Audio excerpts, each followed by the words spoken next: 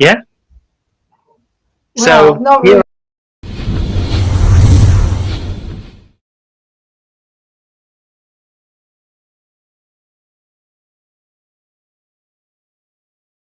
So Mhm. I really And there's don't so many people who are in such a need, in such a great need, especially within this health, mental health thing, especially yeah, after the what the whole world has gone through.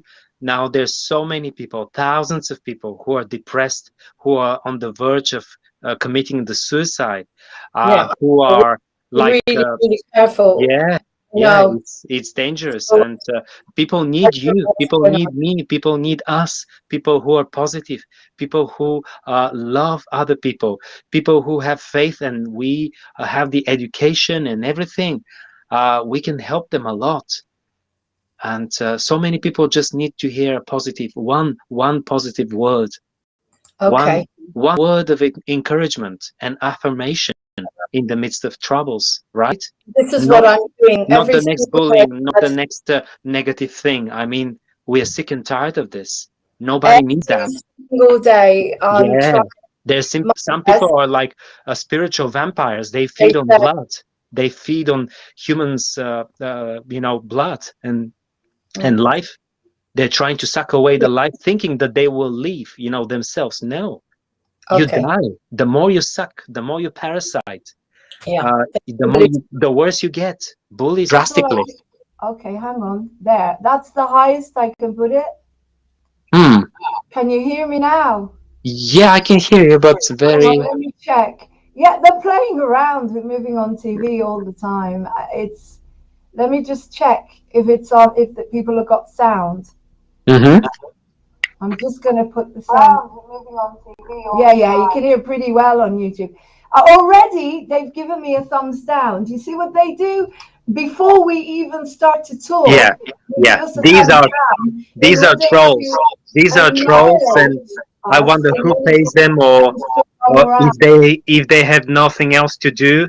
Just it's sad. It's a shame, Yeah. because Okay. you, Well, you can't be critical. You can't be critical of anything if you haven't heard. you know, in the yeah, first place. I mean, this is so unserious. I know. So childlike. I know. Yeah. But what we But need to anyway, do is we anyway, need. there are other people who are reasonable and who are in need indeed, and Yeah.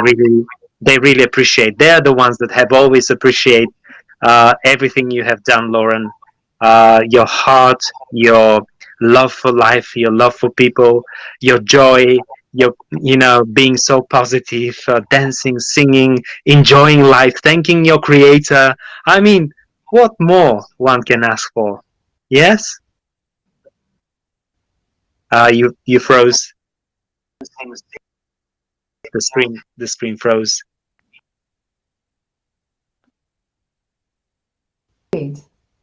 Were you ever bullied? Oh, yes, yes. Especially when I was a child. You know my story. I was an adopted child, Okay. and somehow these predators, they would sniff it. They're like hyenas. They would sniff. They would sense. People who have gone through difficulties.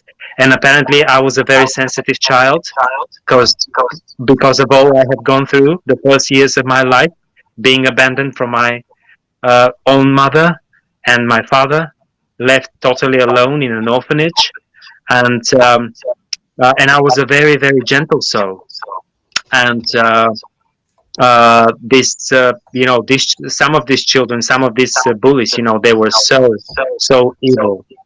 So that's why when today people tell me, oh, leave children alone, they're so good. There's nothing evil in them. No, no, no. Evil starts from the very birth.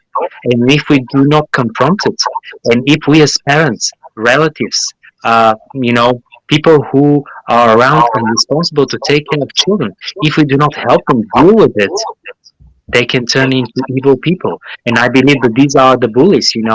I don't think that they're children, these ones that have been tormenting and uh, torturing you and your viewers. They're grown up people. and they've grown without love. All they need to hear now and today is that it's the lack of love, and I can understand them. I can understand them. Uh, you don't know what it's like to love and to be loved. That's the problem. But we're here to teach you. We're here to encourage you. We're here to share you real life stories, of how we've learned to love and to be loved, how we have opened our hearts, and now we are loved by God, by people, by everyone who appreciates us, and we're happy. Yeah. Well, So not here really. I am. I'll be Yeah, sorry, Vlad. 40, I know you're happy, 40 but years later. I'm not. Yeah, I'm stronger than ever, and you're stronger than ever, and we love even our enemies. We love even our enemies, and we wish them well. Right. Okay. Right. I mean, I have to be honest. It's been for me. This has been going on now since March, probably around Hmm. near the beginning of the year. Remember, you and Emmanuel came on, and you saw they started putting stupid comments when we were doing encounters, and we did a live once for Yeah, cabaret, and they put yeah, something on about it, which we just said. They said I've done a poo or something. We all burst out laughing because we didn't believe that you adults could be so immature yeah. and not get it. But then that was innocent. But they've gone in a direction where it's non-stop with me, Hmm. non-stop stalking, non-stop trolling, non-stop abuse, non-stop creating identities. Like I got up this morning, there was about 100 fake identities with no friends with me, even though I've changed my profile to only friends. Non-stop, non-stop. Not only that, they got someone to contact me who said we were becoming friends, and it was going on. He used to contact me and say, you eating, and then bit by bit he started to gaslight me. He started to call me time, like continuously bullying me about my age, non-stop. Like you should be in an old people's home kind of thing. What are you doing on here? Wow, Why are you not in a that's so residential sick. home doing knitting? And That's it so sick. was non-stop, and which is called gaslighting. But it's got even Yes. worse now. It's got even worse because what they did when I was upset, because the eviction is something that I'm trying to deal with. I don't know what to do, and it's one day at a time. They would ring up and tell me to commit suicide. Oh, They'd say, "Go and kill evil yourself," people. right? Things like that. But now it's got even more. Pretend sponsors. Like one of them was from a church. Apparently, they were going to put Moving on TV everywhere. They got this thing together with me where you don't know how far these people have gone. They went Wow. to the point where they said, let's make a leaflet together and let's get Oh, moving on TV. It's all about and they were love pretending. everywhere. And then they said to me, as soon as they said, you need to pay for the printing, right? I believe this is all connected to this company that has really got it in for Moving on TV and for me personally. And because I said, hang on a second, I'm on benefits, I can't pay you. They started calling me mentally. They said you're mentally ill. You have no gratitude. Wow. You need to be on Wow. medication. And it was, this is how I get it. They come on, they say they want to sponsor me, they want to help me, or they come on Oh, saying that they love me. They send me loads of I love you and you're my soulmate, and it's them. wow. And then they ring me up and they say it's them. And they Sneaky say snakes. they Sneaky get snakes. themselves in it every single time. Oh, But the that's problem is, Vlad, that they've done that. I can live with, yeah, I can live with that. I can live with the fact that they come on here and they make a digital penis. I'm not kidding you. They say the word on Moving on TV, a digital part of a man, you know. When they come on here, they with Baba Bertha, they have created something like digitally, where nobody can see it except me, thank God, or else I'll be wiped off the planet. You remember they came on and they put it on Moving on TV. They send me streams that are racist and disgusting and full of abuse, and they tell me put it on now, and they think I'm going to put it straight on Moving on TV, and I watch it. I want to, and this is how these people have no morals. They've got no morals. They know the difference. No fear of God. But what it's got to, they hacked us, Vlad. They hacked us because I do not get any views, and I work non-stop. I know. I can see you. I can see you on Facebook everywhere. It's not. It doesn't make any sense. It doesn't make any sense. What you focus on all the time, it has to grow. It doesn't make any sense. That's called cyberbullying. I know they hacked us. I tell you how I know they hacked us. Because they put on comments from Moving on TV to me. They created their own Moving on TV. That's why I'm saying, is this Martin? I don't know. I'll have to ring him and say, what are you talking about? What wedding? He's just winding me up because men are sending me nice messages, yeah? Because I'm single. He's winding me up. Anyway, this has nothing to do with Moving on TV. I'm serious here, Vlad. So what they did is they're hackers. They've got to be, because they're creating loads of identities. They know everything about computers. It's such a shame. They're talented.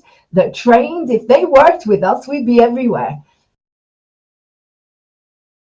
But they're demons. They're demonic. They're the other side. They're not servants of the devil. Definitely. Whatever. There's something wrong with them. Completely wrong. What they want me to do is they want me to go on medication. They want me to break my promise to the body and to God, love, to go on medication. And that's never going to happen because my journey, as you know, I stay sane one day at a time with my higher power, with creativity, with love for humanity, and nothing touches me ever. So, but that is the aim. And who are they? Who are they to tell you what you're going to do with your life? I mean, they don't care about you. Who are they to tell you this? Only your people who love you and who are close to your heart. They're the only one who's got the right to speak in your life, to speak to you, and to give you ideas or suggestions. I mean, who are they?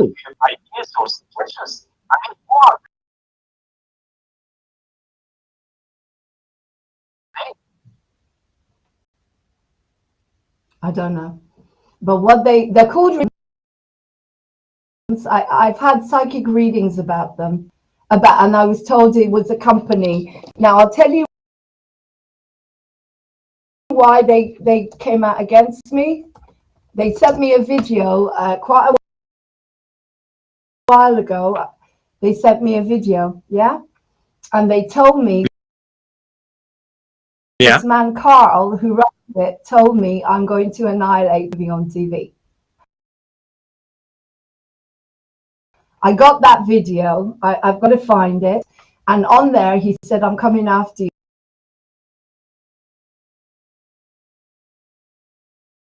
And the reason was because I didn't want to work with them because they're slime.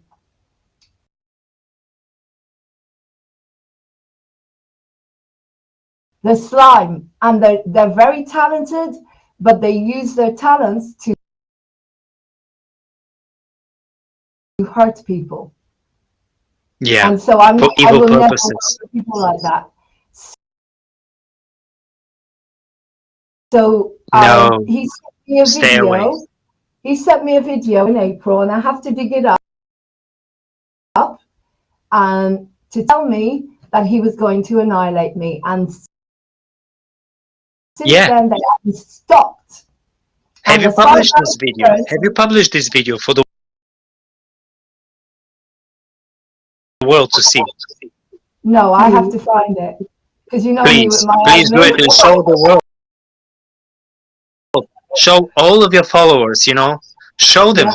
what kind of people, you know, you're dealing with. His name is Carl, and he runs Rick Productions with a guy called something Berry. This is not personal.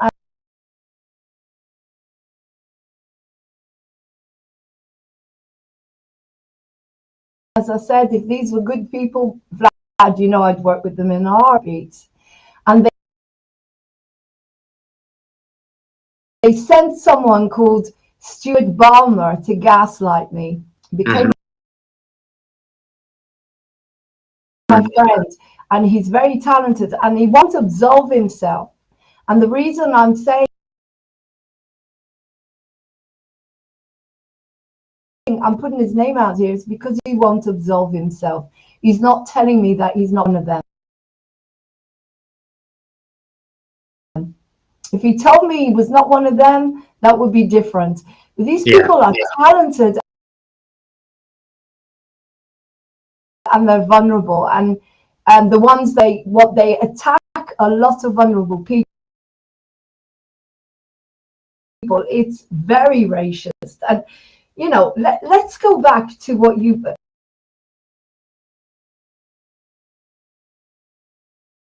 I mean, I can't say what you put. I can just insinuate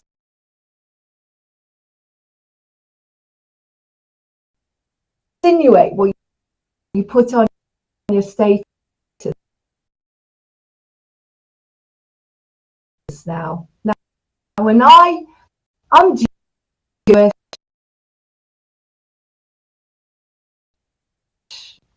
right? 6 million of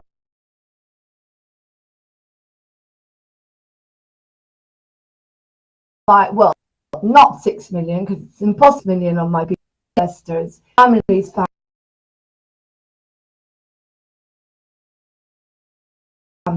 were annihilated in the Second World War because they were Jewish.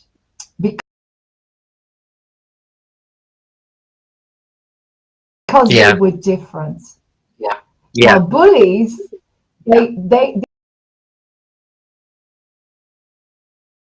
these people, they are racist, they are homophobic, racist, they are predators, they are anything that is good, anything that they can pick on, they will pick on. I've seen, the last stream that they sent me was racist.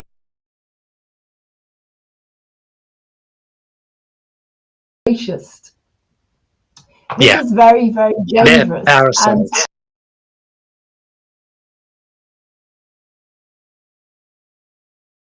They're parasites. They can't live on their own. There's so much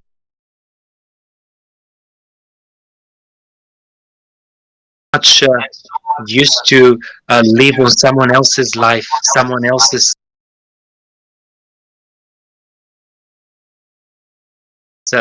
dreams, someone else's aspirations. Their spiritual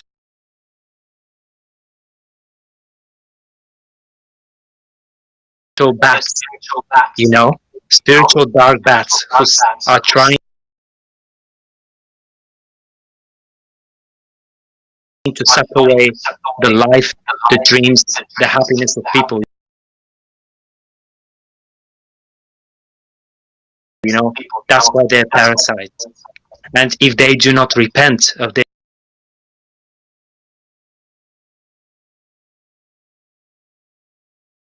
deeds, they will burn in hell. I'm telling you. And I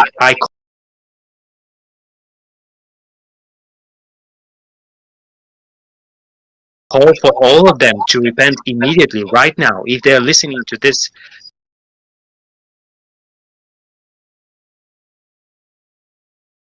you know, right now, repent, because you don't know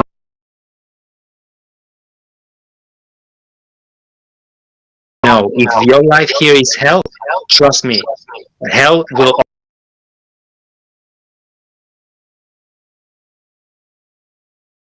only grow in your life to become the worst experience ever and forever. Now, now this all started in March.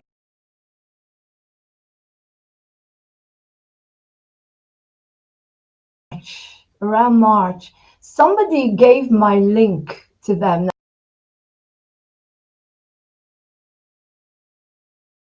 Now, I'm not saying that they did it maliciously. Maybe they did it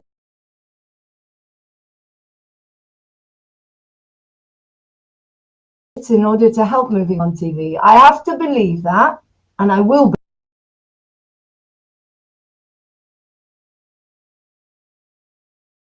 believe that, because I don't believe that people would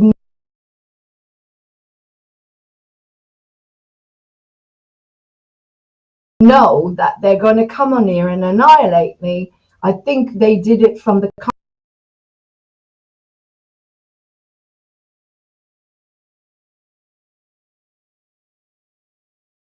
kindness of their heart, and they want to give us the boosts, right? Yeah, you gave them the benefit And of the then, doubt.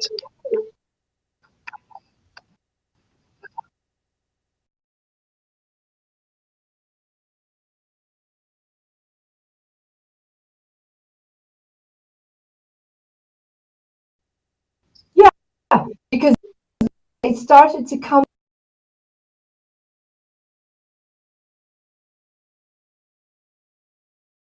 on here, and they started to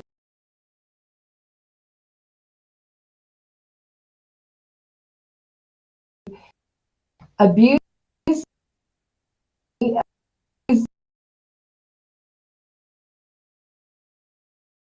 my son, you know, and also Paul McBride.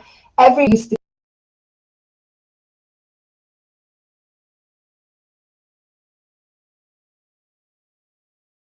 they would come nastiness, and I believe they maybe hacked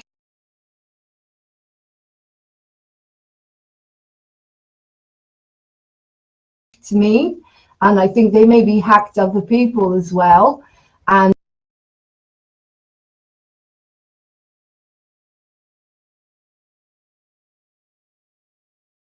they've created havoc in their lives, and I can only apologize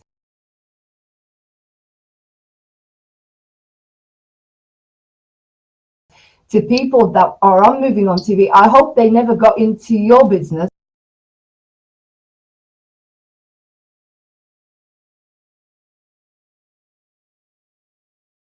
That they didn't hack you, No, did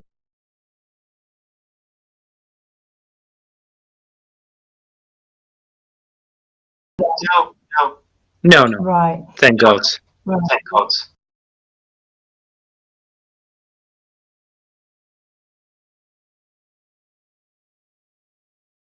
Okay, well, they definitely hacked Moving on TV, because, as I said, one day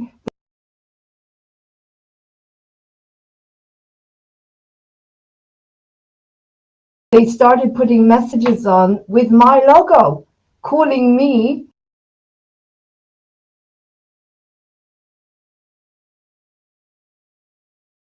a P, you know what, with children. And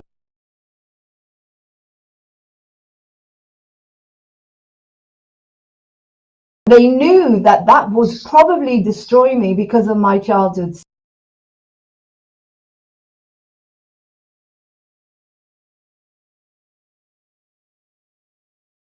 issues, but it didn't, because I know what I am.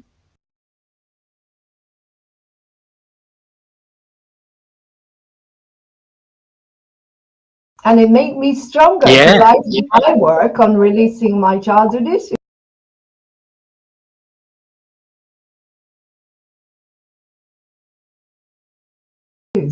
So you see, Yes. everything is brilliant. They did everything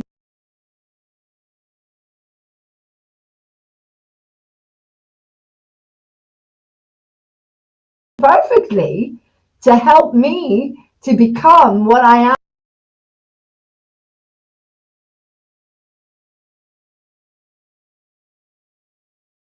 am now, Yeah. and, and to protect vulnerable people.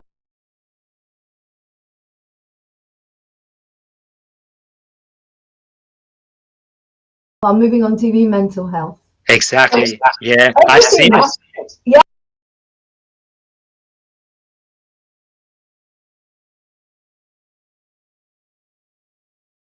I've seen it in you your see how strong posts. I'm getting. You in your posts, you know,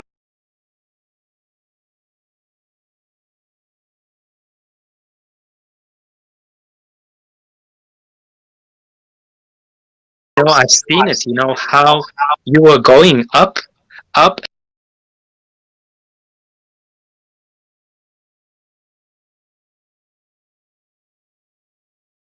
and up and up, higher and higher. You know, in faith, trust, in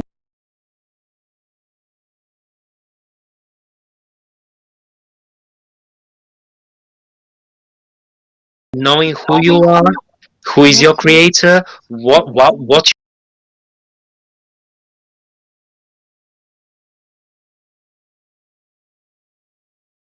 you're here for, what's your mission. Your identity is hidden in your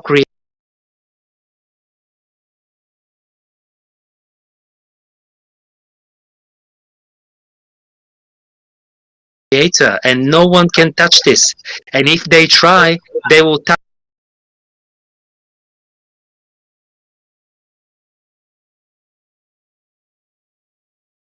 the eye of God, you know? And oh Sorry, my that's why I need to goodness, you, talk.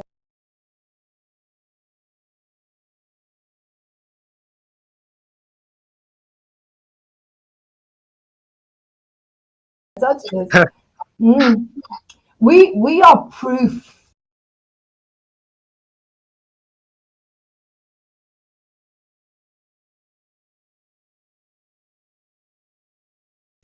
of the spirit, how strong the spirit is, yeah, because the amount of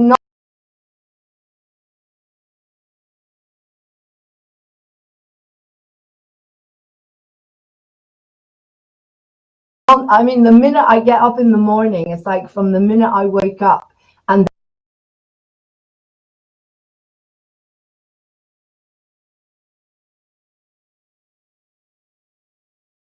the head starts on me, and I think I'll go on moving on TV, and there's a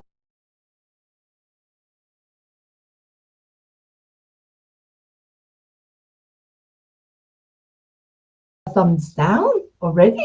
I haven't even been on that. I haven't even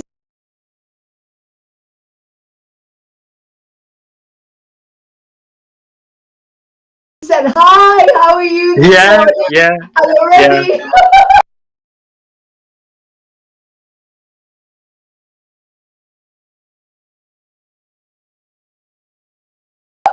yeah, yeah, Why? Why?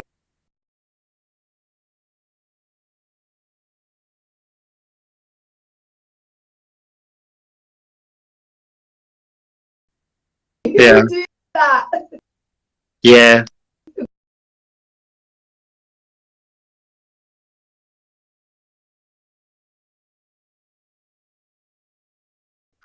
Who would yeah. do?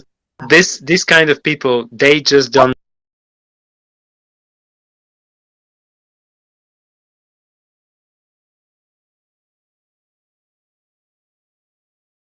know I don't what life understand. really is It's about.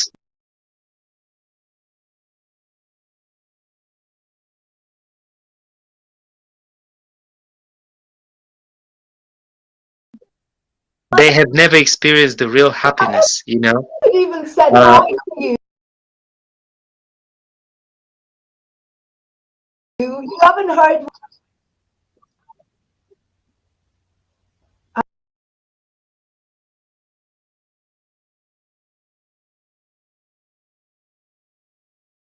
I am so grateful to. I've got some, as you know,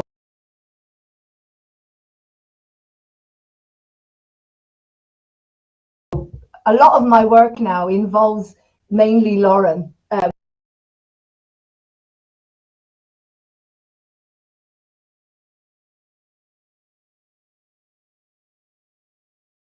Working with me and working with God. And I know we're not, I never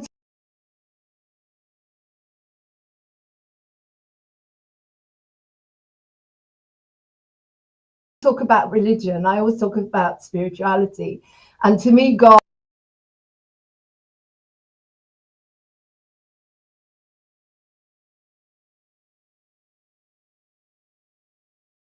is a higher power. And some days it could be just going into nature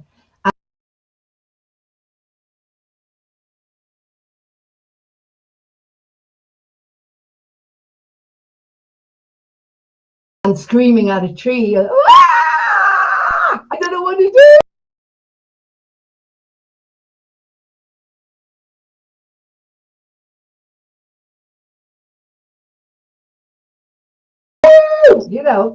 Like at the moment, I'm teaching people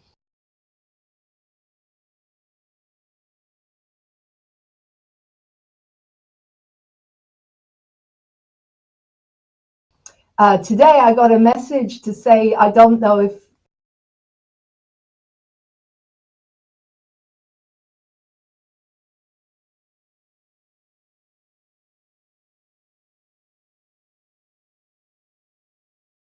this is going to work with the eviction, that I don't know if we can help you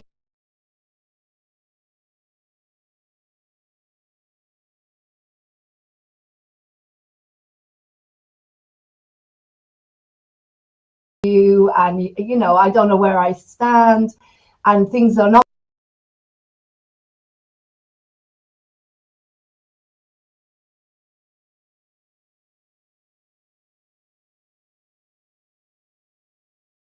good. Okay, but then the spirit came in and said to me, Laura,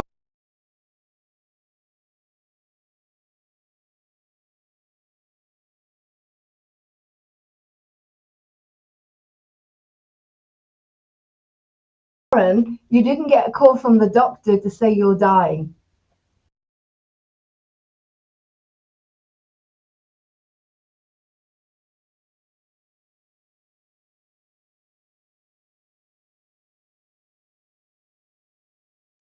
Do you see what happens? yeah, That's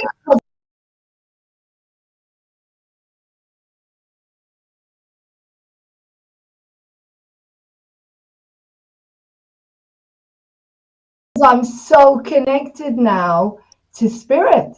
And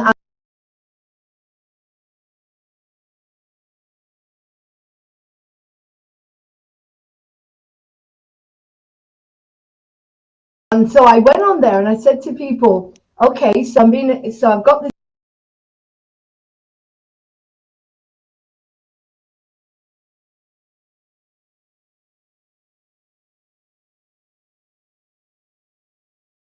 eviction notice and I've got to go to court on the 19th of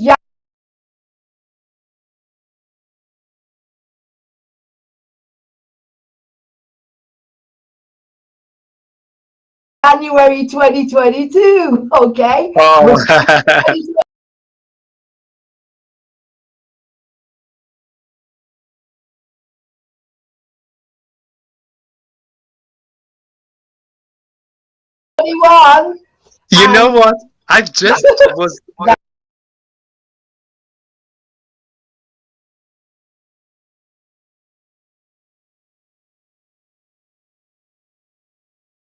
That's went what through I. our papers, and I found out this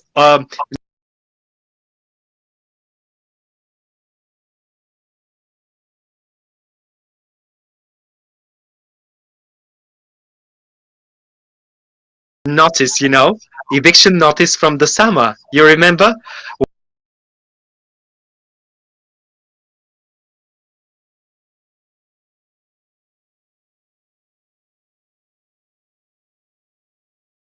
When they just said, we regret to inform you, but you have to leave the property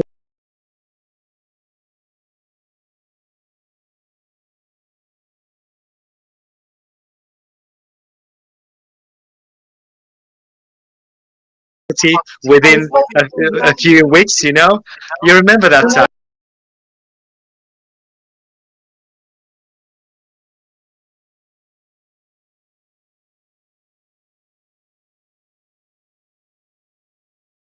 And now you're to telling me leave the same thing. I August say, oh my 2020. goodness.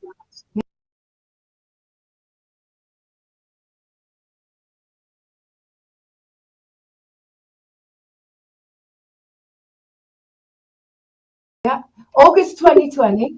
Then it was February 2021.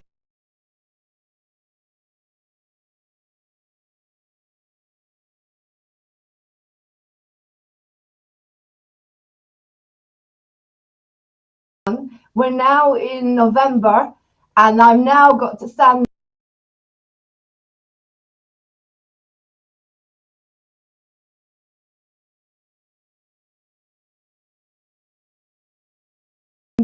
go on Zoom on January the 19th. And you know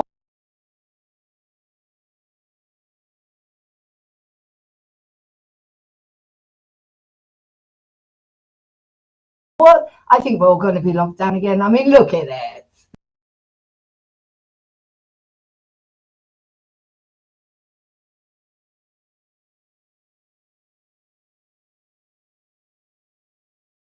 Look at what's happening all over Europe. Come on. So I don't think anything's going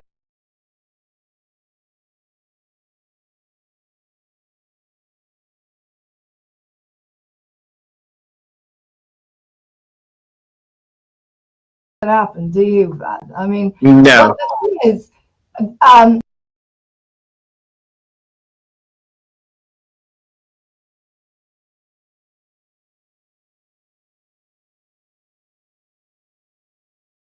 I don't want to go into that, but what I want to say is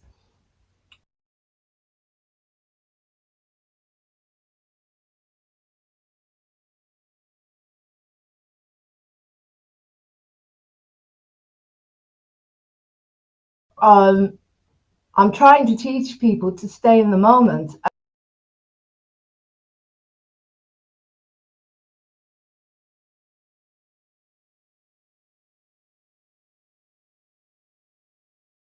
And yeah, when I get that message, I go into fear, and Martin goes into fear.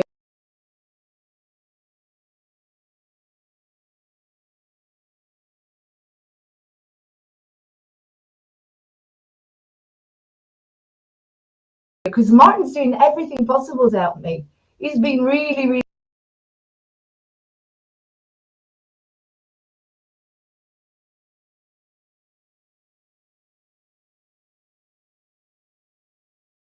kind, and he's trying to help me find somewhere and help him find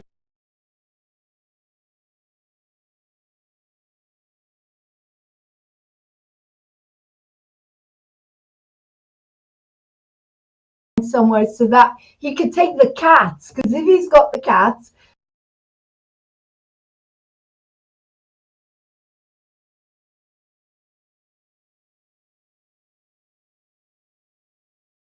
then I'll get a camper van. I'll go touring Yeah. around Yeah.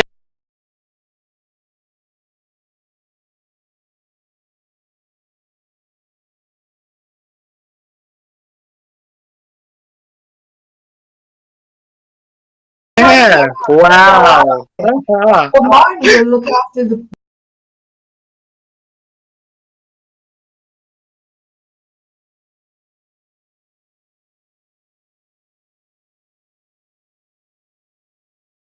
the cats, and I'll always have a bed, Yeah.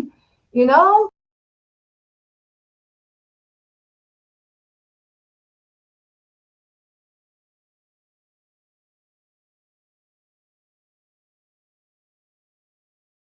Because he's very kind that way, and we all know Martin's kind.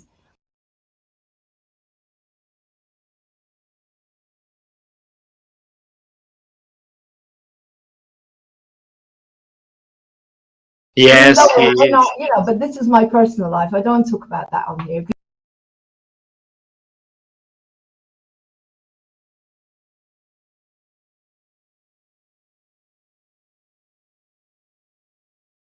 because they know He's a everything. good soul. Yeah. You know You what know, else? Yeah.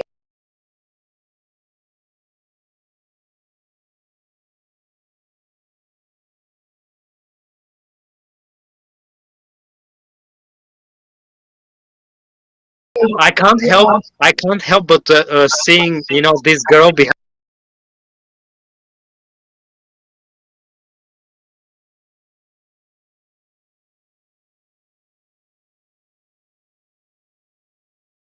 me on the calendar. This picture, this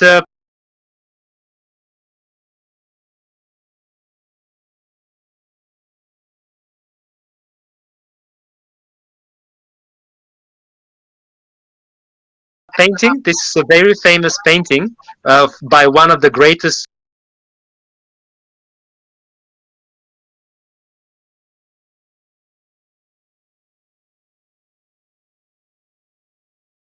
great impressionists. And this woman there reminds me so much of you. She's like, look at her. I'll just get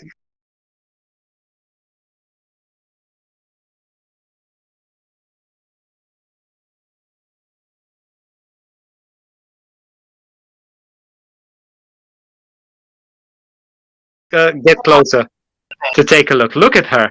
That's you.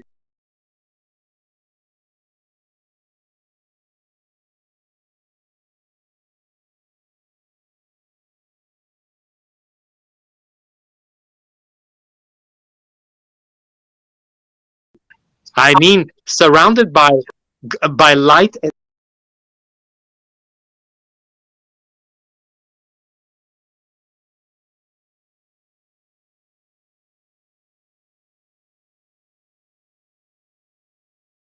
glory and Who's love. that? You are in your Can element.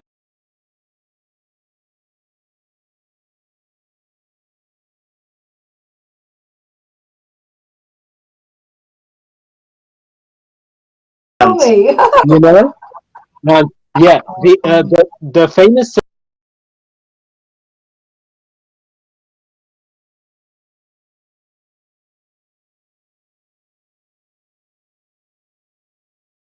the painting is called the Green Dancer. The Green Dancer. And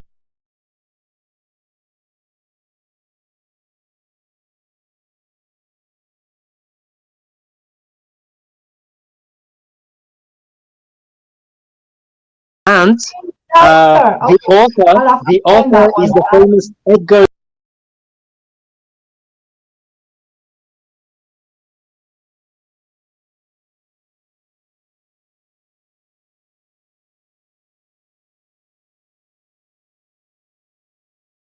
Degas.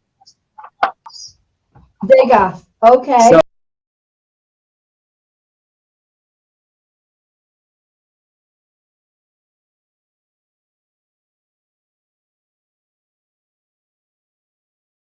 The Degas, green yeah, dance. that's you. That's you. On Look his at yourself. Instagram.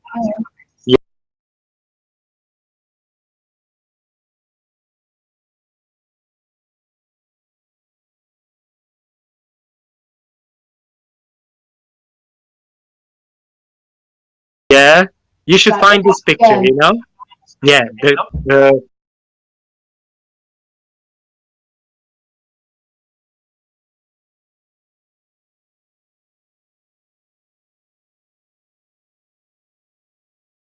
So the Green Dancer.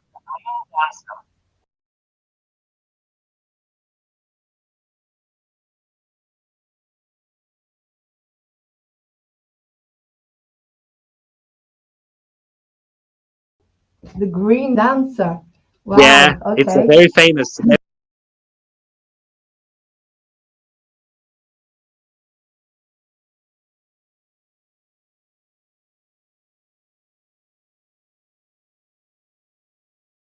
very famous painting of Degas.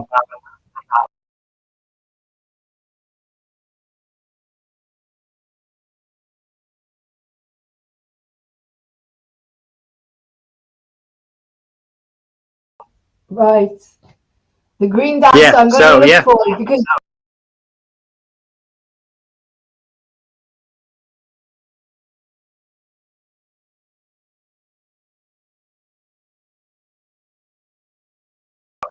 let's not talk about my photographs. Yeah, in nature.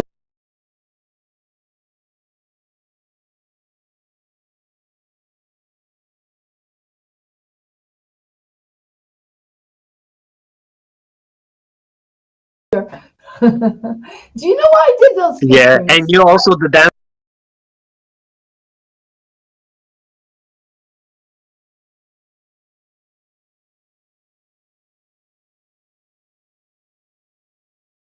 Because queen, I'm free. Abba. Because I You was are the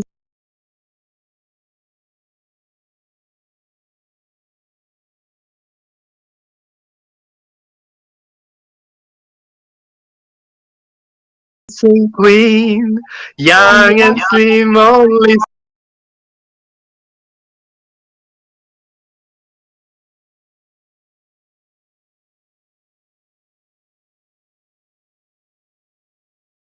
17, oh yeah, young yeah. in your soul,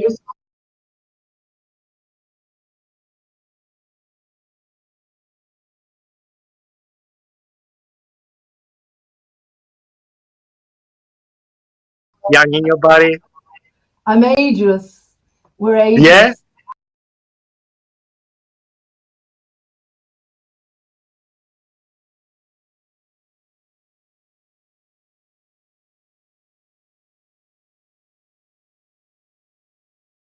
So coming back to everything, so bullying, yeah.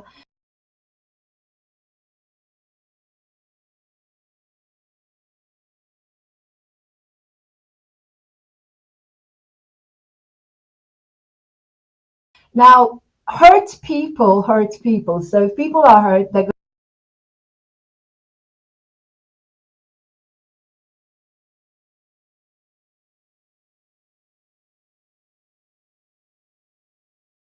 going to bully. And yes, this is what's so sad about these people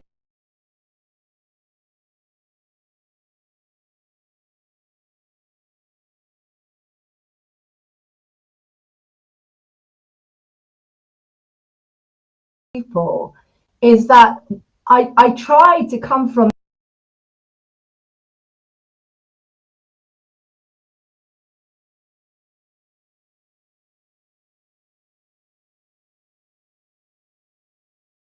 here and I try to say to them, work with me. You're talented.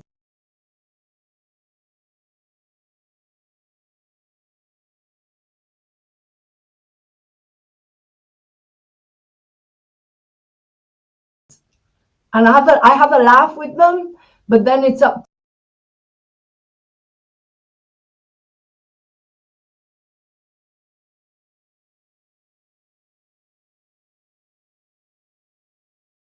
to hear. And it's like, no, I'm not taking this anymore. This is just enough now.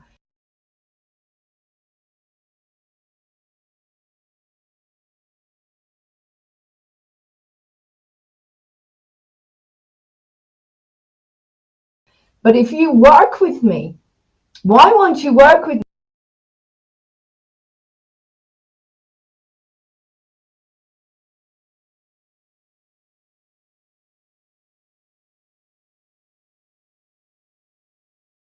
me? But then they see this as a war now, and they're likely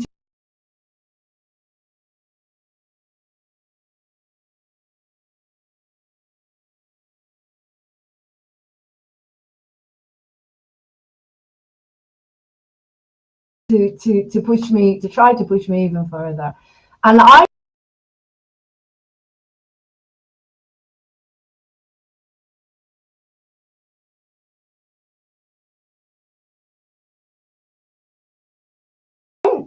just saying to them, look, I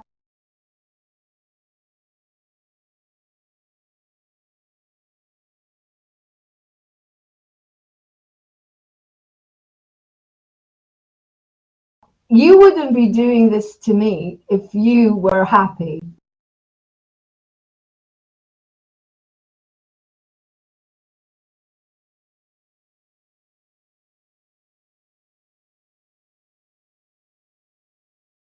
Because happy people don't do this. People who are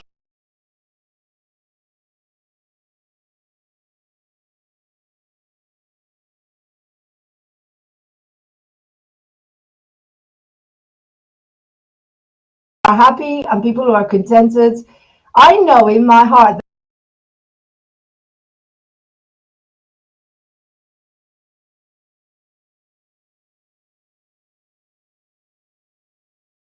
that when I'm happy, I'm singing all day and I'm hugging everyone.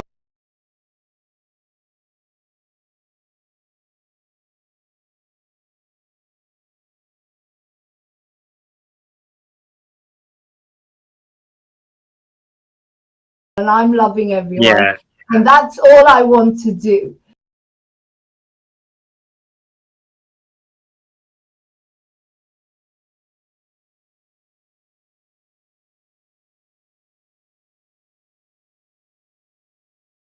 If I'm happy, I can't hurt another human being. So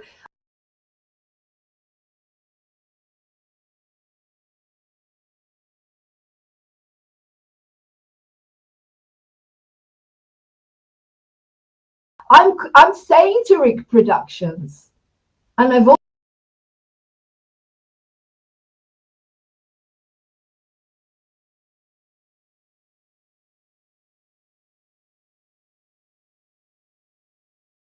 always said to them, work with me, combine your talents.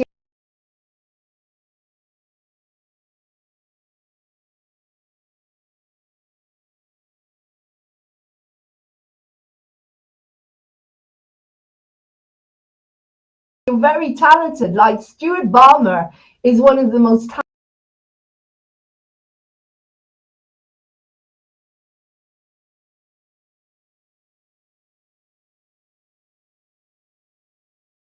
talented actors and comedians I know, Vlad.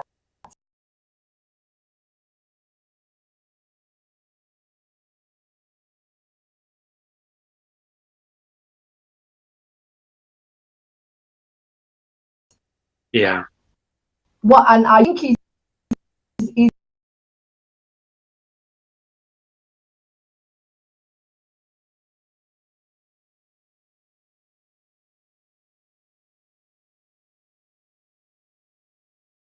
part of them. I'm not saying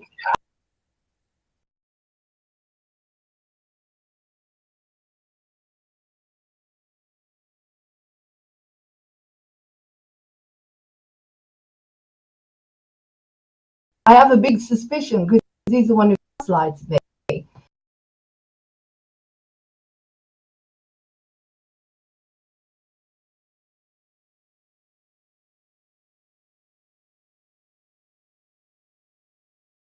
But he is so talented.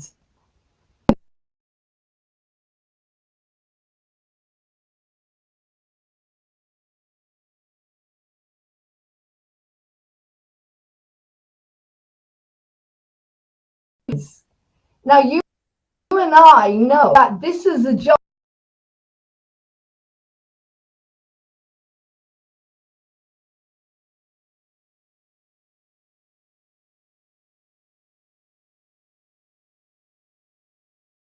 that it's grafting. You've got to work for years and years.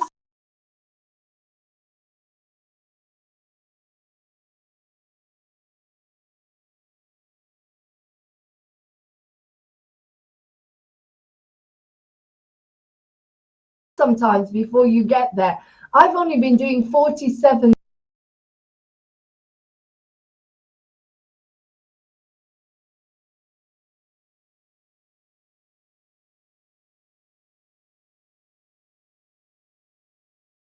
days of my vlog.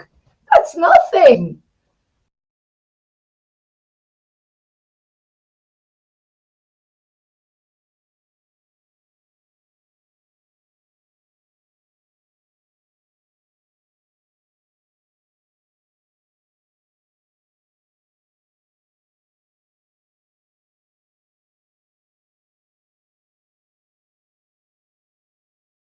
I need support.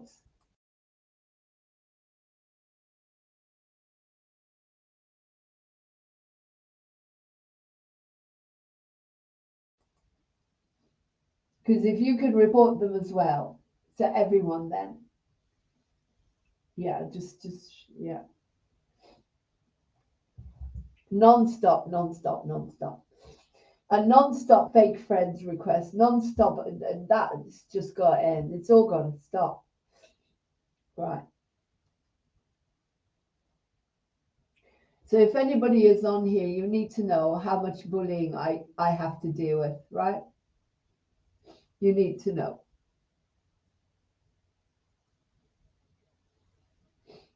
You need to know how much bullying I have to deal with and how much I can't do this anymore. You need to support me. You need to know how much bullying I'm dealing with here on Moving on TV. And that's why I made this program. I have post-traumatic stress disorder. I'm on my own the whole of the Christmas period. I have no family. I have no one. I go on here and I do my best to stay sane with post-traumatic stress disorder. I go on here and I try to stay sane to help other people. I am doing my best. And all I get is more stalking and more hacking of my channel. I can't get Hap on YouTube at all anymore. I don't know what they've done. I don't know what they've done, but I can't do it. I can't get it on YouTube anymore. So if anybody is a computer expert and knows how to reverse hacking again, because these people want me dead. They want me dead. The threats that they want me dead. You see that? Hang on.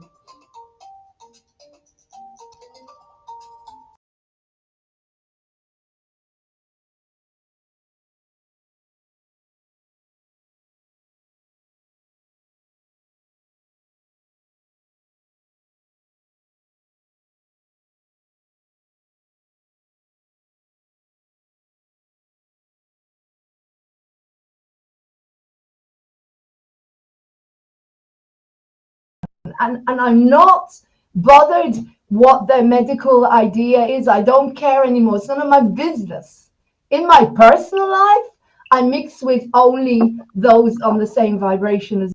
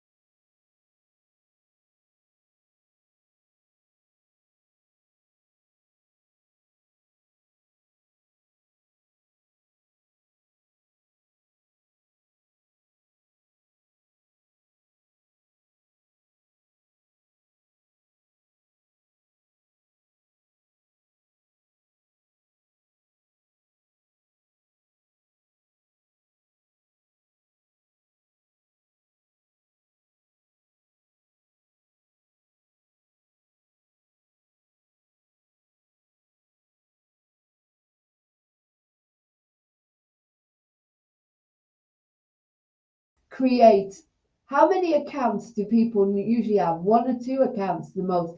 These people have millions of accounts, millions. They're just non-stop identities.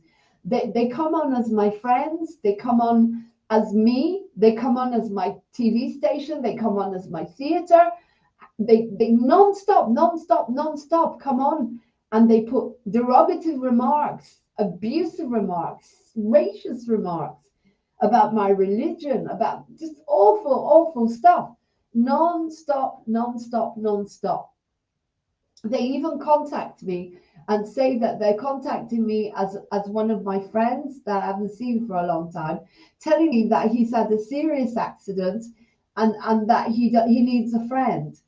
It's like non-stop, guys. You don't know how I'm living. You don't know how people are living, how I'm living at the moment. If anything happens to me, it will be because of this bullying.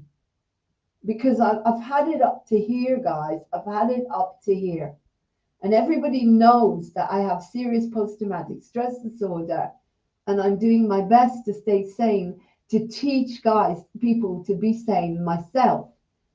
Because I have no work. I lost everything because of the lockdowns, everything. And before that, I lost my whole family. Nearly 6 years ago, my family cut me off after they euthanized my dad, and I wanted to keep him alive because I loved him. I lost everybody, so I've lost everyone because of this sick madness that we're living in. I've lost everything. I just want peace. I just want peace, and I just want to do my programs in peace and love and gentleness. And I'm asking you to support that and to come on and to subscribe to Moving On TV and to give me a chance to grow and give you a chance to grow. If not, then I don't think I can do this anymore on my own. And if the police won't intervene and sue Rick Productions, apparently I was told they know about them. Someone contacted me. People contact me with identities. They're too scared to give their name. So someone contacted me, Grey Cat. I know who she is. I know because she emails me. She's a normal person, but she's scared to give her name because they'll start on her. She gave me their address. She said they live in Bristol. She said the police already know about them. So it doesn't matter how much you complain about them. The police won't do anything. They won't do anything, but they are destroying what's left of my life. People, you need to know this. I am putting this out there live. And Vlad and I are talking about it. They are destroying what's left of my life. They are professional hackers, and it's non-stop. 3 a.m. in the morning, they ring my phone. 3 a.m. in the morning, and they just do nothing, just breathing or nonsense, or say, "Hi, this is Martin Berry, and you've been pranked." That's it. They think it's funny. 3 a.m. in the morning. It's like, I can't sleep. So I answer the phone sometimes because I can't sleep. I don't sleep. I don't have a life. Yeah. I don't know who this is. Another Rick Productions troll. I just don't know, Another one here on my messenger. It's like non-stop. Yeah. Someone is saying to me they need units, as if they're in another country. They're asking me to buy them units to put on their phone. I mean, what?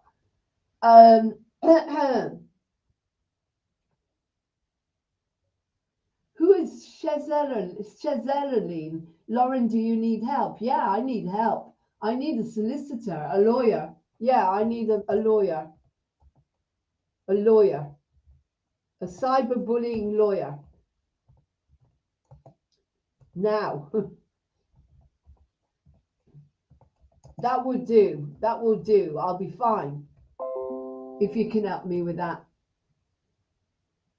Units. What the hell is units?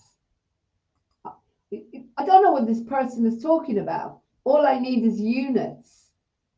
What does that mean, units?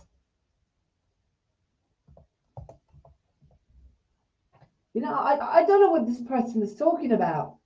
I need units. What's units? That it's like there's nothing except just nonsense. It's just nonsense. I just get non-stop stalking and nonsense and people that don't exist with names that don't exist. They're making trouble for me. Who the hell gave my details to Rick Productions? I'm a tiny TV station with no views for 2 years now. For a whole year of 24 hours a day, sometimes I don't go to bed.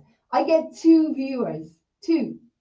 And last week, for a whole week, I started to get 20 viewers, 30 viewers. They couldn't have that, Rick Productions. They couldn't have that. They warned me that if I ever did anything, they would whack it off. They would ruin it. And that's what they're doing. That's what they did. They came on here saying they are the police and they were investigating me. And no wonder people won't come onto my channel. They come on here and they're racist. They're disgusting. Nobody wants it. People don't want to come on here. My friends won't come on here. They won't put their kids near it anymore, even if I put. You see, there they are, Martin, moving on theatre. They're calling themselves moving on theatre. Jacob. They're calling themselves Jacob. Can you believe it? Jacob, they're calling themselves. Right. You're live. Right, you're live. You're live. What have you got? What do you want? You're live, right? They're calling themselves Jacob now. Do you hear the phone ringing? They're ringing me on Instagram now. Right. It's non-stop. Non-stop, non-stop. Non-stop. It's like I'm vulnerable. I'm on my own. And it's non-stop bullying. You don't understand, guys, what bullying does to you. I'm not mentally ill. I'm being bullied. There's a difference.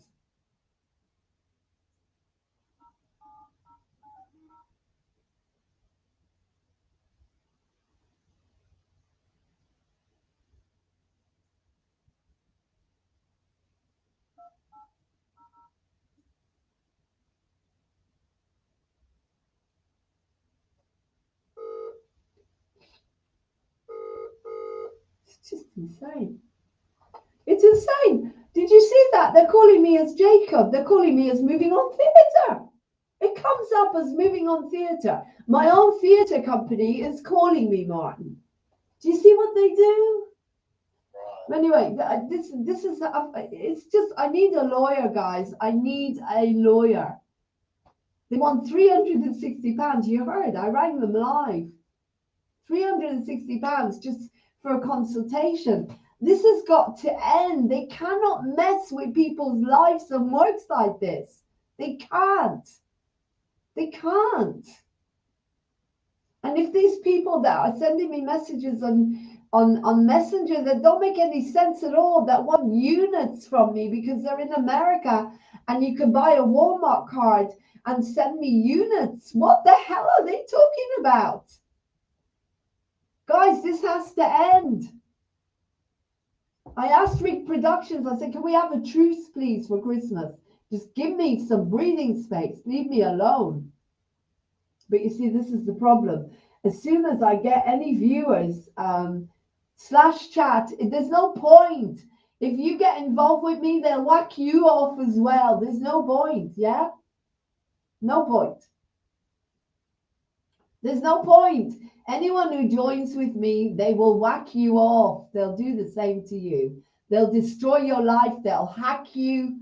That's what they did to some of my friends. I think they must have hacked them because I just don't get what's happening. There's too much weird stuff going on in my life and going on in Messenger with people saying they're my friends, and one in particular saying that they had a serious accident. They don't remember anything.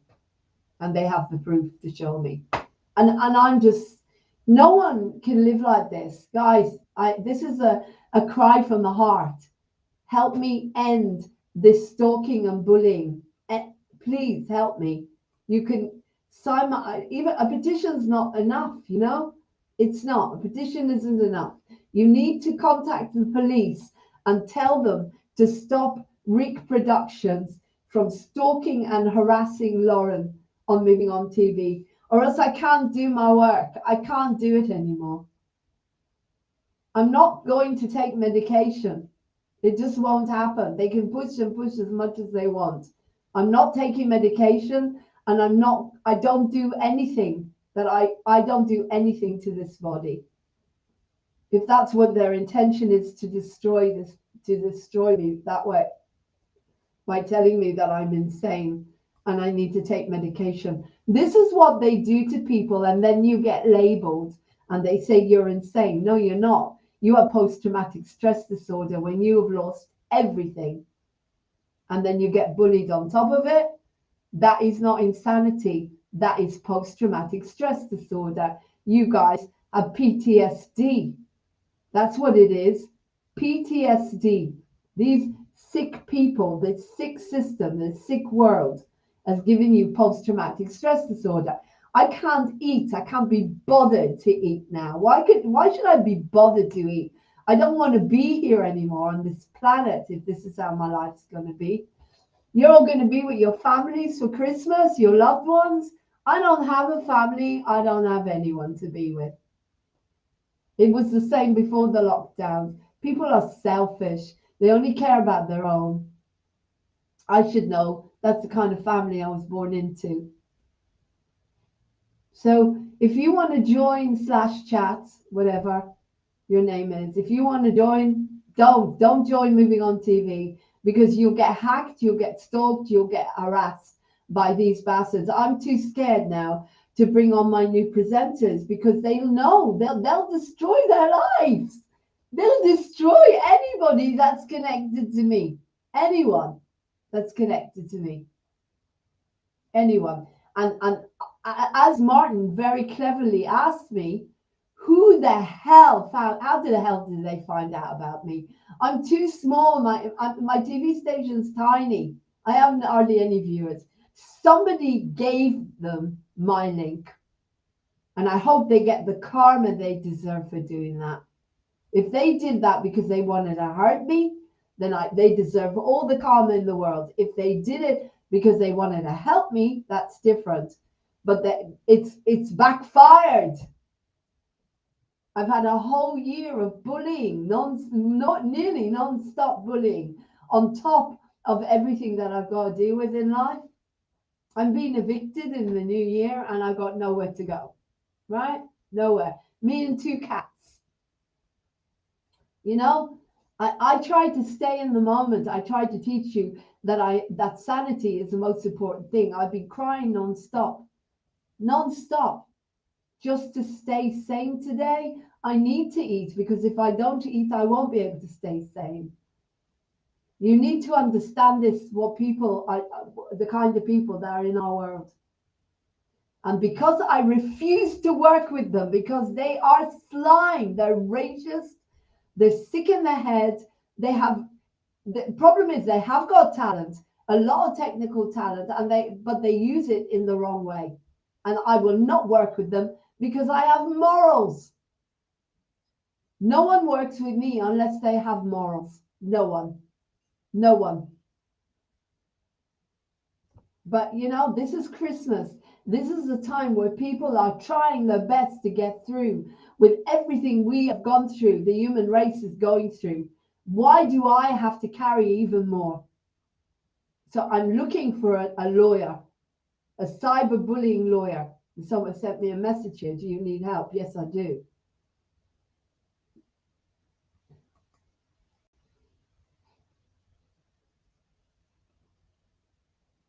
What's this? Oh, a group. Now this is probably, oh, okay. Thank you so much for clarifying what. No, that's not the person who said to me, do you need help? You see, when they say, do you need help? I say yes, and then I never hear from them again. Yeah, a lawyer, okay, a cyberbullying lawyer. Hello, Lauren, do you still need help? Yeah, I do. Somebody called Shezerline something. You know, I just don't know who the good guys are and who the not good guys are anymore. I just don't have a clue anymore. I never knew that anybody could have such a life. And I never get paid for this. I don't earn a penny. I don't earn a penny. I don't get paid. You know, I just, it's just non-stop. Non-stop, non-stop, non-stop, non-stop bullying. I asked them for truth. If you need a cyberbullying lawyer, maybe try holding a plastic bag over your head until you stop breathing. Okay, did you hear that, Martin? Okay, guys, look, this is what they put. Right, there you go. If you don't believe I'm not being bullied, look, if you need a cyberbullying lawyer, maybe try holding a plastic bag over your head until you stop breathing. Do you see what they put, Martin? Do you believe me now? Martin? Do you believe me? This is live. If you need a cyberbullying, right, put that out to everyone. This is, you don't believe me?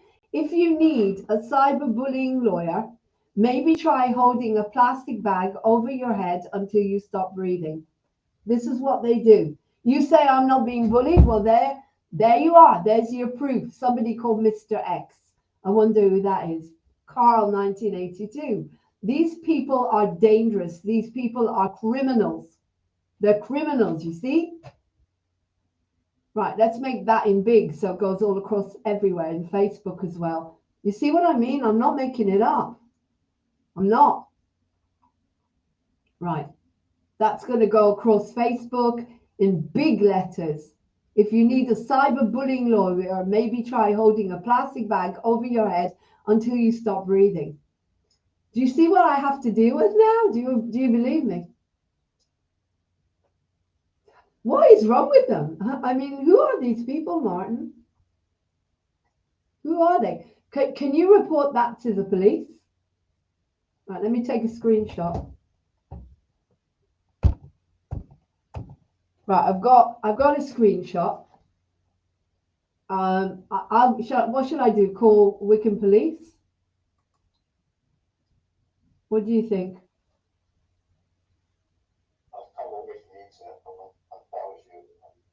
No. It's all right for you. You know, this is my work, right? Sorry, but I'm not coming off the internet. I'll call the police and I'll do it live. Call the police. He's saying here, call the police. He's saying, call the police, right? Well, why won't you call the police for me as well? Well, do you not want to report this?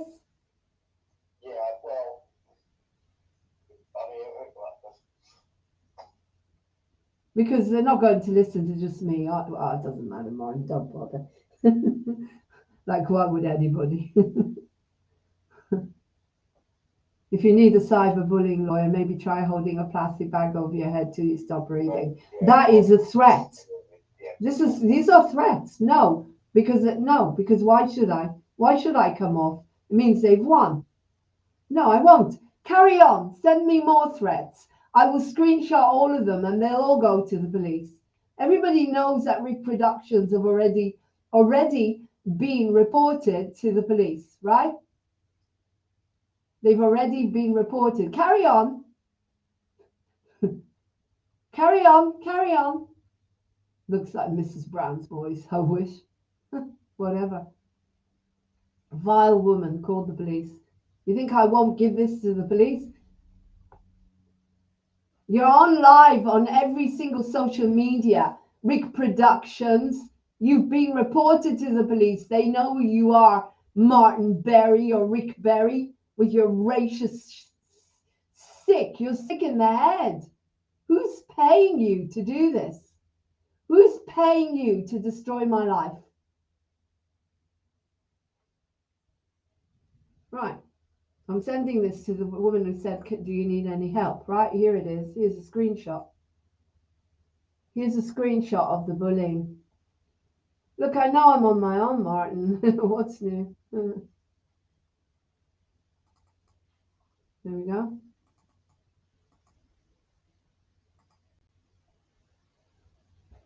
Right. I've attached a screenshot. Please read it. Please read what I get sent to me. I also get called a dirty Jew. Go back to your camp. I also get called Dirty Jew. Go back to your camps.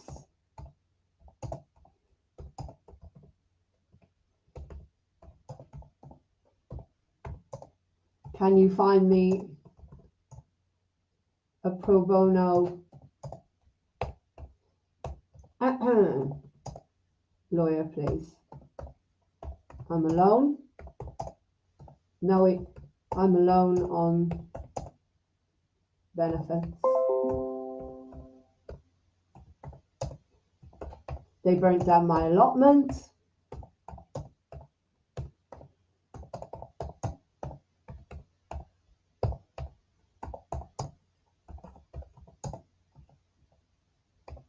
They are already known to the police.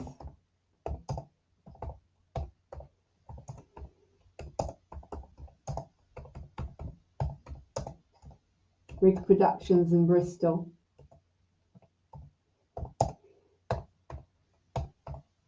Merry Christmas, everyone. There you go. Anything that they send me, I will send you. I'll put on the community thing until somebody helps me. Rick has destroyed your life. Rick will hurt you. Look, Rick will hurt you. You see, Martin? Rick will hurt you? Yeah. Right. Screenshot. These are all going to the police.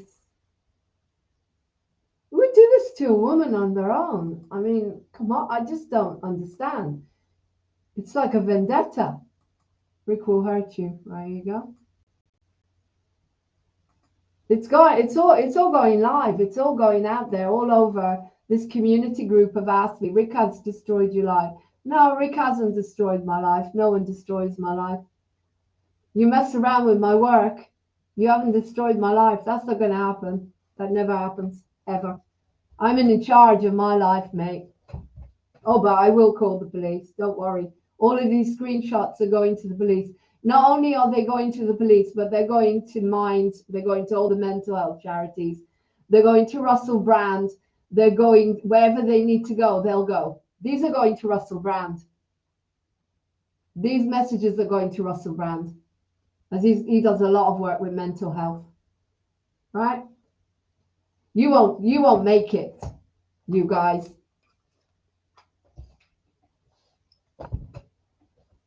You will not destroy my life. I'm made of stronger stuff than that. You don't know what you've taken on. That's your problem. But you are destroying my work. And for that, you're going to get it. You're going to get it.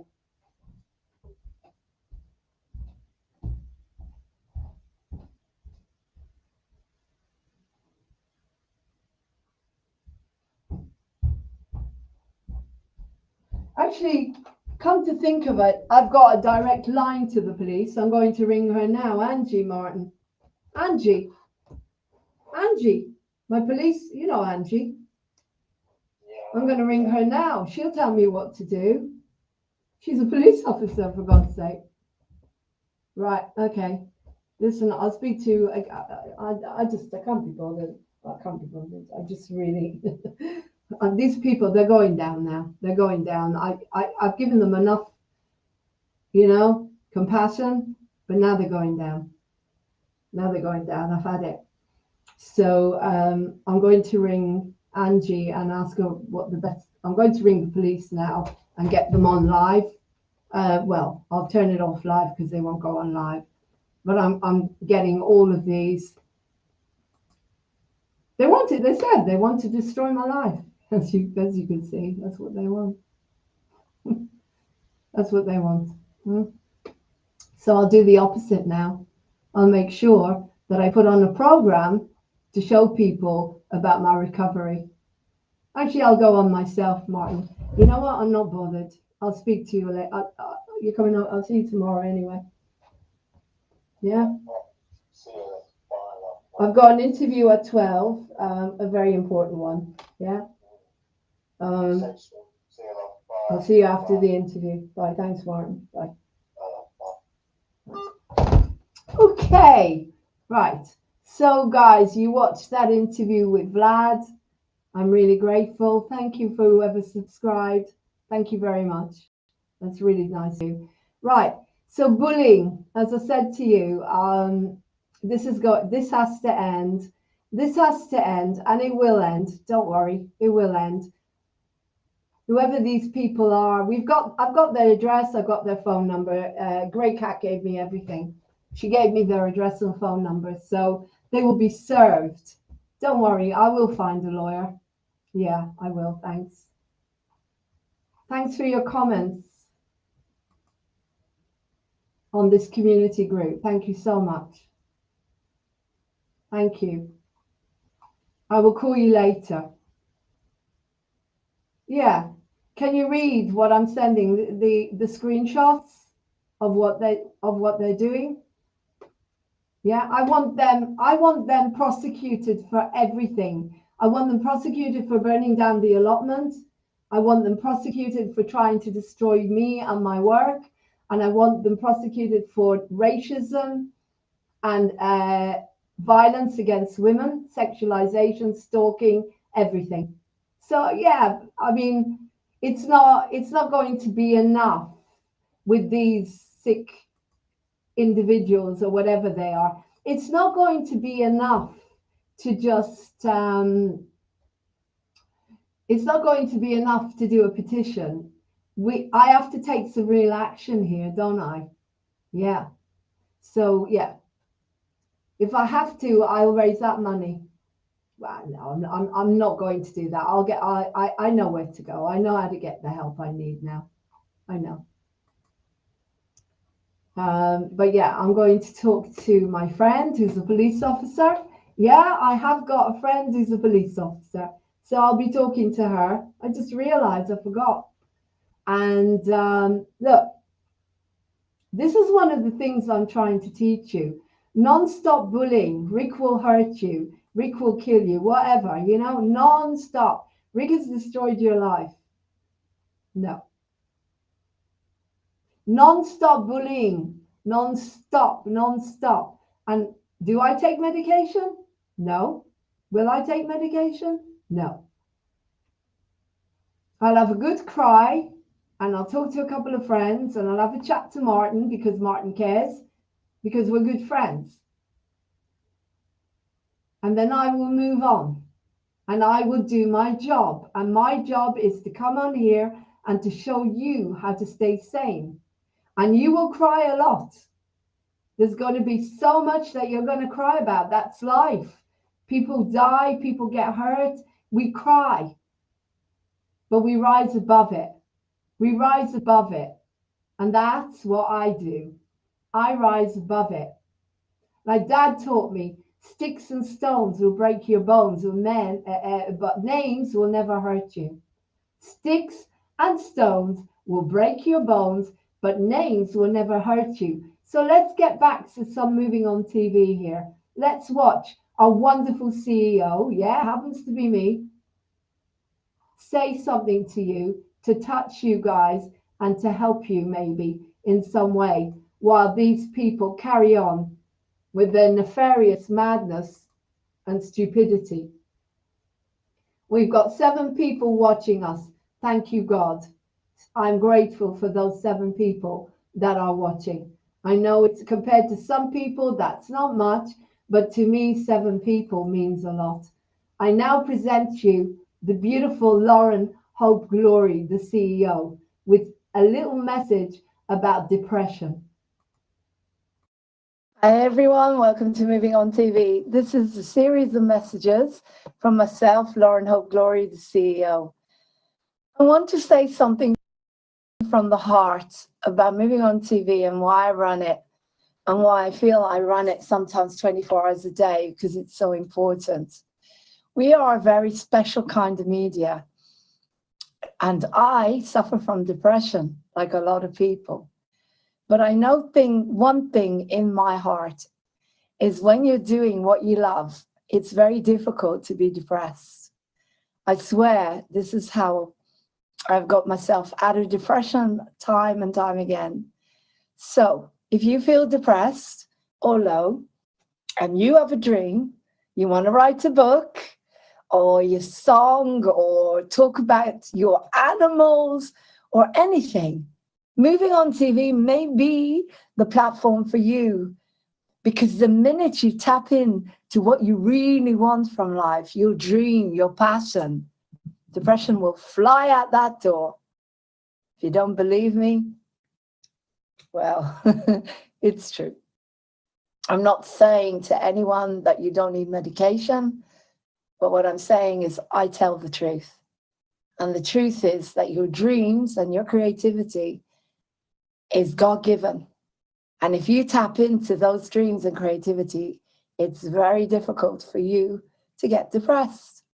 So come on board Moving on TV and live your dream with us. I love you. Take care.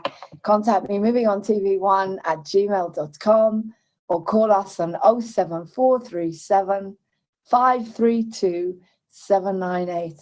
Bringing the hope, the glory, and the truth back into our lives. Thank you. Bye-bye.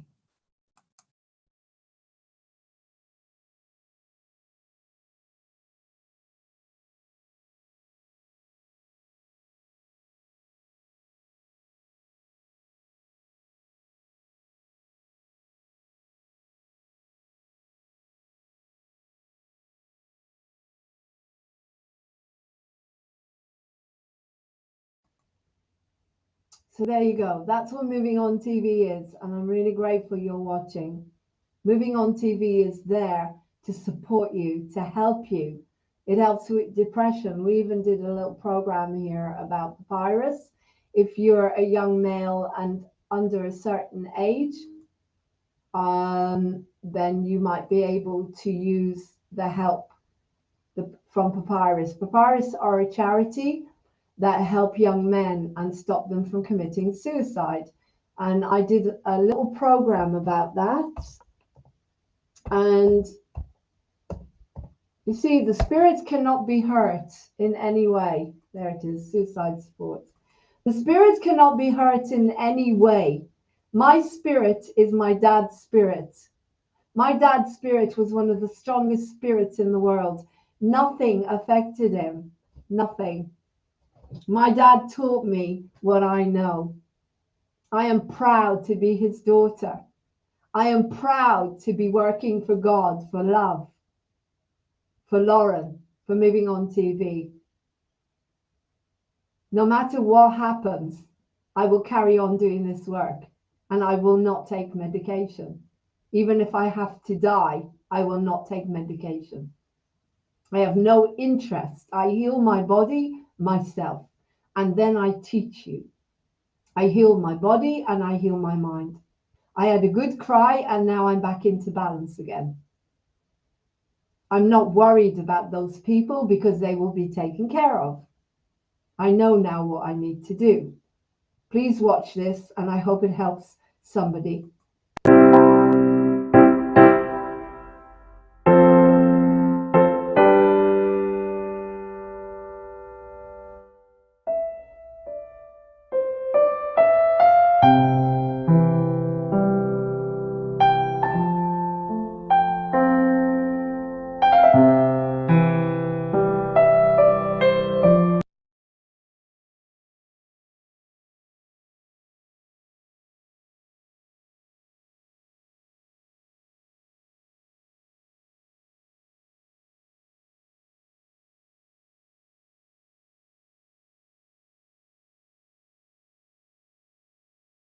Russ, which is prevention of youth related suicide.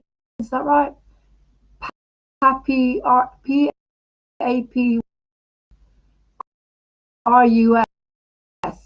Prevention of young suicide. Prevention interview at 7 p.m. But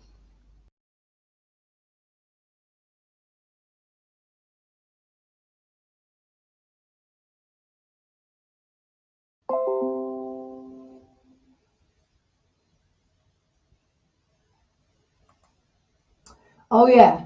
I'm sorry, it's going to be freezing a little bit because that was before I got the Ethernet fitted, and now I've got Ethernet, so um,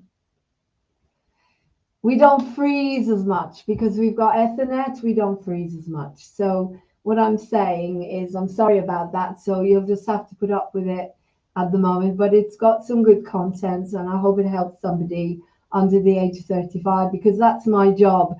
There's not one person in this world that will kill this spirit. It just will never happen. You cannot kill the spirit. The spirit is from God, from love, and nothing can kill the spirit. Nothing. They can take this, whatever, but they cannot kill the spirit. And I learned that from my dad, and I'm proud to be his daughter, and I'm proud to be running Moving On TV and to help people. So let's put this on again and hope it helps another human being. And as I say, I'm really sorry it's sticking, but we didn't have the Ethernet.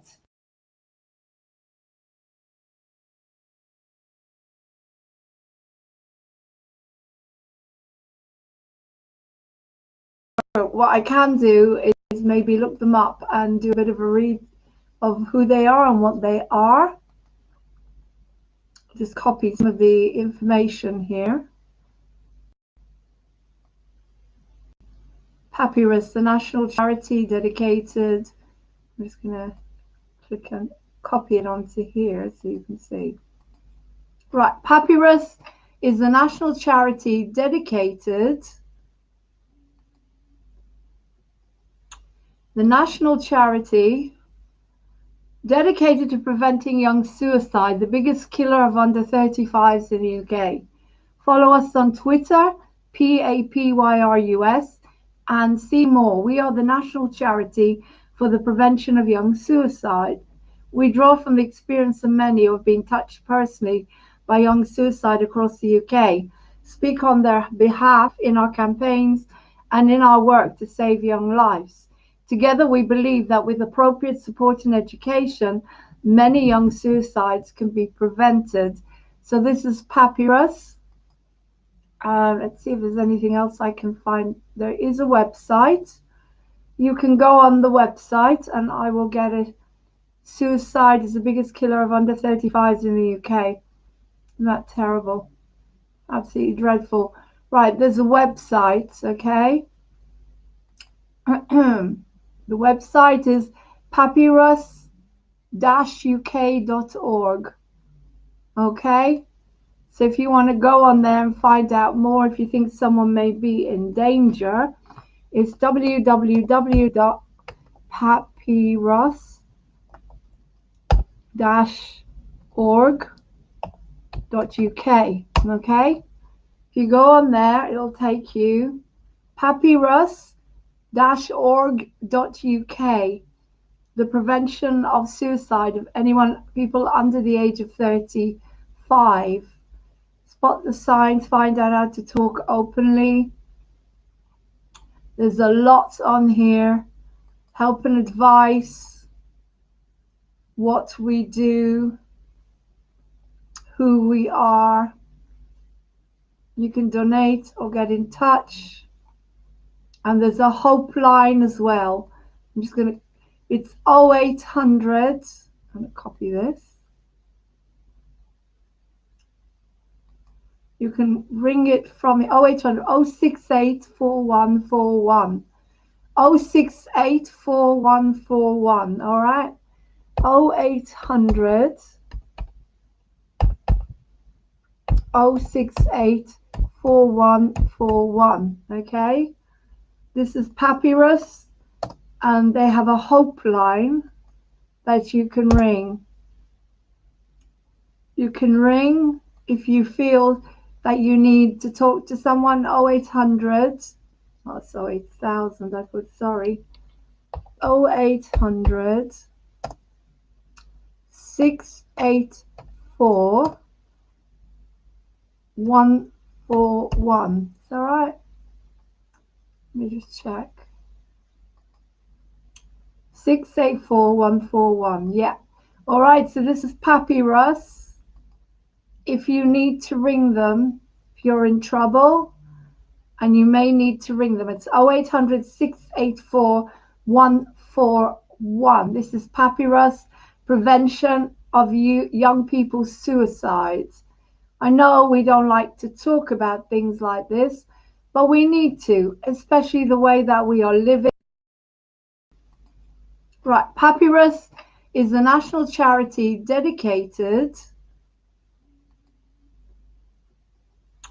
The national charity dedicated to preventing young suicide, the biggest killer of under 35s in the UK. Follow us on Twitter, PAPYRUS, and see more. We are the national charity for the prevention of young suicide. We draw from the experience of many who have been touched personally by young suicide across the UK, speak on their behalf in our campaigns and in our work to save young lives. Together, we believe that with appropriate support and education, many young suicides can be prevented. So this is Papyrus. Let's see if there's anything else I can find. There is a website. You can go on the website and I will get it. Suicide is the biggest killer of under 35s in the UK. Isn't that terrible? Absolutely dreadful. Right, there's a website, okay?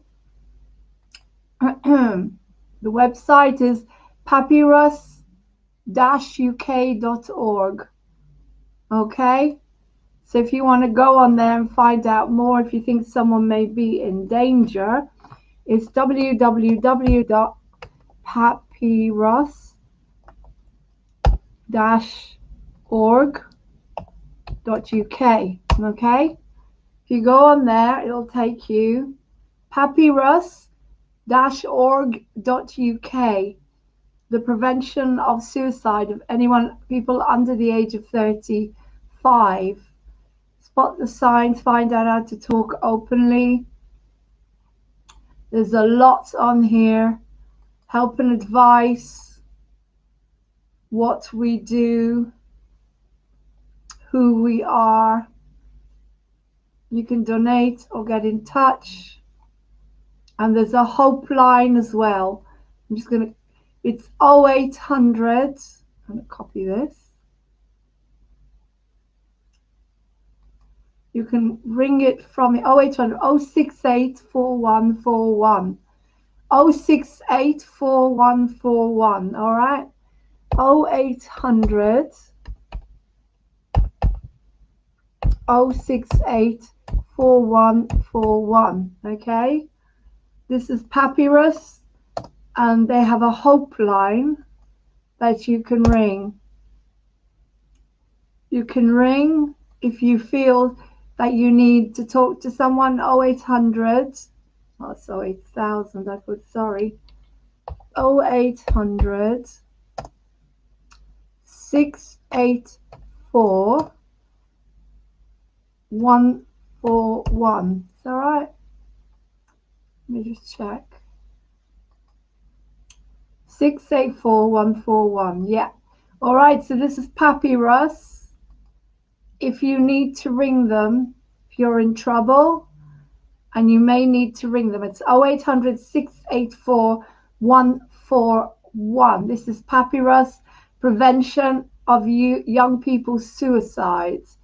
I know we don't like to talk about things like this, but we need to, especially the way that we are living with people being alone, isolated, you know.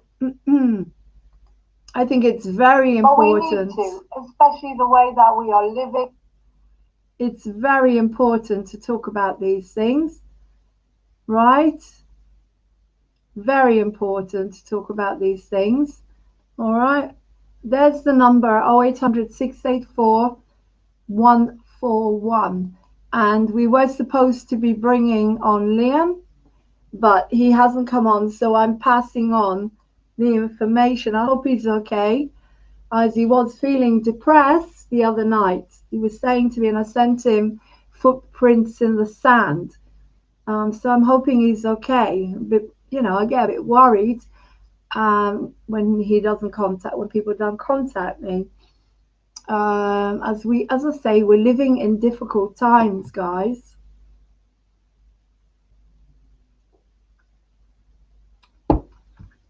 we're living in very difficult times. So, we need to really make sure that people are taken care of as best as possible.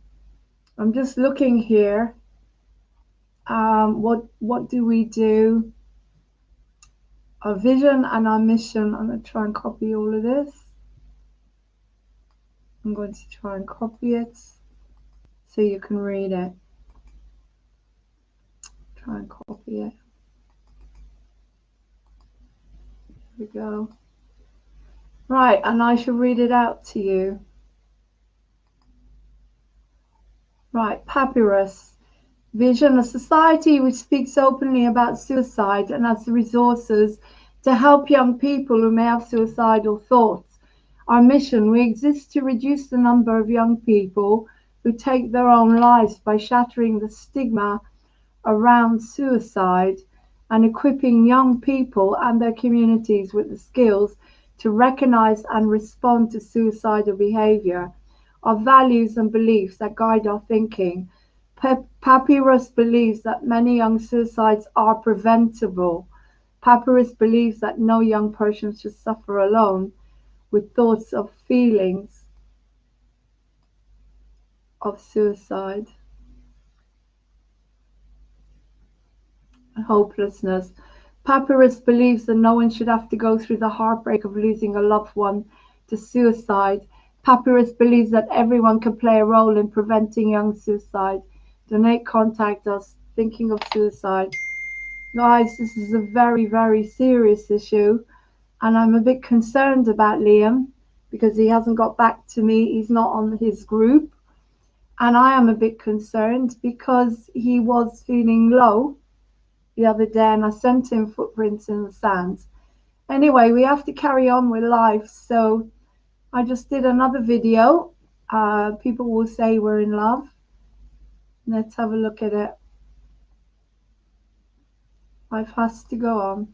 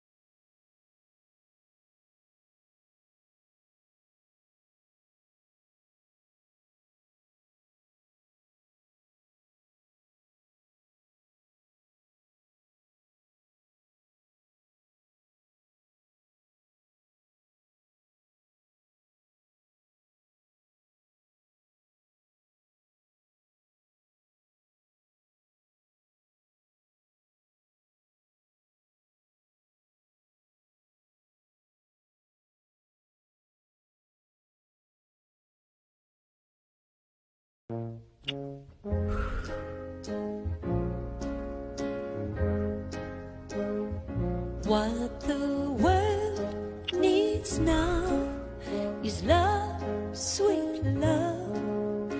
It's the only thing that there's just too little of. What the world needs now is love, sweet love. No, not just for some, but for everyone.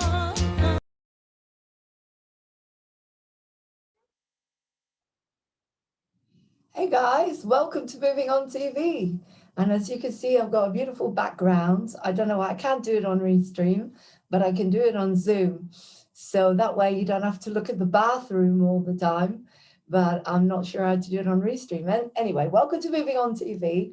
This is your TV station, the TV station that gives you hope and glory and truth on BitChute. Join us, send us your stories, send us anything that you want us to put out there to keep the vibration high, and come and do your show with us.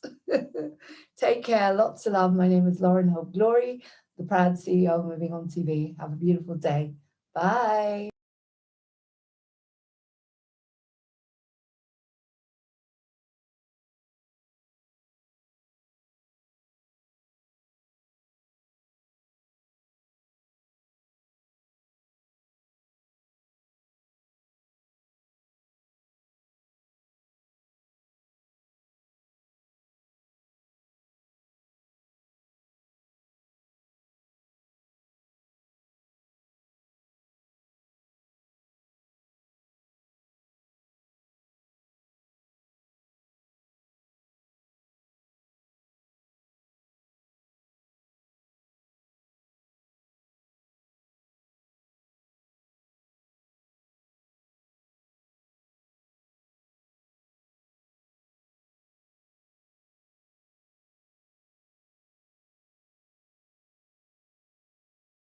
Non, rien de rien.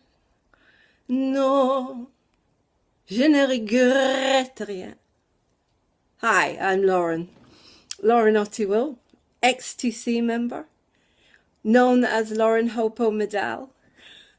I run my own theatre company, Moving On Theatre, which is national and going international. I've been invited to go to the Edinburgh Fringe and Henley Fringe, and I'm performing the life story of Edith Piaf, Love Conquers All. And none of this would be happening if I hadn't been in the therapeutic community for nearly 2 years of my life.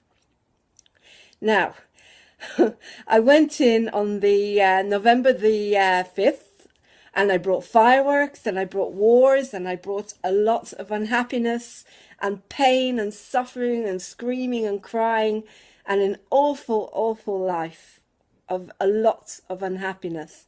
Because I was brought up in Israel, and every time I came in, they said I was bringing in my guns and my bombs, and I didn't even know I was fighting. I didn't even know I was fighting.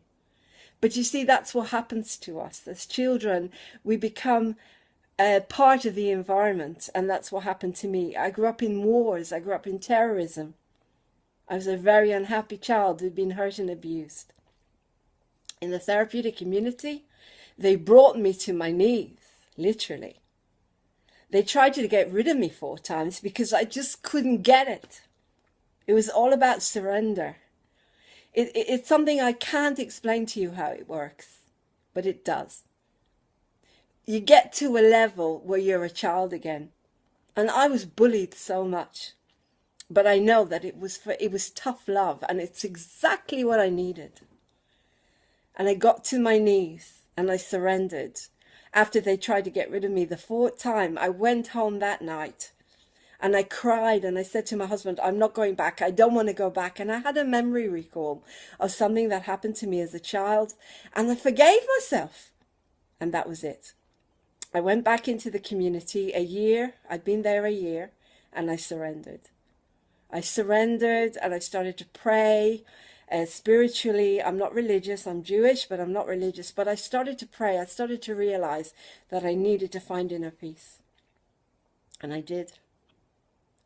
Every day started to become a miracle. People started to change. I started to change, so people started to change. They said I never listened. I started to listen to everything. I saw myself in every single person there. I saw my pain, I saw my anger, and I started to connect to people again. Because I was like that little child again. You know, they talk about that in the teachings of Jesus, become like a child. And the miracles happened every single day. I learned to live again. I learned to focus. I learned to connect to people. My heart was, before that I had no heart. I was so narcissistic. All I thought about was me, me, me, me, me. But then I started to think about others. I started to support other people. It was hard. It was hell on earth. But I got through it. Every single day I went back. Those 3 days a week I went back. And I'm asking you, there are so many of us out there that have had difficult childhoods. Some have been abused. It doesn't matter, but we can't survive in this world. We don't know how. When you go into the therapeutic community, you have a model of how the world is. You learn to surrender to the pain. You learn to let go, and you learn to trust yourself. And when I came out with so much peace and love, and I still have it. And it's more than 2 years since I left the TC. It's given back my life to me. I had counseling. I went everywhere, did everything. You name it, I did it. But in the community, I found inner peace, and I found my life. I found theatre and singing, La Vie en Rose. I play the accordion again, which I didn't since the age of 6 I started playing. I believe in God. I believe in a loving God. I believe I found what I needed in the tough love of every single soul in that community. I am grateful for the toughness and the bullying. I'm grateful for it. I forgave everyone. My life is good. My husband will put a video on here to say how different I am. My friends. I love my friends. I love the TC members. Everybody's given me back my life. I run Moving On Theatre, and I'm going to do a show in Aylesbury to help the TC on the 27th of September. And also my film about children and peace, which I was thinking of doing. It happened after I left TC, and it's going on the community channel the 2nd of August. I have a website, movingontheatre.co.uk. You can see all the miracles on there. And I love every single person who was in TC with me, and particularly those that said they wanted to tear my head out. And it was okay. No one did. And I love those that stood up for me and were my guardian angels, because I needed a few in there too. One or two. And I love the fact that the staff kept me there in spite of the fact that I couldn't stop fighting. I couldn't stop fighting. Poor little Lauren. She didn't know how. There you go. So I hope this helps you guys. Keep the TC and give people inner peace. No drug on this planet can give you what I've got. We had no drugs. We weren't allowed to. We weren't allowed to have medication. Nothing can give you this. Nothing. Because you're torn down to the basics and you have to force yourself to start again. You're reborn, basically. It's like being reborn. So if this doesn't convince you that you should keep this service going, I don't know what is. What will? There's millions of people out there that have probably been through hell. And through a community like this, you'll get hell, but you will get in there into your heart and you will release the hell. Once and for all, you'll be able to have a life. Thank you. Thank you, Aylesbury TC. I love you so much. Thank you to the staff and thank you everyone. I'm going on a bit. Everybody knows I go on a bit. But when you get in there, you take every minute and you do your therapy like I did. And then you'll have a happy life. La vie en rose. Bye.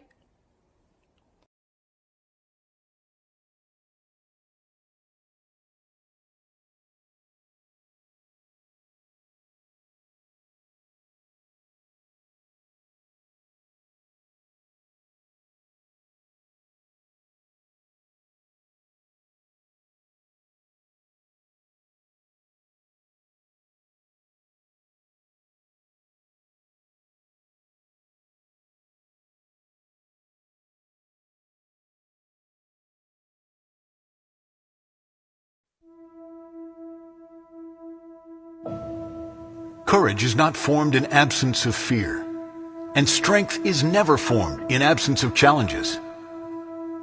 Strong people fall down. They don't stay down. Strong people break. They don't stay broken. They mend. They piece themselves back together, and they come back stronger. Strong people aren't special. They're relentless. Strong people feel like quitting, but they don't. Strong people aren't free from challenges. They're strong because of the challenges. Helen Keller once said, "Character cannot be developed in ease and quiet. Only through the experience of trial and suffering can the soul be strengthened, vision cleared, ambition inspired, and success achieved." Whatever you've been through, trust it was sent for a purpose. Look back and think about how it made you stronger, wiser, or better. Use the pain of your past to create a better future for yourself. There's a saying, I've never met a strong person with an easy past. Strong people are strong because their past was not easy. But in that pain, in that struggle, came strength. Through the hell came qualities from heaven. They went through the darkness and found the light. When you're down, understand that this moment will pass. It will. When things seem impossible, know anything is possible if you keep going. When you feel like you have no strength inside, dig a little deeper in your soul and discover what is really inside. Trust that whatever is happening in your life is for a reason and a purpose. Trust there is good in every situation and try to find that good. Know that through this struggle, you will get stronger. You will be wiser. You will be better. To be human means to have challenges.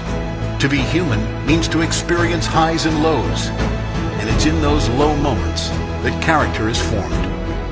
It is in those low moments, in refusing to quit, in soldiering on, that strength is formed. If you can find the strength, think about all that is good in your life. Know that the good is stronger than your challenges. And keep fighting because of that good. Keep fighting for those you love. Keep fighting for you. You have so much more to give, so much more to live. Such an example to set. When you're down, understand that this moment will pass. It will. When things seem impossible, know anything is possible if you keep going.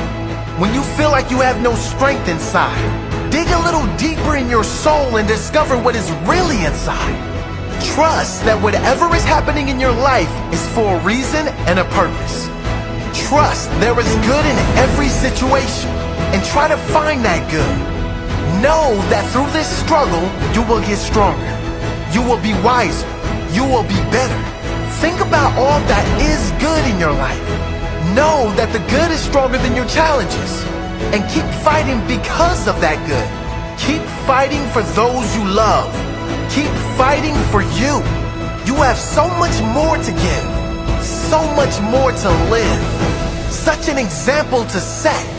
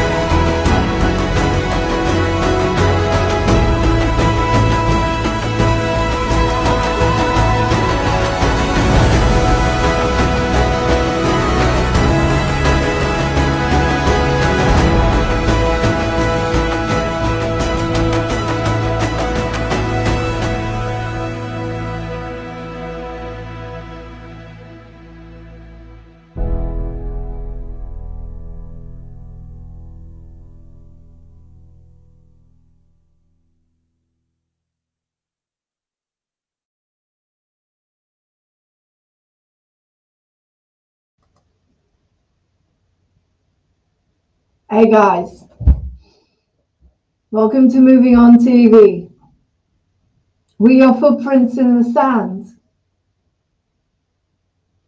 We're also honest. We're also honest. And when things don't go very well, I'm not afraid to cry. I'm not afraid to come on here and to show you the truth of the pain and the suffering. Because that's life and that's real. And that's the only way that I can get through. And that's the only way most humans can get through, is by feeling and healing. The motto of Moving On TV is real. Life, pain, love, compassion, anger, fear, panic, triggering, and how we deal with it and move on. We move on into a better world, a world where you're allowed to suffer, where you're allowed to cry, where you're allowed to be angry, and to move past that suffering through feeling and knowing that you have what's known as spirit inside of you.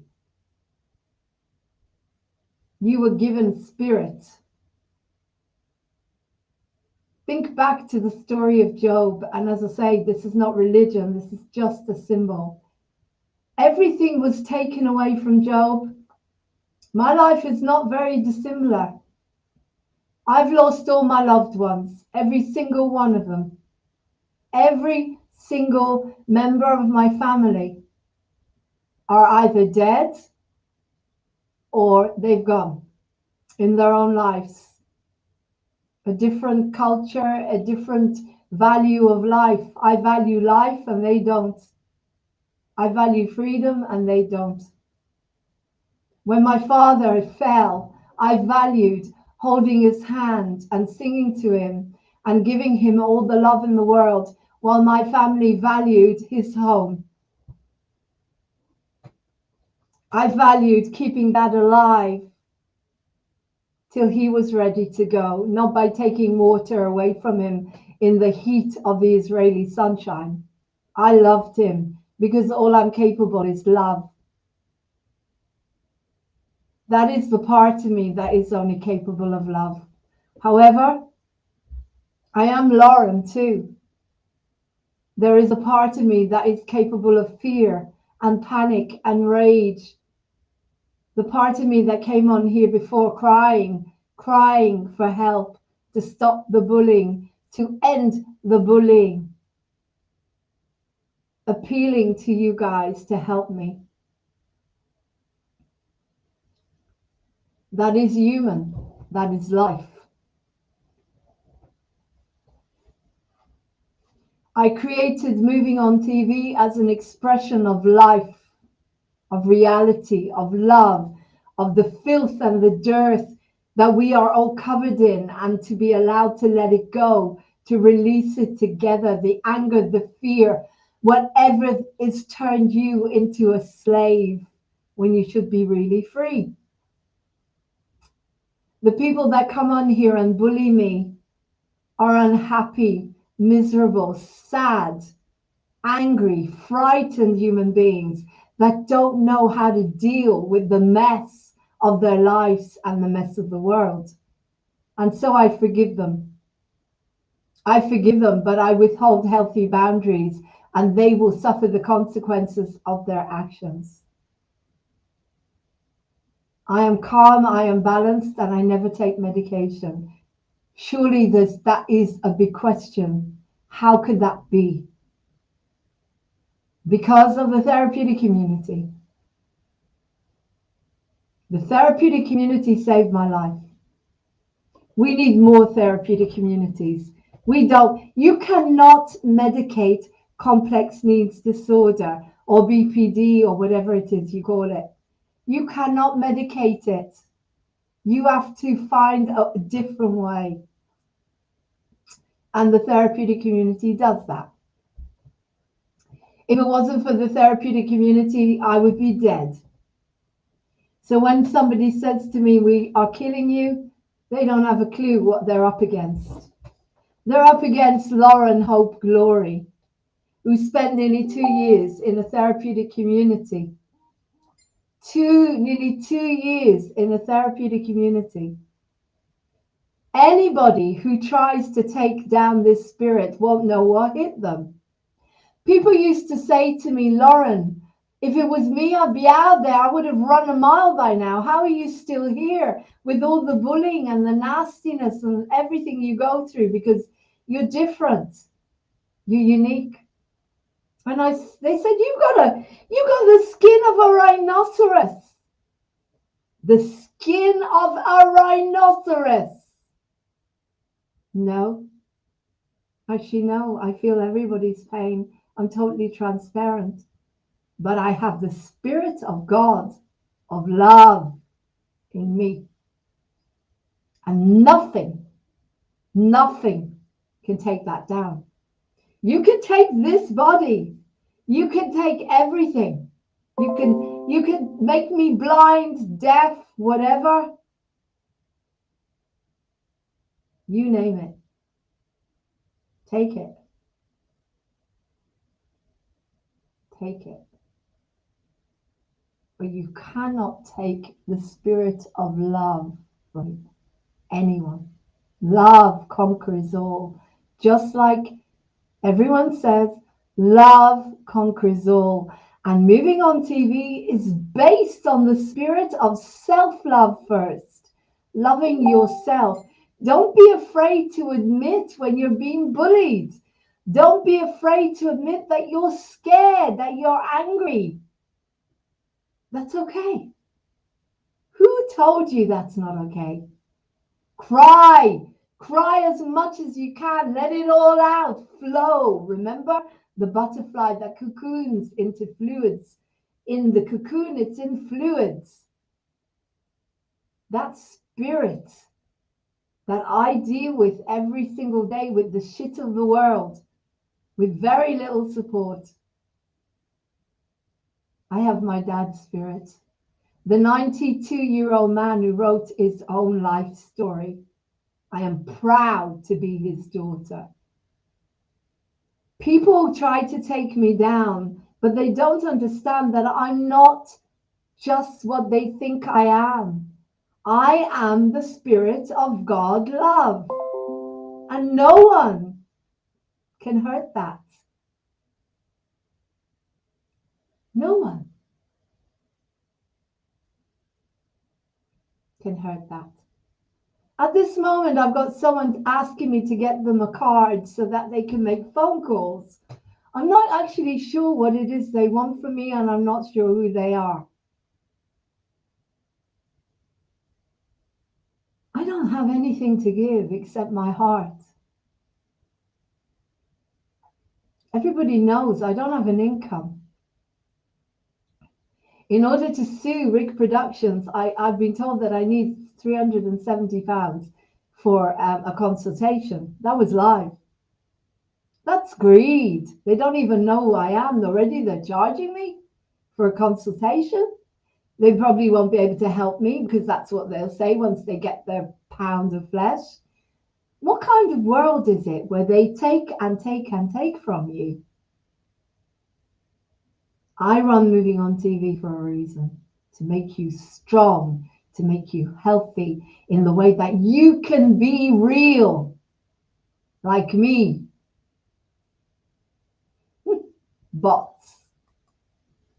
Bots that come to take me down. All I do is have to block them. I have the power. I've got the power. I've got the power to block them, and so that's it. They're gone. The Spirit of God, the Spirit of love. Yeah? The Spirit of love.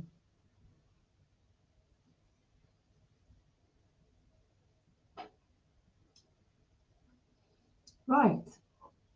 So maybe I will buy this poor soul a card so that they can make phone calls. Maybe that will be my contribution to someone who can't make phone calls because they don't have a card.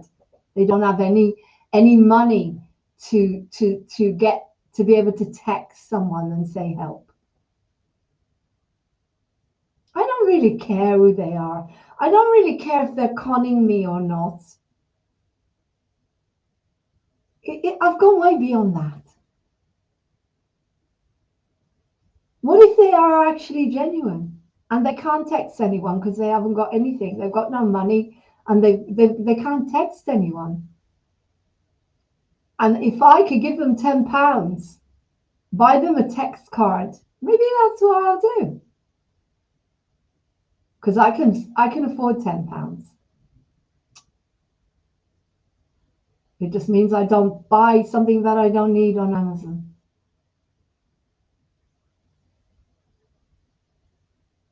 So I'm going to put another program on you for you, another program to help you to do with mental health.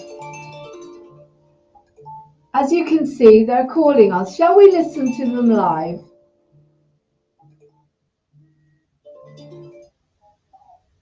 Right, you're live. What would you like to say to everybody live, Rick Productions? So they can hear you. What would you like to say? Hey? Would I like to what? What's an RV?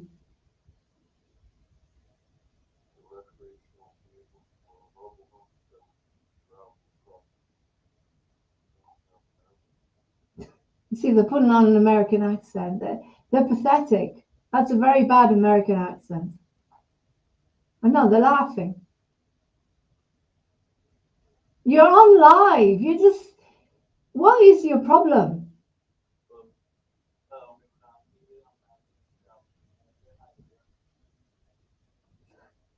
Listen to that's terrible. So, oh, hi there. My name's Hannah Mae Builder. What's yours?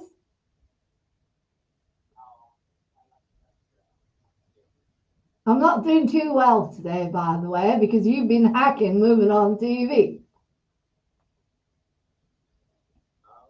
I reported you, you know, to all the, I'm getting a cyberbullying lawyer. I've just got a community group that's supporting me. Look, you need to stop all this nonsense.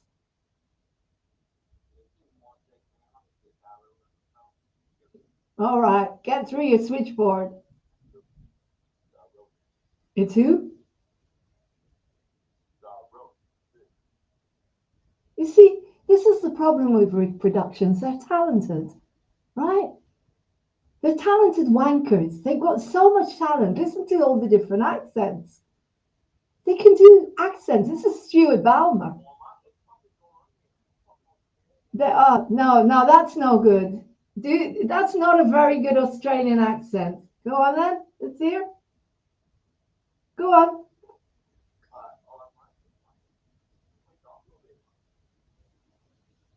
Quite good. You see, these people, it's sad in a way, they're talented. Why are they intent on destroying Moving On TV? Why do you want to destroy Moving On TV? Let's ask them. Because you can't destroy Lauren. You know that's impossible. Many have tried and failed. Pardon?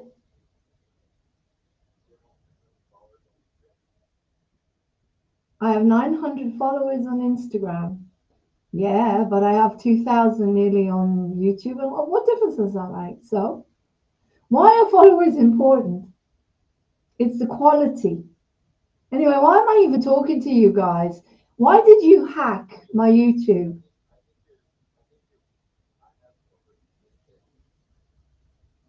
Have you? Oh, really? Okay. From what I've seen, all you've got on YouTube is a strike and a police record.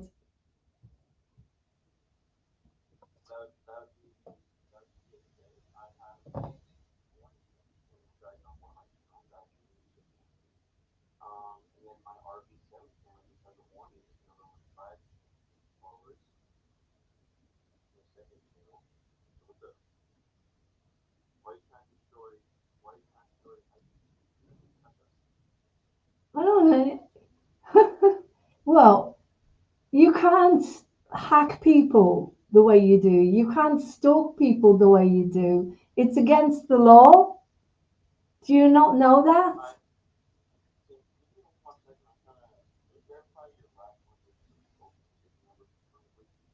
1, 2, 3, 4.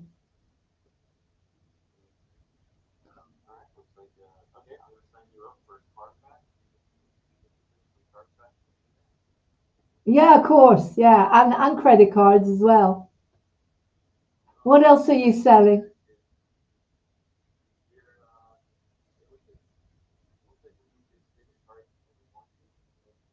These people think they're going to put this out and they think that they're pranking me. It's hilarious. They're preaching to they don't know that I'm the master of comedy, the master of all of this stuff. Yeah, you haven't even been born yet. Well, literally, yeah. Does Stuart Balmer work with you? Because I heard the Scottish accent. That's obviously him.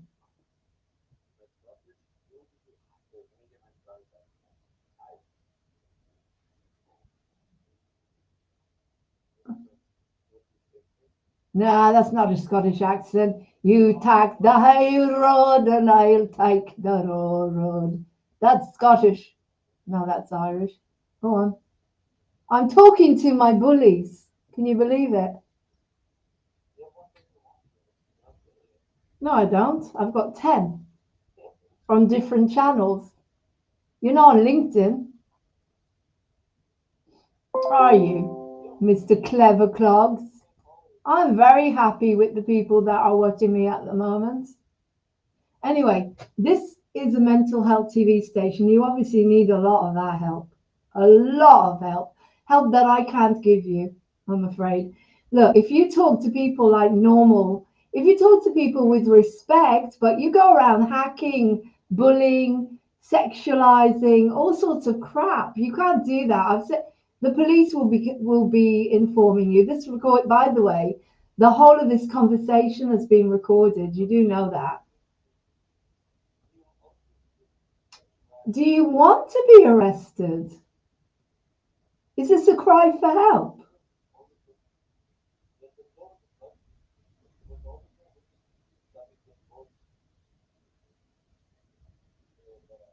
Do you know what? I'm not impressed by you guys anymore. I really think what you're doing is wrong.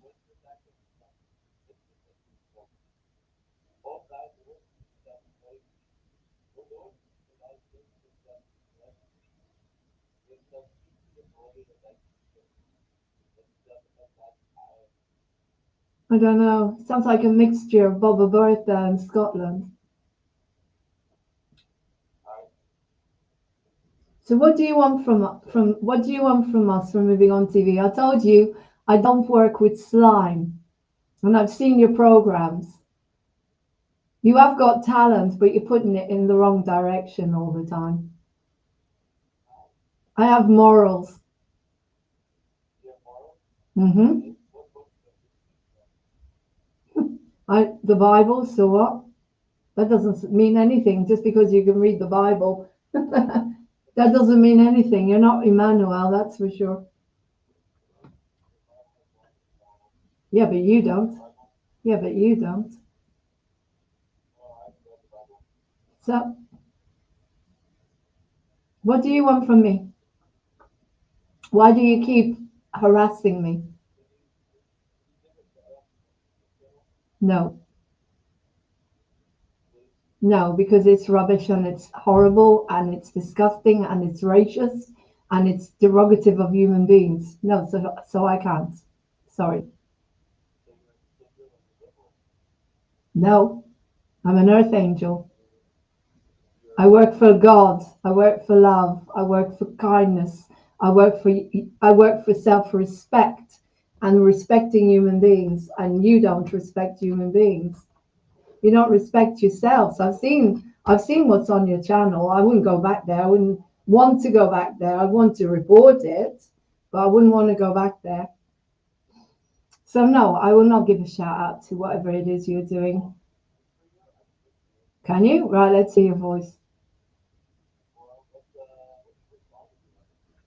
I don't know, sing something, whatever. You can't sing. All right, go on. Let's see if you can sing.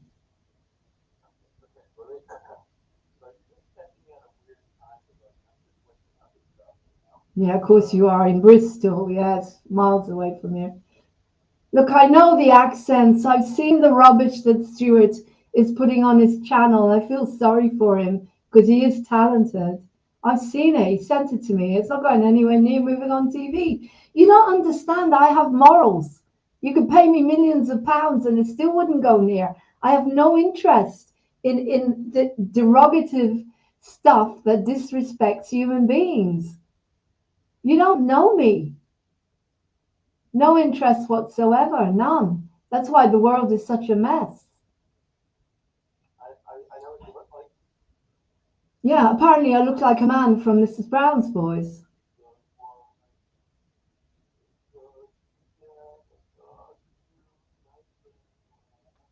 He thinks he can sing. Oh my God.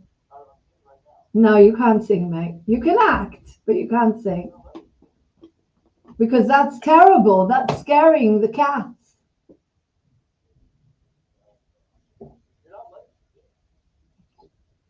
That's not singing. That's just, I don't know what, grunting. Because you can't. Look, I can't hack and I can't do the tech that you do. Just accept it. You can't sing. No, you can't. That's not singing. That's just noise. Noise. Yeah, go on then. Let's hear you. God, why am I even entertaining this? Right, go on, sing. Suddenly they're so nice and friendly. You saw the messages they put on here, and suddenly they're nice and friendly. Yeah, go on, sing. We're all waiting. No. You're not on LinkedIn, you're not on Twitter. Oh, look, why do I have to even explain it to you? Go on, sing. I don't know, something amazed me. Yes. Go on.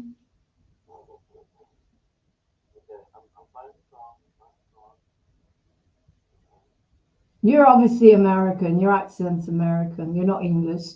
English people can't do an American accent. Or Canadian, maybe.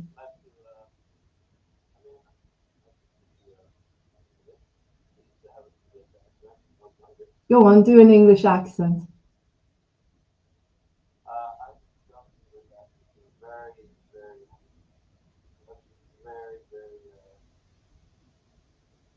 Why can't you do an English accent?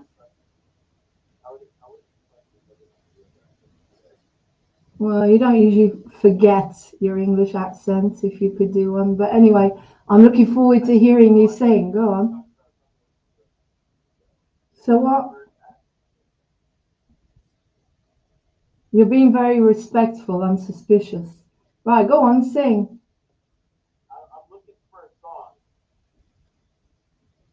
Why are you looking for a song? Songs are everywhere. What? You said you know jazz. Do something Christmassy. Do, I don't know, Michael Bublé. Who cares? I don't give a shit. Go on. Michael Bublé. Like you don't know who that is. Jazz. Frank Sinatra. You heard of him? Dean Martin. No. Martin Berry. Leading on to Martin Berry, Rick Berry, whoever you are. Are you Mark Berry? Are you Martin Berry, Rick Berry, and Stuart as well? You're all the same person.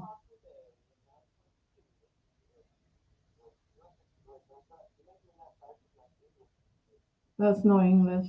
Look, I'm bored with this. What do you want? I'm bored. I've cried enough today because of all the nonsense.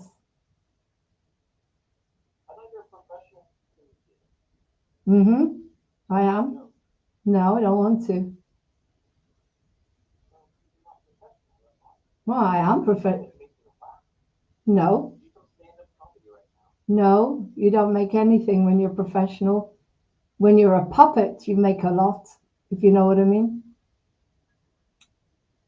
So anyway, this is just wasting my time here, guys. So as I said to you,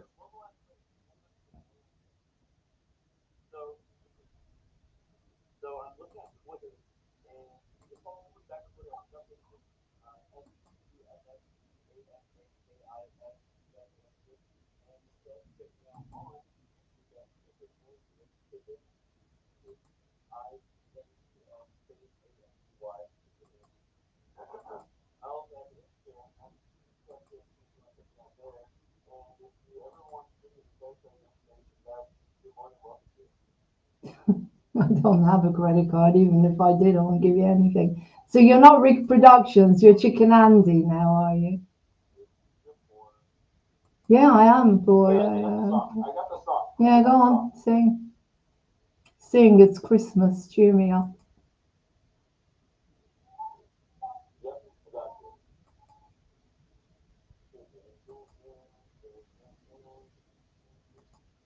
Your boss, Carl, decided he wanted to destroy my life for some reason.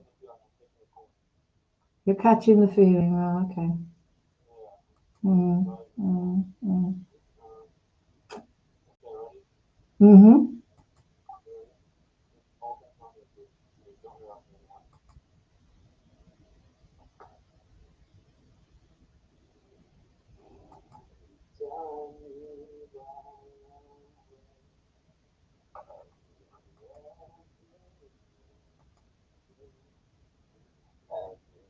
Oh my God, I thought I was in pain before. I'm reaching for the Nurofen now.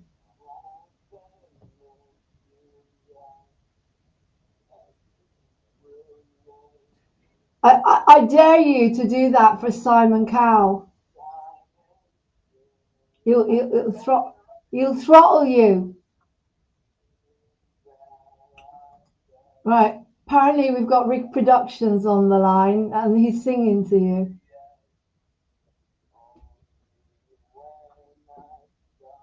He thinks he can sing. All right, okay. He thinks he can sing. Oh, sad, isn't it? Isn't it sad?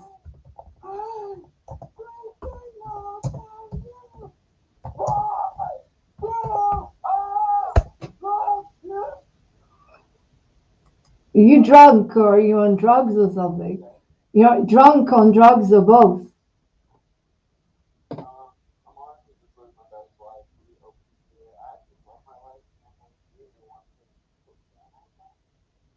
What, Rick Productions? Why did I put you down? Because you threatened me. Carl, you're not Carl anyway. Carl is a big fat pig, an old big fat pig. You sound young. Who are you?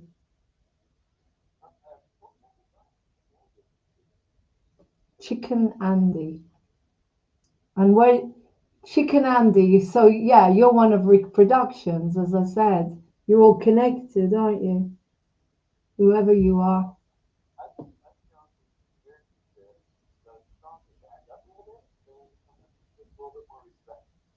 Yeah, right, okay. People saw the comments you put on here. When you talk about respect, you haven't got a clue what respect is. You don't have any self-respect. Yeah, as I say, I've seen your program, Stu. I know who you are. Stuart Balmer. Okay.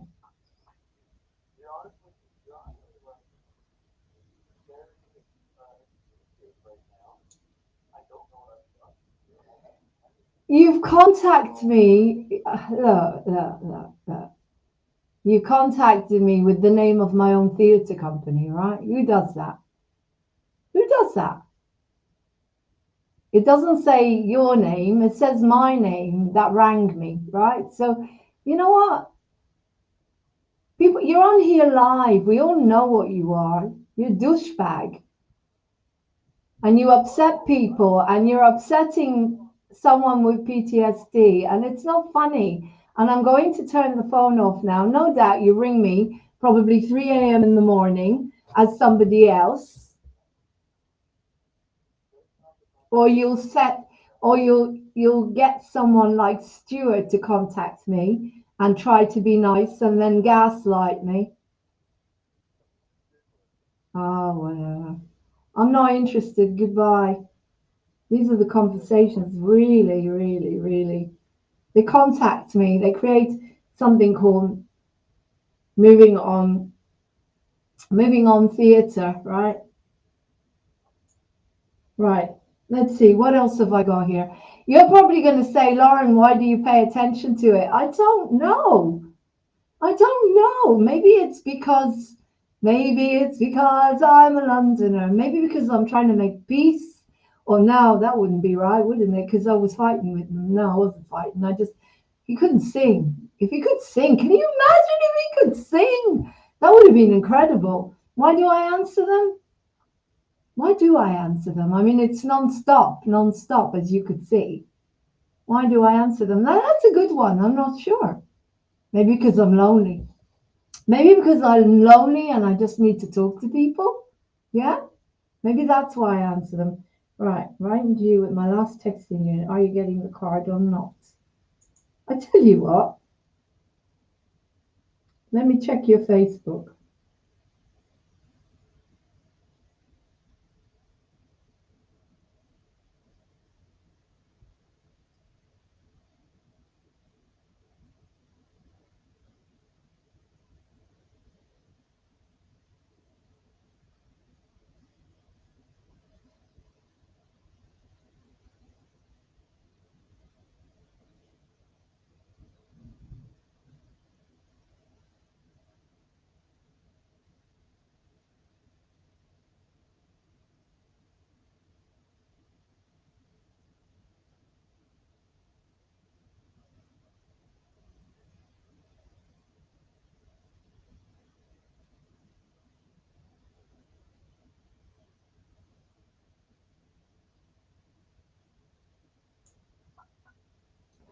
Oh, Tommy needs to be saved. You adopt him. He's 28. Can you be Tommy's new mum? See, it's just, can you be Tommy? Who's Tommy? Let's just, okay, I love this because I can just go whoosh and then they're gone. They're gone. Thank God he's gone. Right. He's gone. So, as I was saying before that call, no doubt there'll be another one. It's boring to put that on Moving On TV. Really, it is. There's no point in putting that on Moving On TV, is there? So at some point, we will get the viewers that will actually benefit from something. So I'm going to put something on about mental health, because that's why I'm here, to do my best to keep you guys mentally well. This is very important. I'm putting it on again. Okay? I'm putting it on again. There you go. Courage is not formed in absence of fear, and strength is never formed in absence of challenges. Strong people fall down. They don't stay down. Strong people break. They don't stay broken. They mend. They piece themselves back together, and they come back stronger. Strong people aren't special. They're relentless. Strong people feel like quitting, but they don't.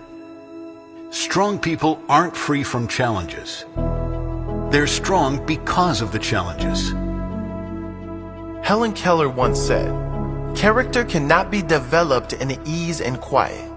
Only through the experience of trial and suffering can the soul be strengthened, vision cleared, ambition inspired, and success achieved." Whatever you've been through, trust it was sent for a purpose. Look back and think about how it made you stronger, wiser, or better. Use the pain of your past to create a better future for yourself. There's a saying, I've never met a strong person with an easy past. Strong people are strong because their past was not easy. But in that pain, in that struggle, came strength. Through the hell came qualities from heaven. They went through the darkness and found the light. When you're down, understand that this moment will pass. It will. When things seem impossible, know anything is possible if you keep going. When you feel like you have no strength inside, dig a little deeper in your soul and discover what is really inside. Trust that whatever is happening in your life is for a reason and a purpose. Trust there is good in every situation and try to find that good. Know that through this struggle, you will get stronger. You will be wiser. You will be better. To be human means to have challenges. To be human means to experience highs and lows. And it's in those low moments that character is formed. It is in those low moments, in refusing to quit, in soldiering on, that strength is formed. If you can find the strength, think about all that is good in your life. Know that the good is stronger than your challenges. And keep fighting because of that good. Keep fighting for those you love. Keep fighting for you. You have so much more to give, so much more to live. Such an example to set.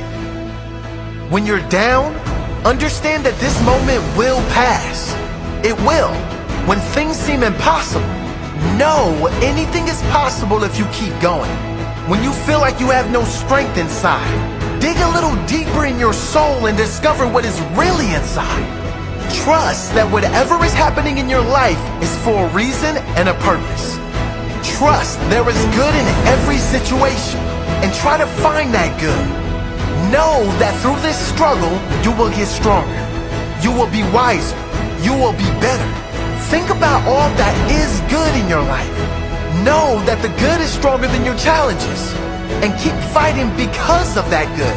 Keep fighting for those you love. Keep fighting for you. You have so much more to give. So much more to live. Such an example to set.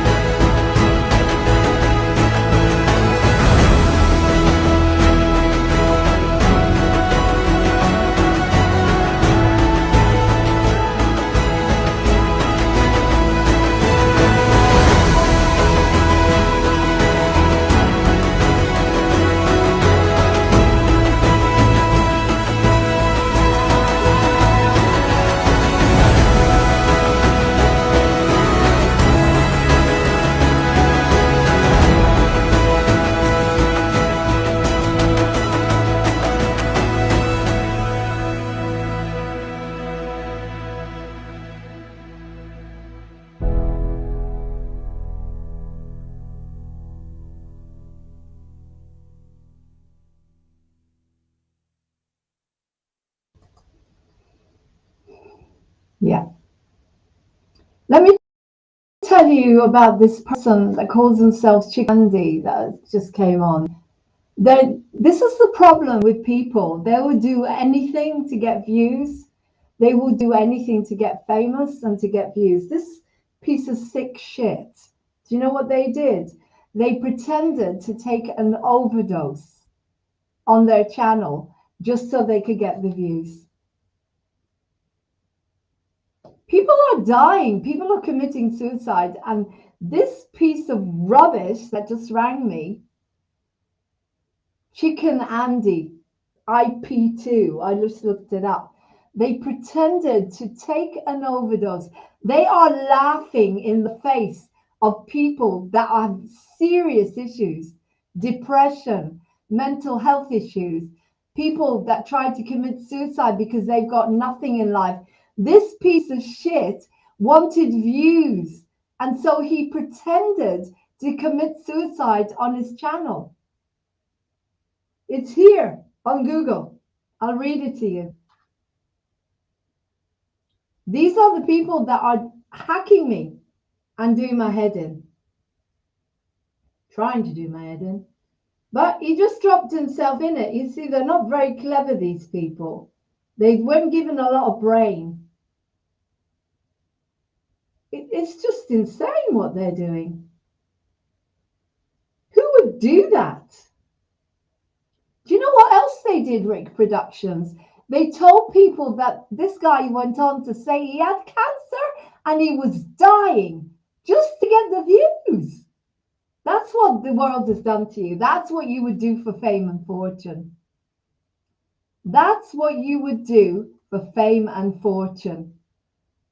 Rick Productions went on there and told people that he was dying of cancer to get the views. Chicken Andy is saying it's all here.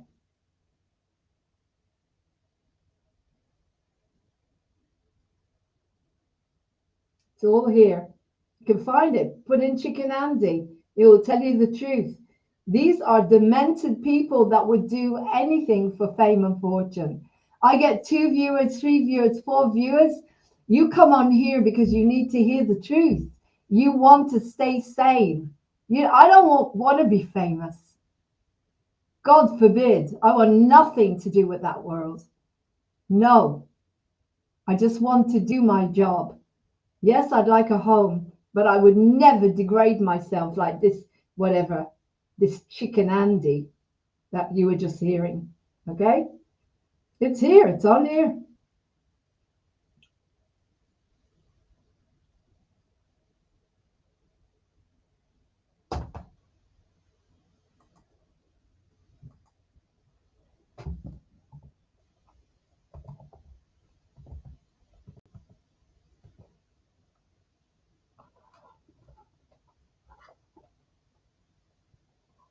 Find it.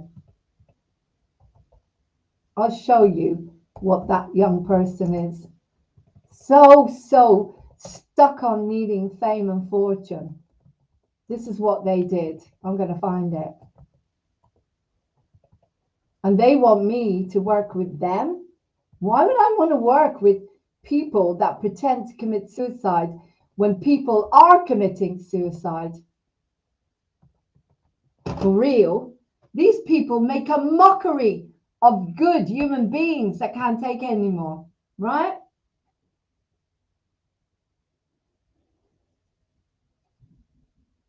IP2, a racist network supported by YouTube. They're racist. They're sick in the head. They're more than racist.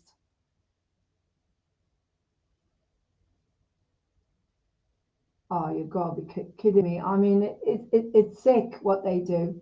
I can't say it. I cannot say it.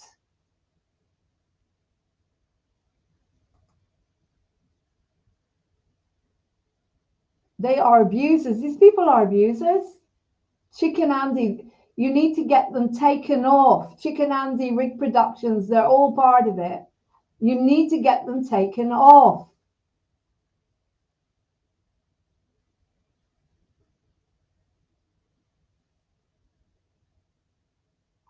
These people are sick. They are so sick. You need to get them taken off. We need to get them prosecuted. As I say, I'm going to be talking to the police. I'm going to be talking because now they've picked on Moving On TV. And I don't have the energy. I don't have the energy to deal with these evil bastards anymore. He pretended to commit suicide online to get his views. Can you believe how low people go? These are the bullies. These are the people that want me to, that are trying to destroy me, right? Pretended. This IP2 thing has got a terrible name. It's pedophilic. It's got to be reported. How is it still allowed to be on?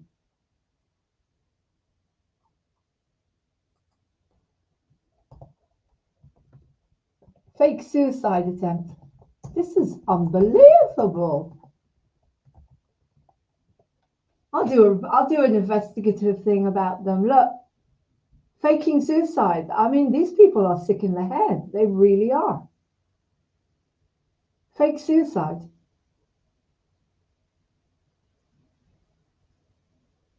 Right. These people are sick in the head. Here's some pictures of them. We need to go after them. We need to go after them. Yeah, this is the slime that calls himself Chicken Andy, right?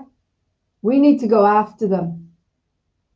We'll go after them with Watchdoggy. I'm going to put a picture now on of the slime ball who pretended he was committing suicide online to get views when real human beings are out there suffering from depression, suffering from mental health issues. They've lost their businesses. They're losing everything.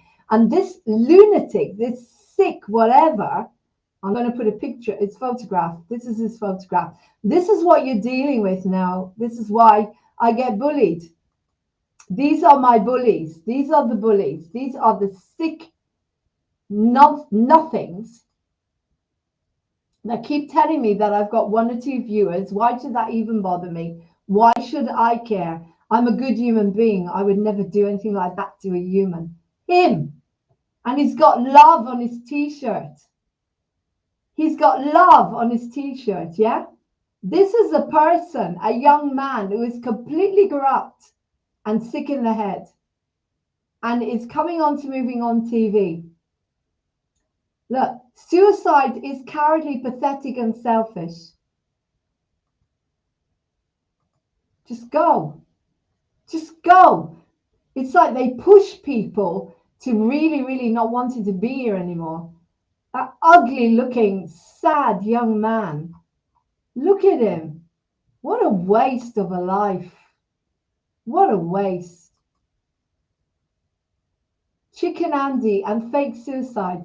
Okay, these people, if you're watching on wherever, this young man, just to get views, you know, Maria Tomic, she hit the nail on the head, okay? She hit the nail on the head, right?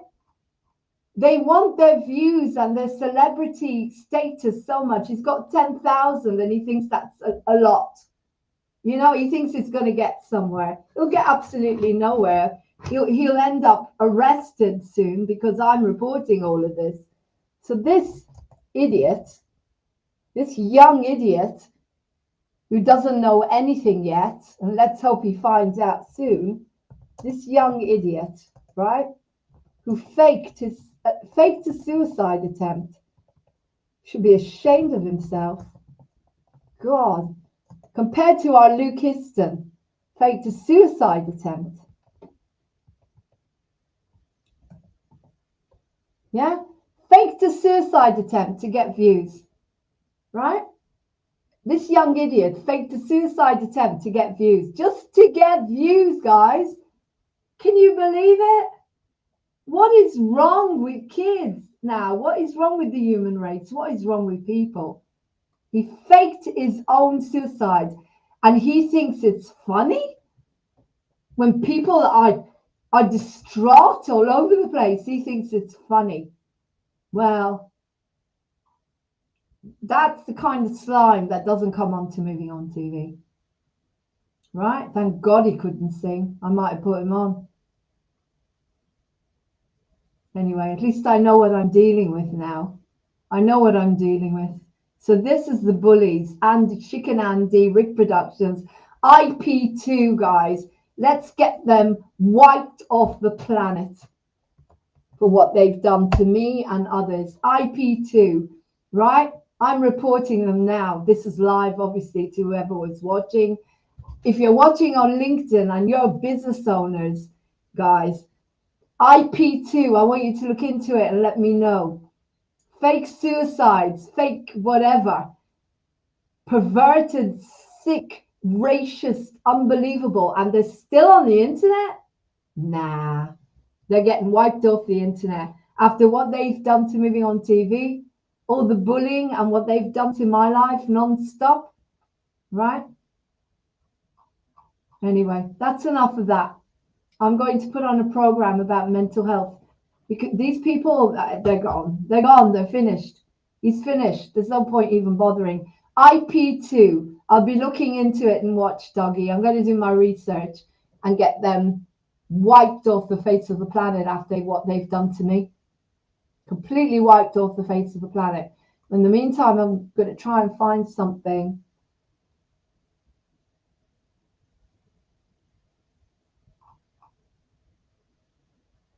They wanted me to work with them. You see, they don't know who I am. They don't know who I am. They don't know that. I tell you who I come from. I come from him, right? This man wrote his life story at 92. He's my hero. He'd knock their heads together. He would. After. This is my story. I'm 92, and I'd like everybody to know what really happened during the war.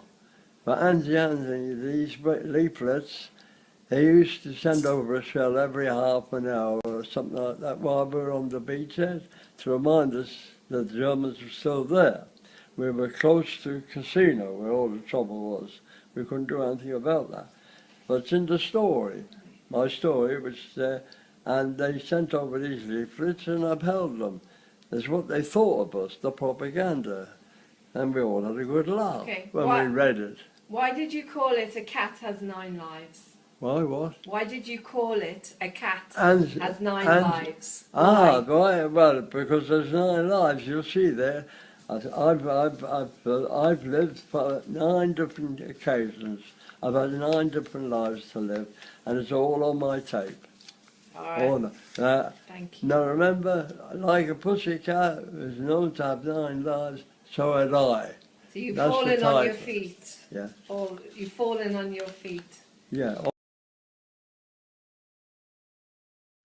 Now I'm going to put on a real presenter, a talented young man, a brilliantly talented young man, Luke Histon, and he will show you some of the movies that are coming up over the Christmas period that you may want to watch.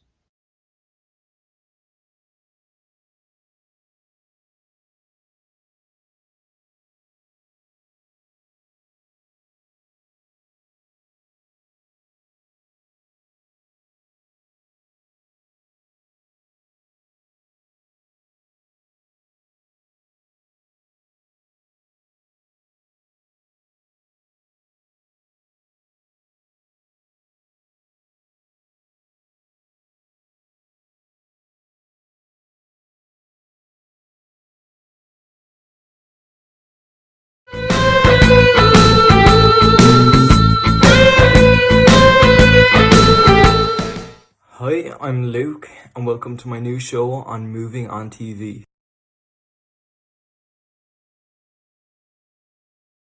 A new thing I'm going to do maybe at the end of each month, just all the movies I watched throughout the month. I'm just going to do a quick review on all of them, and I'm only going to give like a couple of seconds to each movie, so here it goes. Number 1, Life of Pi. This was actually my second time seeing this movie. It was not how I remembered. And the cinematography, there's some beautiful shots in this, like this one. I thought acting was great. I loved the story. It's all very good. I really like this one. So next one, number 2, Calm with Horses. This is like an Irish movie. Like, I mean, it's not in Irish, but it's an Irish movie. And, Barry Keoghan. He's in it too. He was in like Dunkirk and what else was he in? Dunkirk. With Barry Keoghan, he gives an amazing performance, and his co-star Cosmo Jarvis. His Irish accent is incredible. Yeah, he's a British actor, but I heard that while he was on set, or no, as soon as he flew into Ireland, until he left, he didn't stop doing an Irish accent or something like that. Number 3, The Big Short. You know what? I'm pissed off. American people are getting screwed by the big banks. And I am getting madder and madder. It's unbelievable. Usually business movies and like things that deal with all these economic things aren't my type of movie, but this was amazing. I kind of watched this because of the amazing cast that was in it. There was like Steve Carell, Brad Pitt, Ryan Gosling, Batman, and yeah, this was a really good movie. I loved some of the shots. They were doing this really cool handheld fast cut action thing. I didn't like the way, this was my own fault because I don't learn about business or anything. I didn't understand a lot of the business lingo, like, oh, the profits are going up, the house market is going to fail, I have to buy 50... Yeah, I get you. But this was a really good movie. I did actually like it. And it's based on a true story. I definitely recommend. Number 4, The Imitation Game. I really like this. I'm saying I really liked every single movie. Doctor Strange is in this, and Keira Knightley. Remember her from Pirates of the Caribbean. That's it, you got it. I think this is also based on a true story. It's kind of hard to explain the plot, but it's set during World War II, and a group of mathematicians are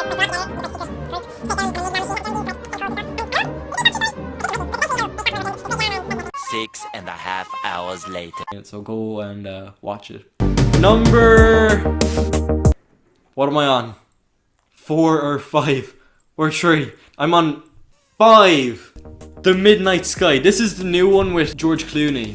I only saw half of it. Yeah, I kept falling asleep. But from what I saw, I mean, it's good. George Clooney grows a beard. I think he also directed it, which is cool. Yeah, I didn't really finish it. Number 6, Arctic.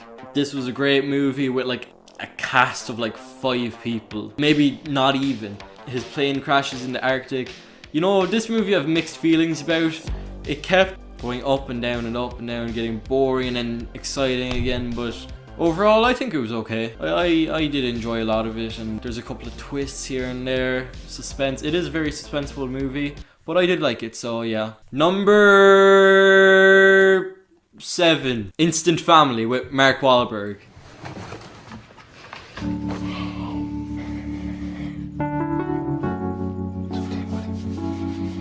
It's okay, buddy. I really like this. This might be in like... This is up the top out of all the movies that I watched. Like, it's not really like a Oscar-worthy movie, but it does deal with the theme of like family, and it's just really nice. And I did cry to it. Aww. Number 8, The Judge. Oh my god, this might be my favorite on the whole list. It stars Robert Downey Jr. He plays a lawyer. His dad is basically, they think he killed somebody, and then Robert Downey Jr. has to kind of save his life by being a lawyer. I don't really know how it works. Robert Downey Jr. and the father, they do hate each other in the movie. Like, they despise each other. That you remember. Oh, that. Old enough to know better. I graduated from law school, for Christ's sake. As opposed to what, dropping out? Let me tell you something, okay? Here.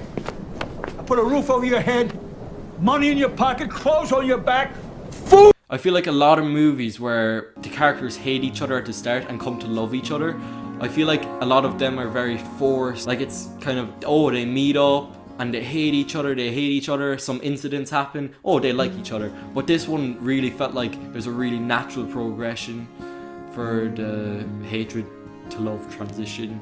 But I loved this movie, and I cried to it. Aww. So really go check it out if you haven't already. Yeah, I really love this one. Number 9. I think I said The Judge might have been my favorite on the list. Number 9, The Perfect Storm. Oh my god, this is definitely my favorite on the list. So we got a cast of George Clooney. Mark Wahlberg is popping up again. Oh, George Clooney is popping up again. Your boy John C. Reilly was in the movie. It had that feeling of like nostalgia, the music and the way they're talking. I didn't realize how long ago it was since this came out. 21 years. That's before I was born. It came out in 2000. Imagine that. And it has scenes like this where it just warms your heart. Check. The birds show up. Blackbacks and herring gulls, big dump ducks. The sun hits you. Head north. Open up to 12. Steaming now. The guys are busy. You're in charge. You know what? You're a goddamn swordboat captain. Number 10, Tag. Yeah. Number 11, Everest.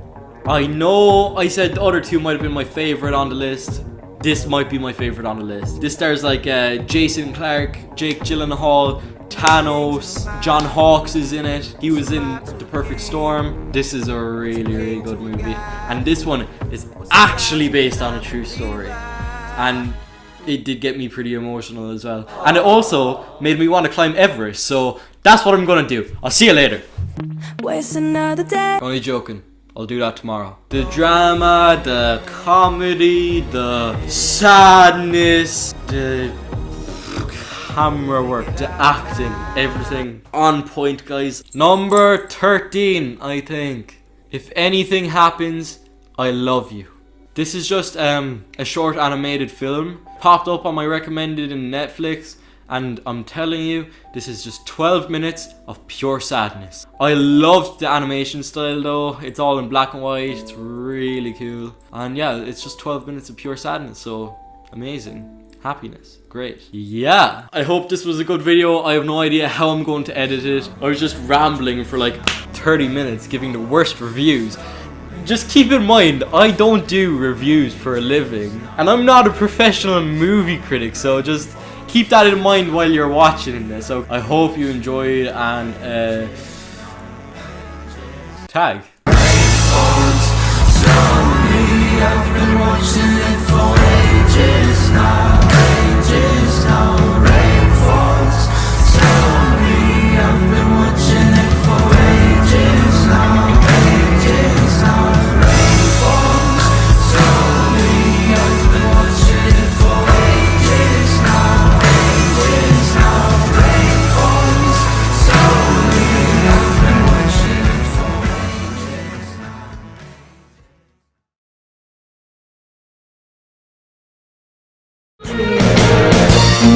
Not all alone. So not slowly all alone. Shed a tear. Not all alone. Not all alone. Not cause I'm all alone. Not all alone. Not all alone. Not all alone. So not slowly all alone. Shed a tear. Not all alone. Not all alone. Not cause I'm all alone. Not all alone.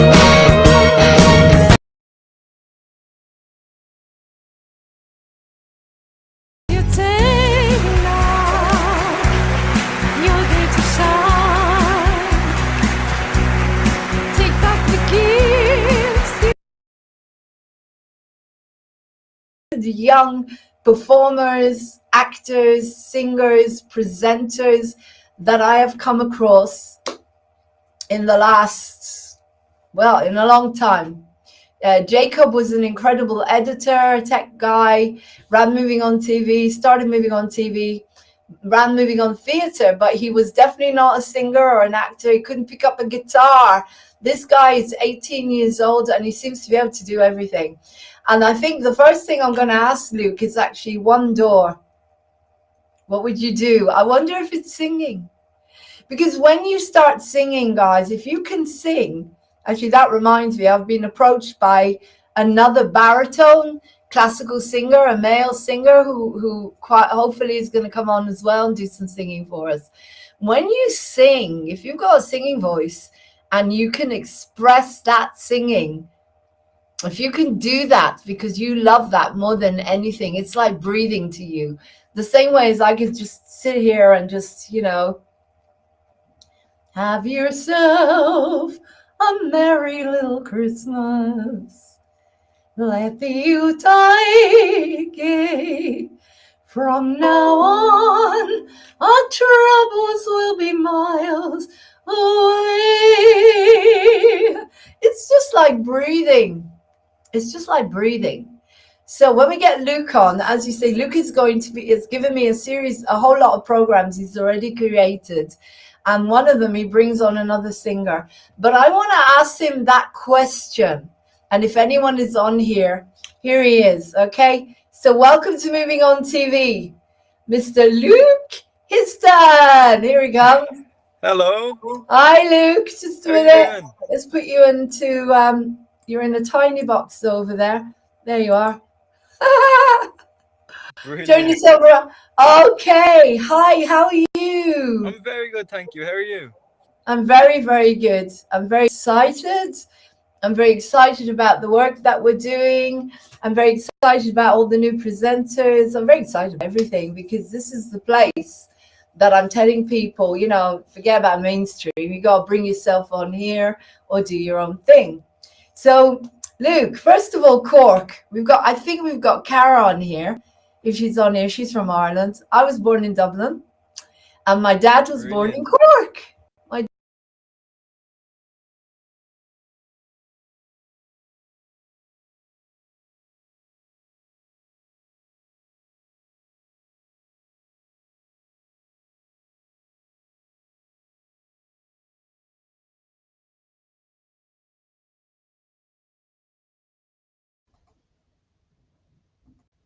Hey guys, right. I'm changing the petition. It's now going to be against IP2 because they are non-stop harassing me. Non-stop. You can hear them. They're non-stop ringing me. And I've told you what they do. They're racist. They're sick. They upset people who have mental health issues. Non-stop, right? So the petition is changing now. I'm going to adapt it. And it will be against IP2. I'm looking at it. It's just disgusting. I am reporting IP2. Okay. Thank you. Bye. I'll put the program on.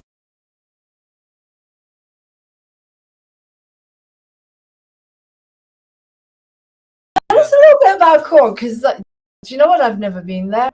I was born in Dublin, and then when I was 7, we went to live in Israel. So I had this huge, crazy swap, you know, madness. An Irish Jew, yeah.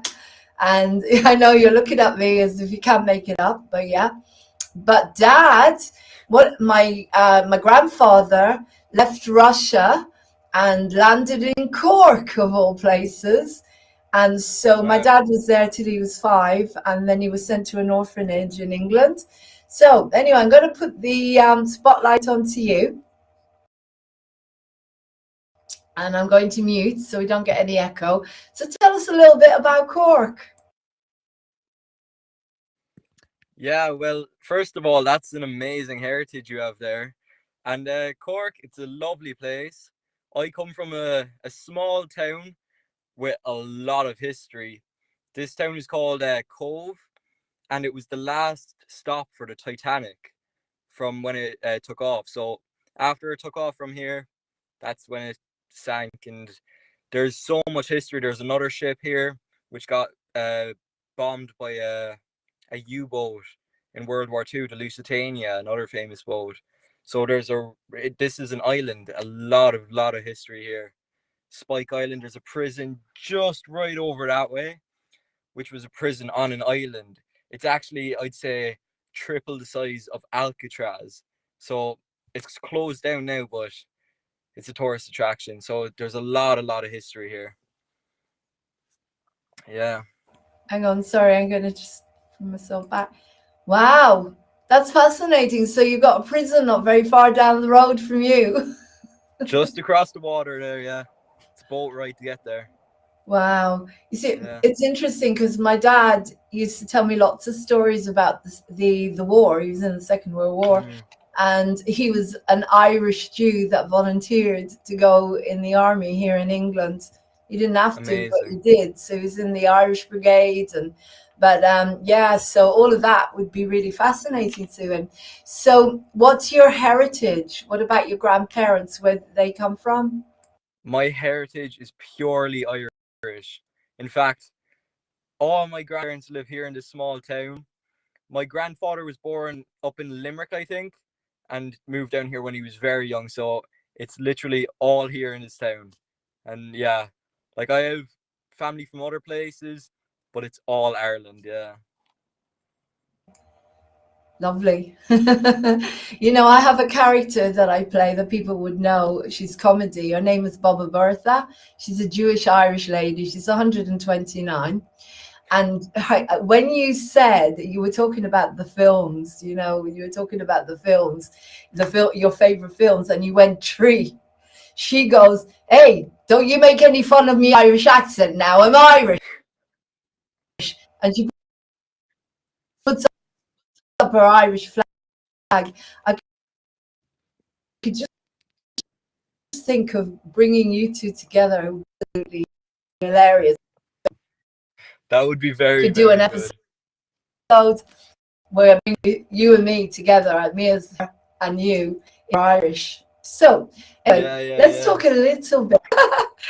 Okay, so I have a question. I mean, you can sing. Your acting is superb. You're very funny. Like when the interview of you with yourself, you've got this incredible charisma. And you edit everything yourself. You make all your own films. Where does this all come from? Is there anybody at all in your family that was like that you can pinpoint it to, or did you just suddenly at the age of 4 start singing and start like me, running up the stairs singing before you talked, or how did that go anyway? Yeah, I like my parents, they're very entrepreneurial. They've always been very independent and doing things by themselves, that kind of way. But they've never really been into the social media game. In fact, I think the only social media they have is Facebook. But I think it all stems from growing up in this generation. Like everyone now has social media.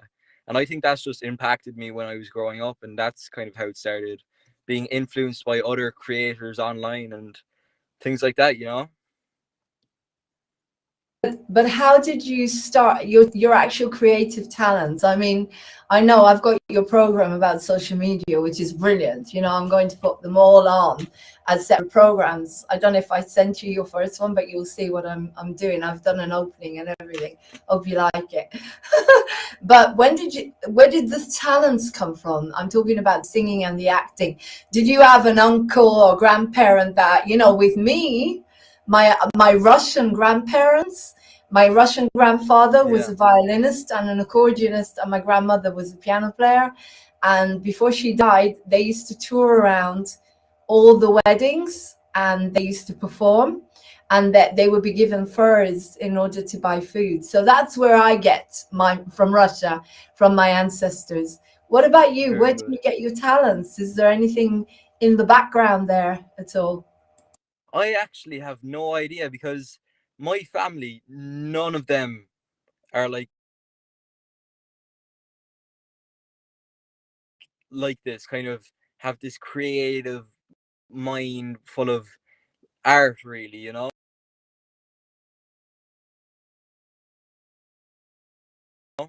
Like I do have an auntie now who does paintings and sculptures, but that's kind of a different thing. I think it just stemmed out of me trying different things when I was younger, like sports and everything, and then eventually finding something that I enjoyed and that I was good at.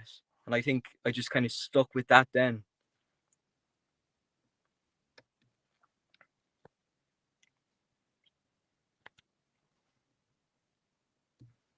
Hello? Can you hear me? Maybe I'm after freezing there. Sorry about that. Okay, we're back. Yeah, this is the thing about Restream. We do tend to, on and off. So go on then. So carry on. Tell me more about the singing and the acting. Did you go to schools or anything like that? Or was it just school where you just, maybe you did some plays or played some characters? Yeah, well, it all started when I kind of started making little short films with my buddies just here around the town, and I really enjoyed the acting side of it. So I found an acting school locally in Cork, and I went to train with them for a while, and I done 3 different courses with them, and it really just got me hooked on it. And I eventually went up to Dublin then, studying as well in a great acting school called the Lear, which is part of Trinity College. And that really, we done plays and everything like that. And I've just been hooked since. Like now I do plays in the local pubs, I do short films out of town. Like I'm trying to do as much as I can because I'm just basically addicted to it, you know? Tell me about it. When you're Yeah. an actor, you're an actor. Yeah. The beauty of being an actor is you can act out every different part of you. You can tap into your emotions. I think children, it should be part of the curriculum. They should do acting. Yeah. It's fantastic for building confidence. It's fantastic for testing things. As I say, you can be different people. You can be Yeah, it's whatever a you way to want to escape, kind be. of, isn't it? Yeah, it's also an amazing way to be able to experiment and then put that character away.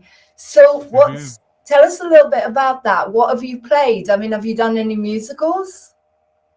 I have never done any musicals, but I would love to. I would really love that. It's something I always talked about, actually. Just never got the chance. I've played so many different characters, like rough city boys. I've played an old farmer's son with big dreams to go to America. I played a guy that had a power of teleportation, another crazy scientist character. I played pretty much everything you can do at this point. I played a guy who was distraught about his girlfriend's death, so he's thinking about ending it all. I've done so much, and as you're saying, it's an amazing way to explore and just find all that within you. And as well, it's a relief, it's an escape for a while.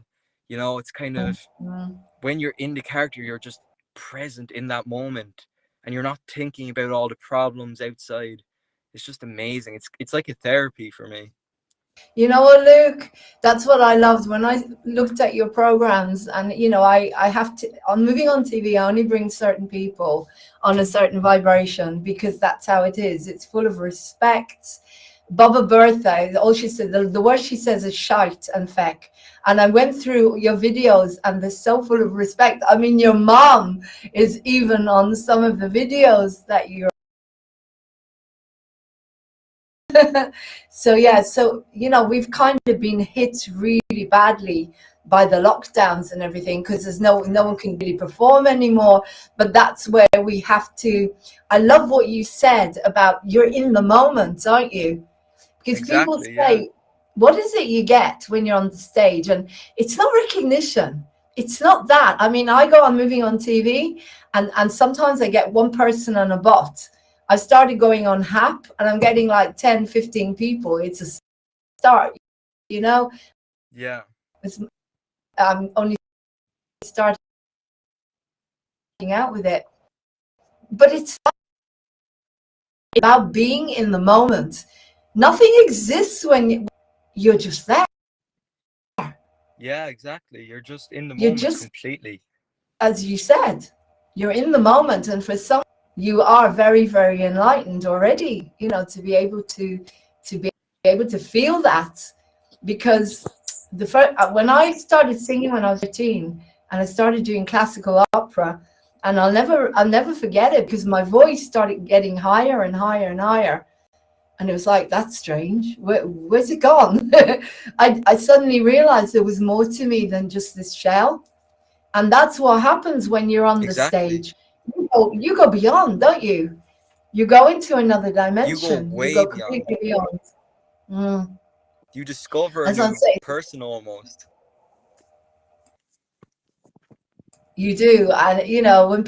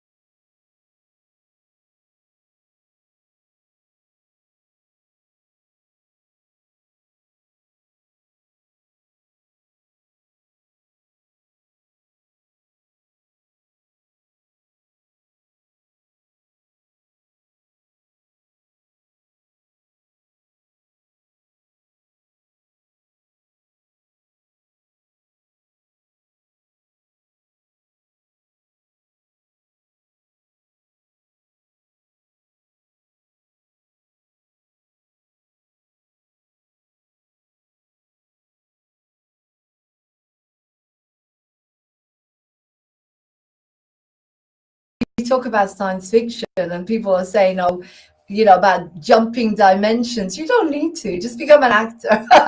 Exactly. Just become an actor, because the other thing you'll also notice, if you know, your singing is beautiful. I've seen you play. Was it "Love Me Tender" or "I Can't Help I Falling played in Love"? Can't Help Falling in Love on the guitar. Yeah, with the guitar, acoustics, beautiful. But when you get to that level with your acting, you, as I say, you don't need anything else. You're there, you're in the moment, you're singing. Things will happen to you. That's where I was going.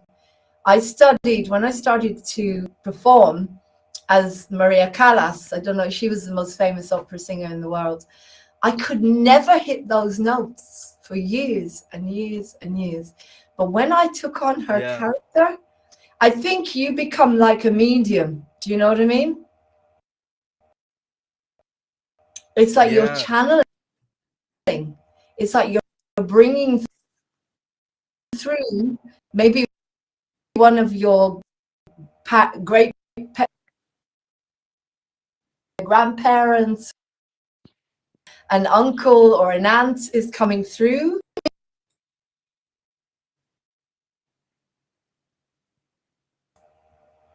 Hello? You there? What would be your favorite musical character? Breaking up again. Can you hear me? Okay, we're back. Yeah, I can hear you now. Can you hear me? What would be your favorite musical character? If you did a musical, what would you think would be your favorite character? Like you say, oh, that's what I really want to play in a musical. What musical first? In a musical, oh, something for family. Maybe something like, I have no idea. Any kind of, think of any Disney movie, maybe something family friendly where, like a pantomime where the crowd's interacting. I'd love to do that. That'd be so fun. Well, you see, the thing with you is because you can play so many different characters, you're a character actor. So in a pantomime, you do better to not have the boring prince, probably the villain. Exactly. You'd want That's the what villain. I was thinking about. You definitely want the villain. I think I'd love to be the comedic character to, I know that just makes the crowd laugh. The comedic, what would you call it? Just the comedy of the show. The dame, the one that dresses up as a woman, the one that gets exactly. That's the one I'm looking for. Yeah. Because you have a multi-dimensional attitude to your acting already. You're a character actor. I mean, okay, let's talk a little bit about you interviewing yourself, because that to me, I did that very, very short. Someone did a very short one of me, but okay, first did you do it? Well, it was actually something that happened really fast. I thought of the idea. What's that? Editing in order to get that to that level, because it's absolutely editing involved.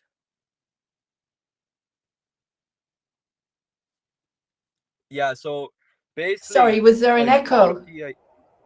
Sorry? No, it's okay. Carry on. Oh yeah. Yeah, I can. So I thought of the idea that day, and I was like, "Oh, what if I interviewed myself?" And I was like, "Okay, I'll try it out, I guess."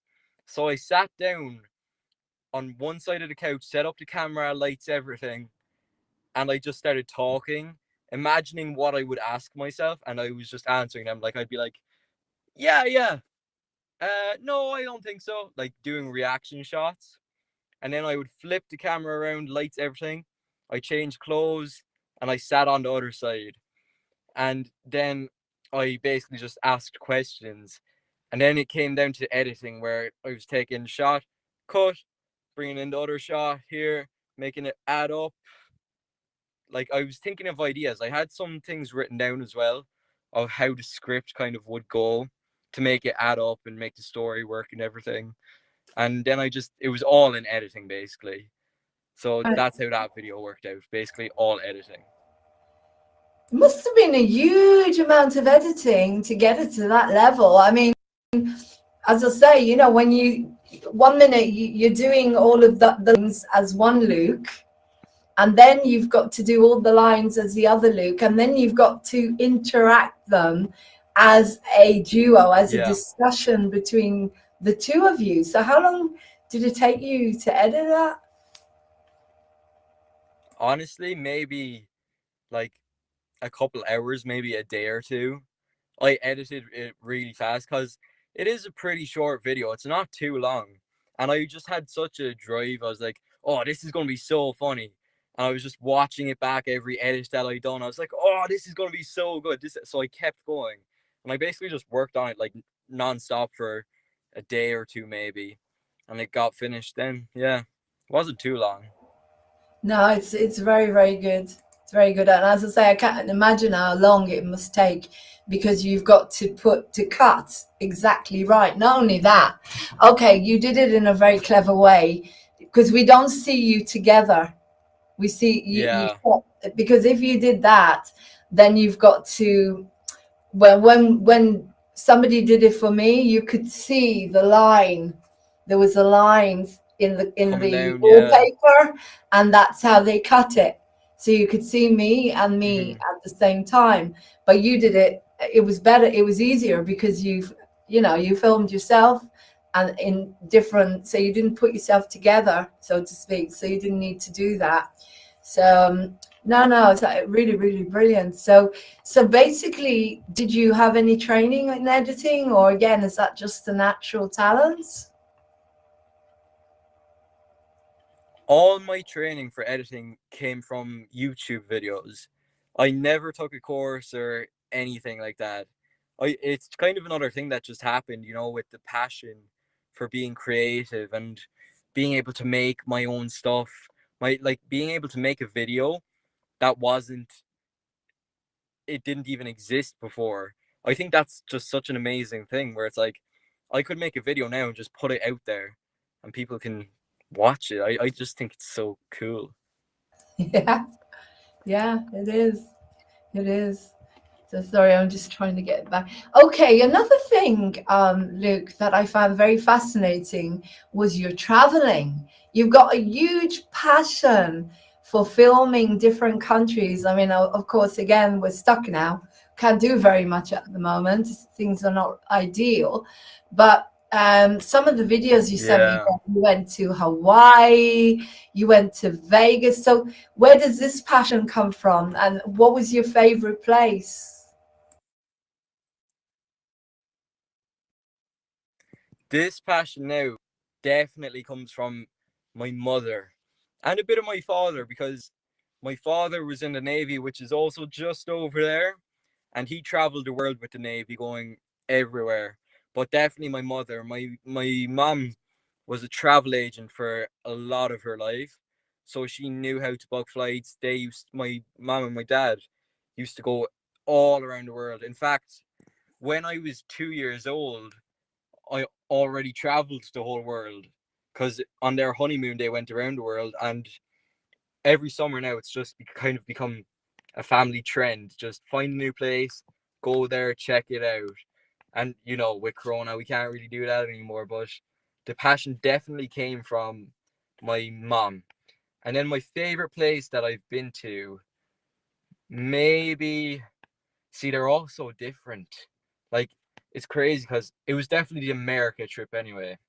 We went away for a month to travel around the west coast of America, and maybe Hawaii might have been my favorite.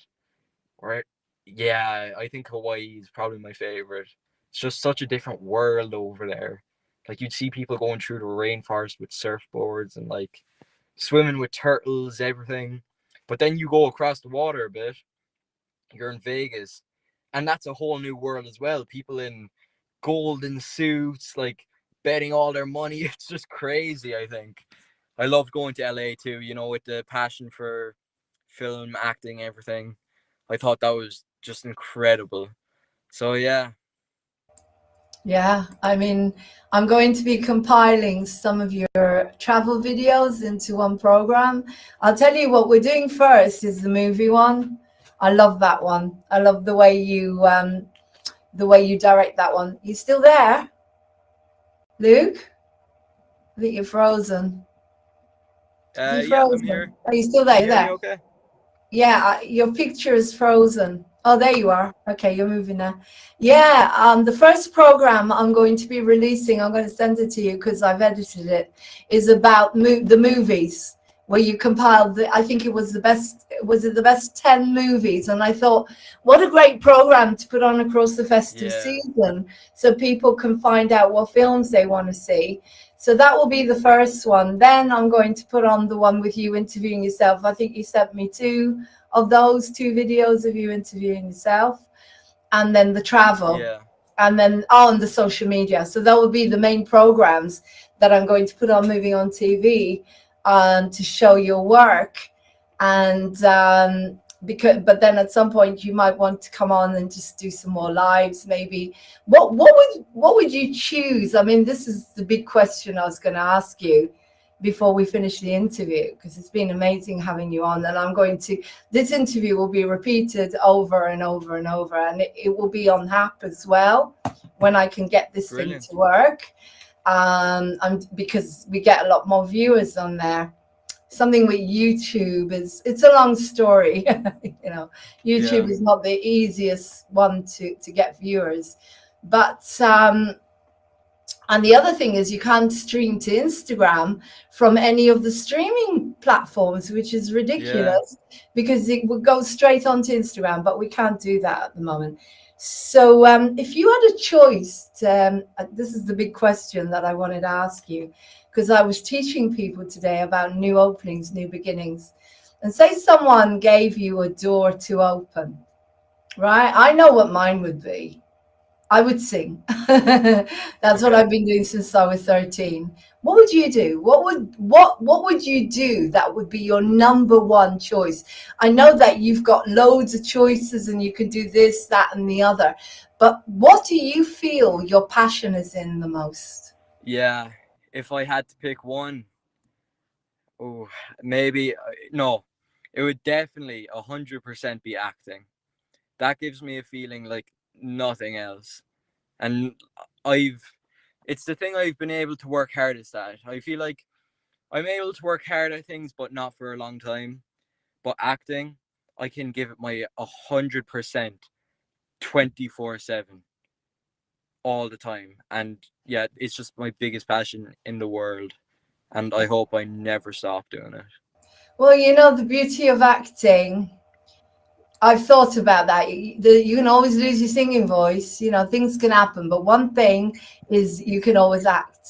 You'll always have, you'll be able to perform. You'll be able to talk. You'll be able to act. And I knew you were going to say acting. I could see the passion, but I could also see that you're very enlightened, that you are spiritual. Actually, that's leading me. I like to go with the conversation, with my intuition. Religion. I'm not religious. As I said, I was born Jewish, but I believe that we're all connected. I don't believe in particular religions. I don't like separating people. What about you? Are you Christian, or do you have a religion? Were you brought up with a religion? What's your take on it? Yeah, I was brought up as Christian, but honestly, like, I'm not sure how I feel about it.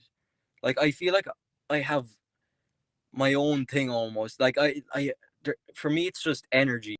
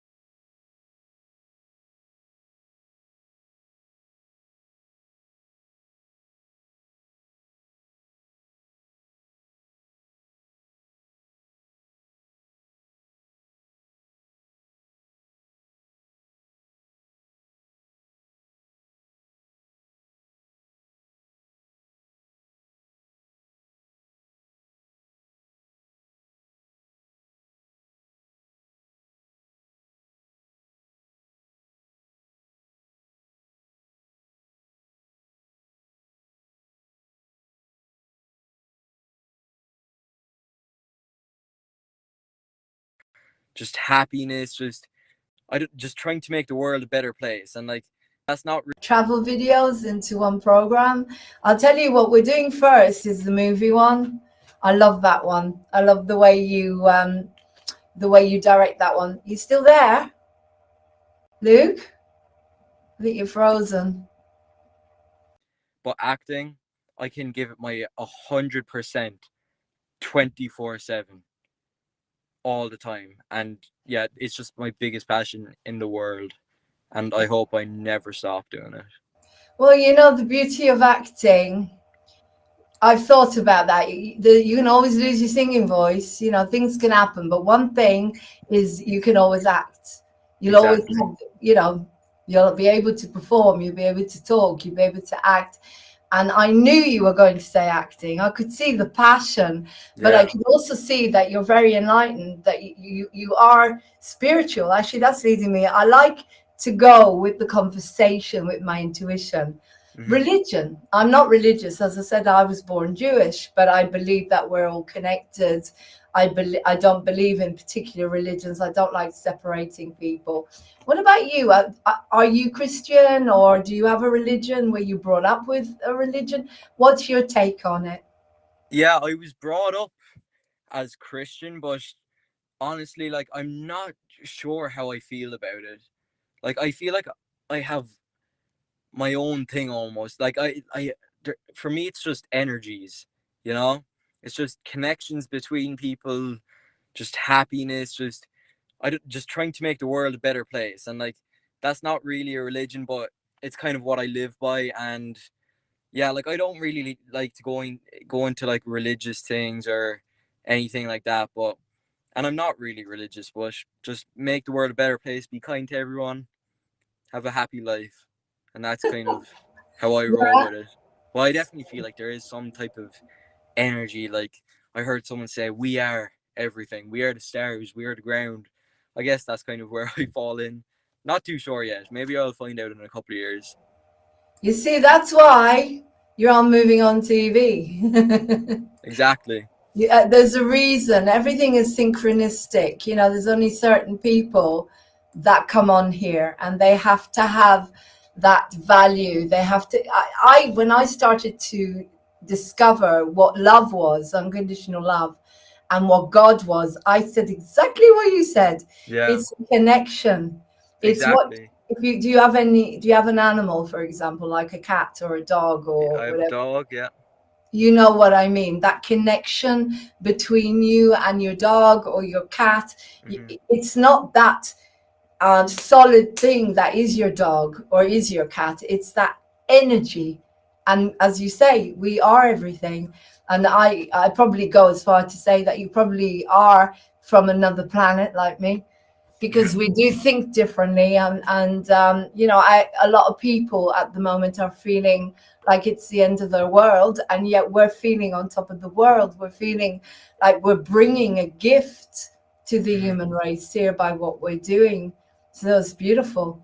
It is, yeah. So absolutely beautiful, and I'm so grateful to have you here on Moving On TV. Thank you. And just one more question before we end is, if you had someone who was watching your age, and sometimes I get people that they won't come on because, oh, I'm not going to do a program for 2 or 3 or 4 people, but those 2 or 3, 4 people, you don't know who they are, and you know, you have to start somewhere. What would you say to them? Because I've said to them stuff like, you need to take time, you need to grow. And if you come onto a TV station at grassroots, you're going to grow with us. There's loyalty, and we are special. You know, we're not like mainstream. We have nothing to do with it. We're the opposite. You know, every single person is unique and already a celebrity. Yeah. So if someone was watching now and they had talents, except they didn't want to do what we're doing, to just go out there and not even care about the amount of people that are doing it, just do it from here. What would you say, Luke? What would you say? Because you're young and they may listen to you if you're the same age as them. What would you say? Yeah, I'd say take every opportunity that comes your way, especially one like this, you know? Hey, like every little bit counts, and there's two options you can take. There's love and there's fear. So you might as well say yes to every opportunity, love everything, instead of shying away from it, you know? You're just talking That's what like I'd say. me. You're talking like me. Yeah, same That's person. what I teach.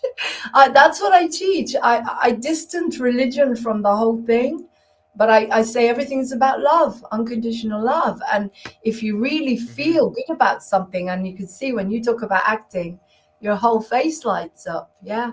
So that's what you Yeah. need to choose. So it's been incredible, this interview. I'm so grateful, and I can't wait to get your programs out there. And any ideas that you've got for moving on TV, at some point I'd love to do a soap. You know, we did it. We Yeah. did the pilot of Little Women a couple of years ago, and Right. that was fun. But then, as I say, a lot has changed now. But any ideas, anything you want to do, and I'm looking forward to hearing more of you singing. But I realize it's nearly 8:30 now, so I'm going to let you go. Yeah, And so 100%. thank you I'll, so I'll much, Luke. definitely keep it in mind. Thank you so Thank you. much. It's been amazing. So take care and have a lovely evening. And You too. go and gaze at the stars. Yeah, Feel yeah, the yeah, I will. oneness. Exactly. Take I'll care. think about this interview while I'm doing it. Oh yeah, and when it's ready, I'll send it to you, and you can send it around. Take care. Lots of love, and love to Cork. Bye bye. Take care, Luke. Thank you so much, sweetheart. Bye bye. Wow. I'm speechless. I'm absolutely speechless, because he's 18 years old and he's already figured it all out.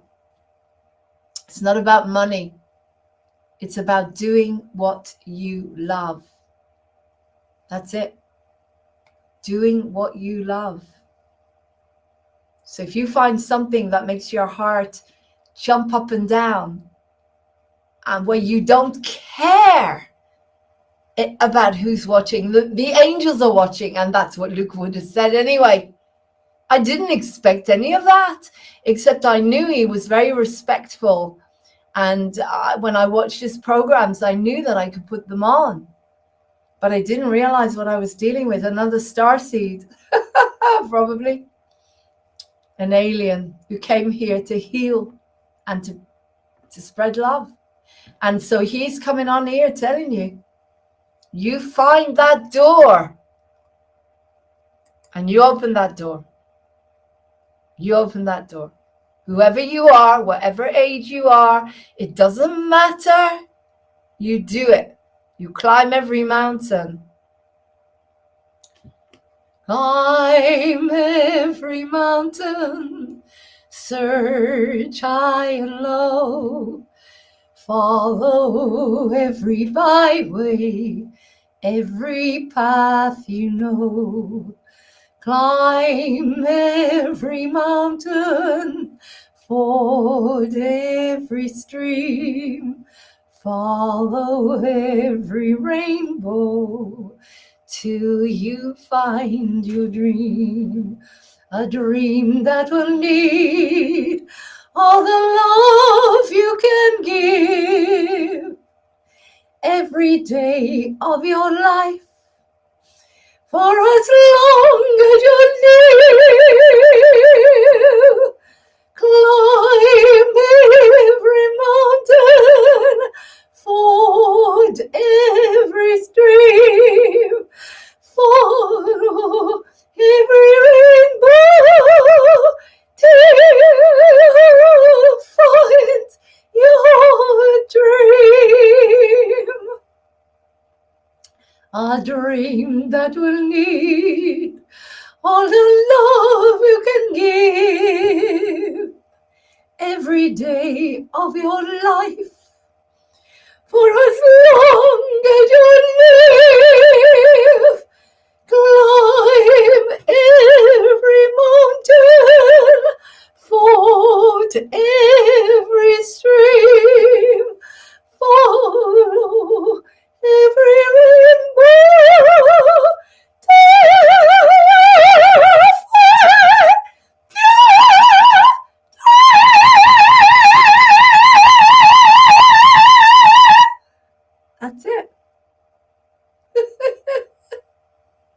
my dream. She weathers every cloud that comes along.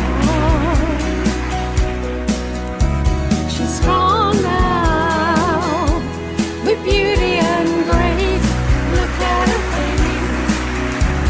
It's time now to go out and inspire the human race.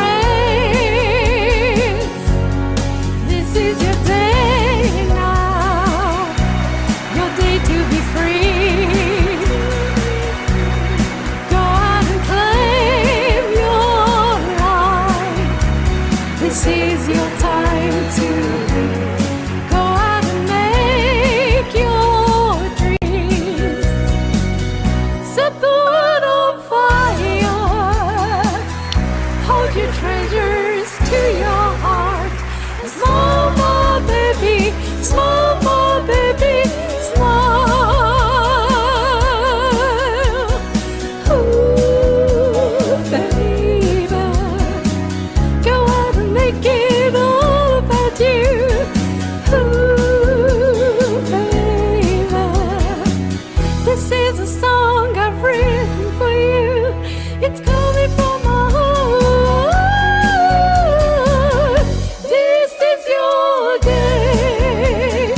Be the star you are. Be the star you are. Woo! This is your day now, your day to be free. Go out and claim your life. This is the time to be. Go out and make your dreams. Set the world on fire. Hold your treasures to your heart. Small, more, baby, smile. This is your day. Be the star you are. Be the star you are. Be the star you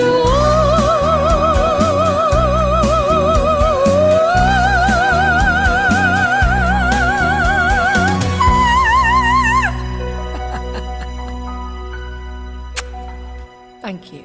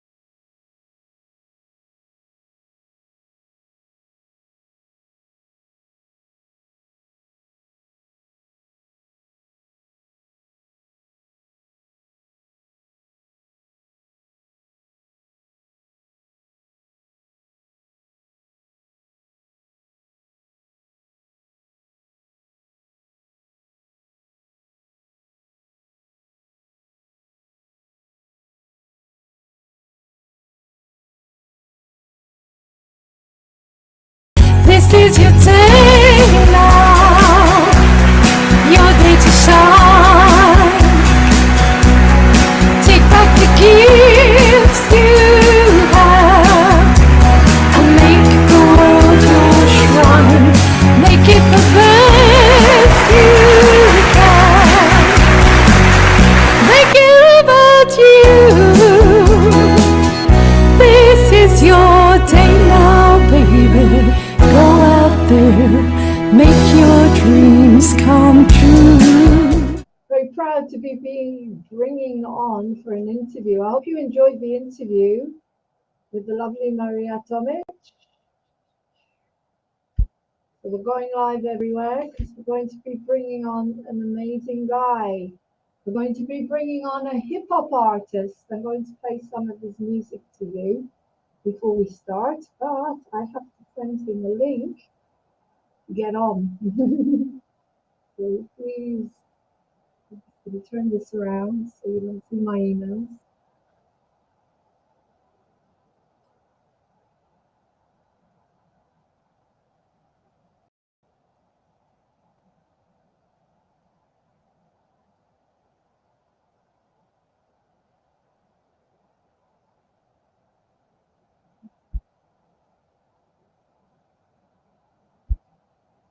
Jonny Dart. 9 p.m.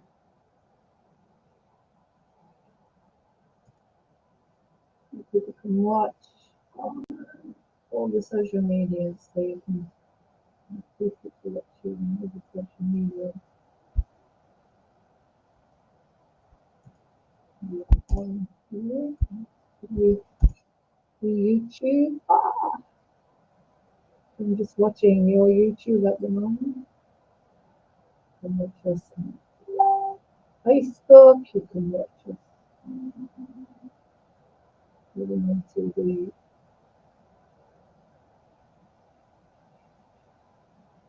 Information about you.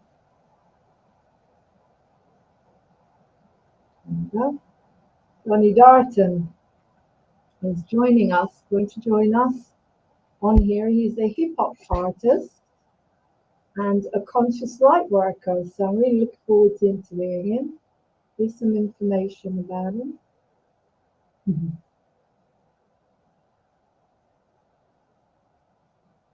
He's an MC, currently living in Bristol.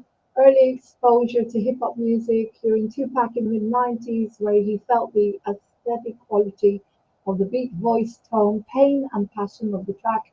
I Ain't Mad at Ya was very palpable. Eventually, his love for his music led Jonny to discover the conscious aspect of hip hop and other influences such as KRS-One, to whom he still accredits his passion for MCing.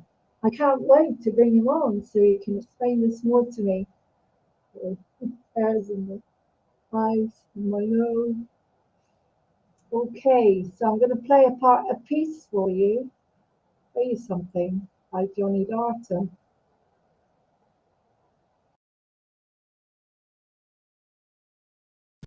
Part of my mission in life to uplift, if it just isn't alright. Yes. J Dart. Yeah. I awake, practice gratitude to change my state. Change the way I feel naturally can change the day. Strange to say, so as I see the sun's glistening light, part of my mission in life is to uplift, if it just isn't alright. I know it's got deep, you lost peeps, missing them right. Wishing they were with you, wanna kiss in the night. And I knew that you've been suffering the stress and the strife. Yes, it's alright, if you focus on the blessings in life. Focus on the breath, notice the chest, the rise and fall. How you connect to the rest, you'll recognize it all. Recognize it.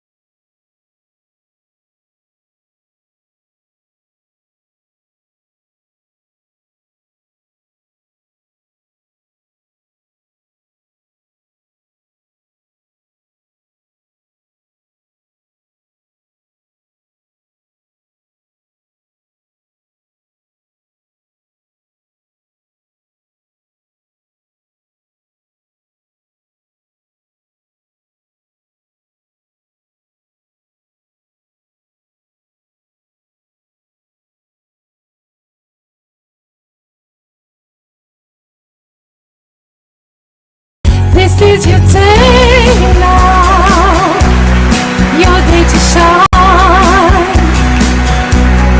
Take back the gifts you have and make the world your shrine. Make it the best you can. Make it about you. This is your day now, baby. Go out there, make your dreams come true. Very proud to be bringing on for an interview. I hope you enjoyed the interview with the lovely Maria Tomic. So we're going live everywhere because we're going to be bringing on an amazing guy. We're going to be bringing on a hip hop artist. I'm going to play some of his music to you before we start, but I have to send him a link to get on.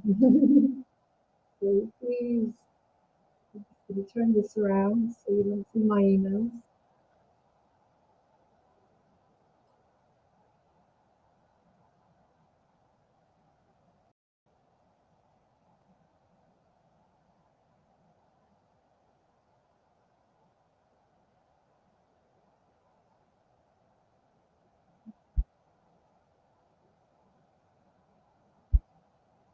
Jonny Dart.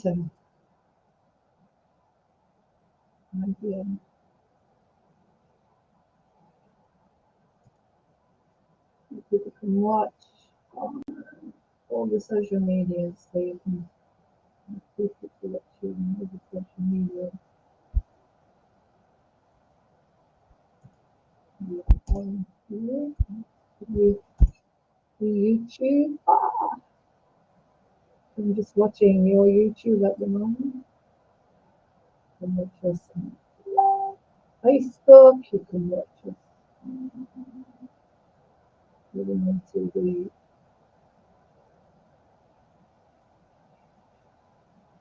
Information about you.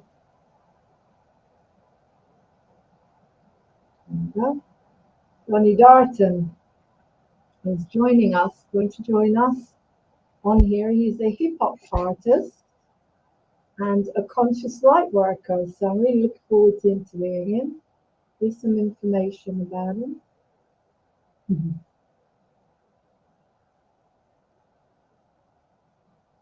He's an MC, currently living in Bristol. Early exposure to hip hop music during Tupac in the mid-90s, where he felt the aesthetic quality of the beat, voice, tone, pain, and passion of the track. I Ain't Mad at Ya was very palpable. Eventually, his love for his music led Jonny to discover the conscious aspect of hip hop and other influences such as KRS-One, to whom he still accredits his passion for MCing. I can't wait to bring him on so he can explain this more to me. Hairs in the eyes, in my nose. Okay, so I'm going to play a piece for you. Play you something by Jonny Dart.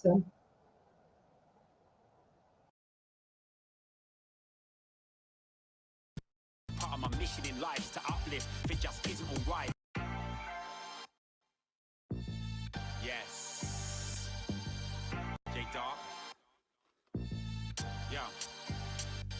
I await, practice gratitude to change my state. Change the way I feel naturally can change the day. Strange to say, so as I see the sun's glistening light. Part of my mission in life is to uplift. If it just isn't alright, I know it's got deep. You lost peeps, missing them right. Wishing they were with you, wanna kiss in the night. And I knew that you've been suffering the stress of the strife. Yes, it's alright if you focus on the blessings in life. Focus on the breath, notice the chest, the rise and fall. How you connect to the rest, you'll recognize it all. Reckon guys are cool that got it all figured out. Sick of it now, when you catch a break, falling down's a sickening sound. Bickering now, it's like your lights flickering out. But if you built a wall, still be cool. We're kicking it down, kicking it now. Jay giving out a different sound, specific to how you're living when it's pissing it down. Figuratively speaking, quit seeking outside for solutions. Learn to look at life like it provides the solutions. And 9 times out of 10 it do, son. That's how the truth come through. Trust, then I just jump out the booth. Done. Every day I'm alive, I thank my lucky stars. Till the day that I die, they'll say I'm lucky. Nah, fortune favors the brave. I'm pretty plucky, bruh. But every day I'm alive, I thank my lucky stars.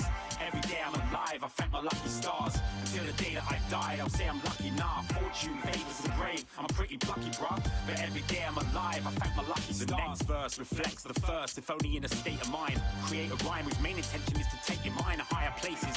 Why you're wasting time not tasting life in true abundance? Pursue recumbent with money, don't act like you're redundant. With no brain, yo, no pain, no gain. Want something? Got something I wanna say. I wanna paint the perfect picture of my passion and work with richer rations inside. Fit you like fashion and ride. You could assist mankind by evolving your thought, holding your thought within when waves roll on the shore. Look, it ain't the strength of the wind, it's the set of the sail. From the blessed to the frail, this goes to those who diss and reckon I fail. Every day I'm alive, I thank my lucky stars. Till the day that I die, they'll say I'm lucky. Nah, fortune favors the brave. I'm pretty plucky, bruh, but every day I'm alive, I thank my lucky stars. Every day I'm alive, I thank my lucky stars. Until the day that I die, they'll say I'm lucky. Nah, fortune favors the brave. I'm pretty plucky, bruh, but every day I'm alive, I thank my lucky stars. Every day I'm alive, I thank my lucky stars. Till the day that I die.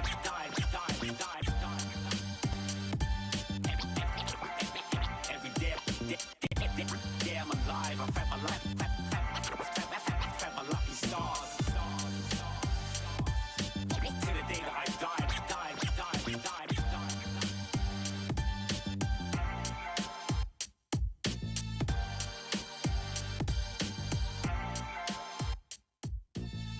Every day I'm alive.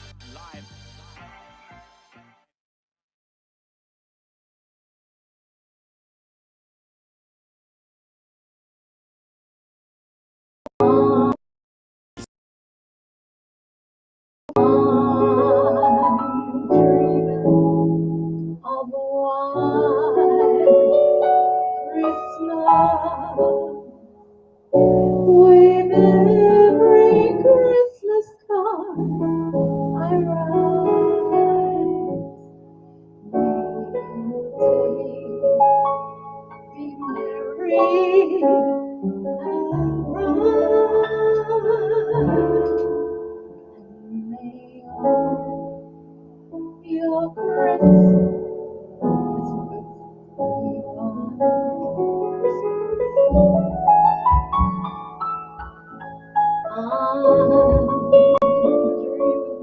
Welcome to Moving On TV, guys.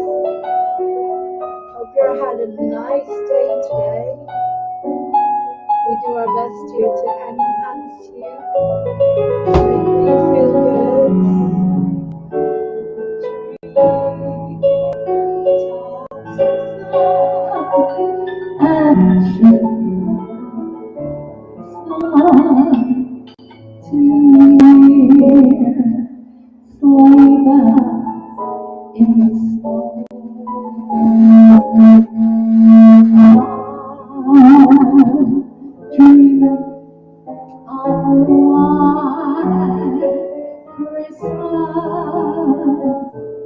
With every Christmas card I write,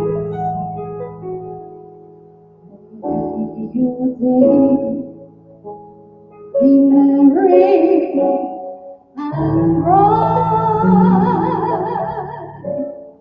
and may all your Christmas cards be white.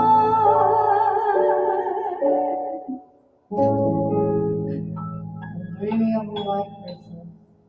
A beautiful song written by a Jewish guy called Urban Berlin, believe it or not. Christmas Cup. I think Hanukkah is well gone. What else can we do?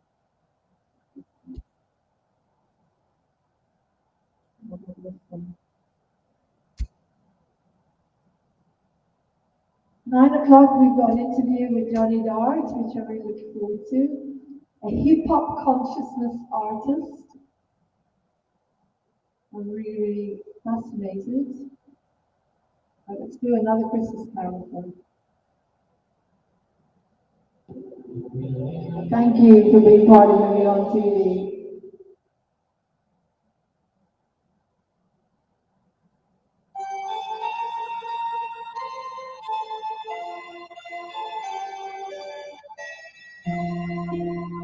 Away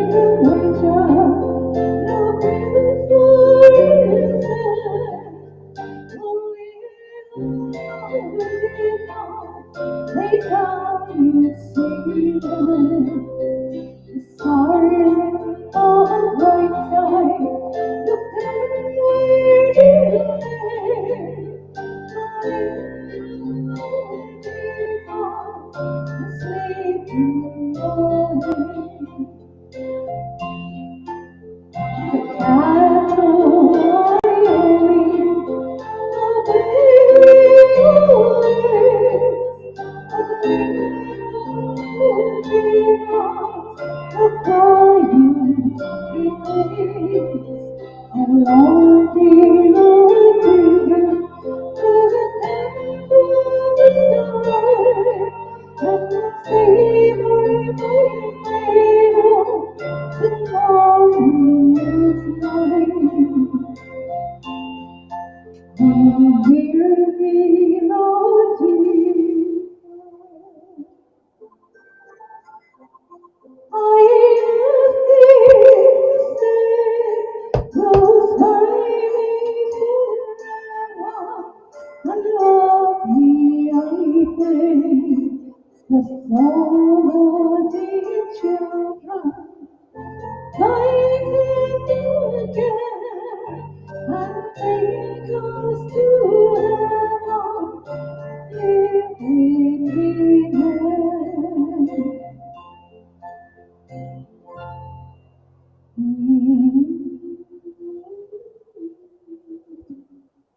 One more Christmas song.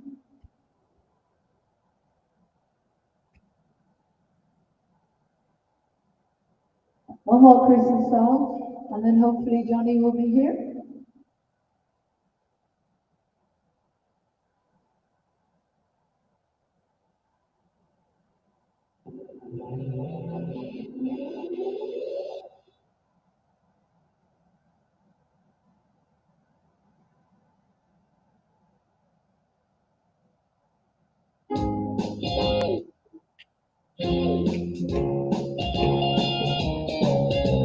Rocking around the Christmas tree and the Christmas party on.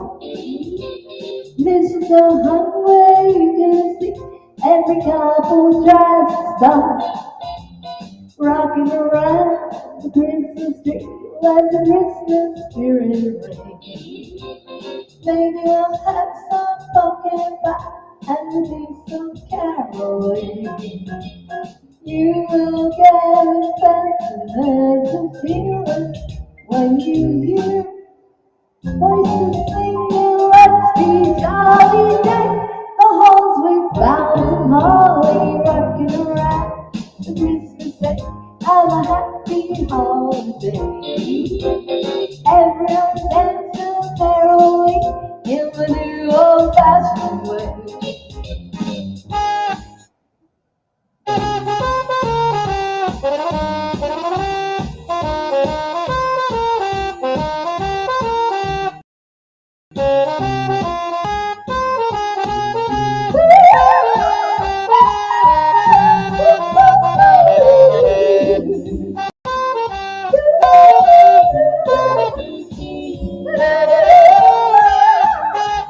You get sentimental feeling when you hear voices singing, let's be jolly day.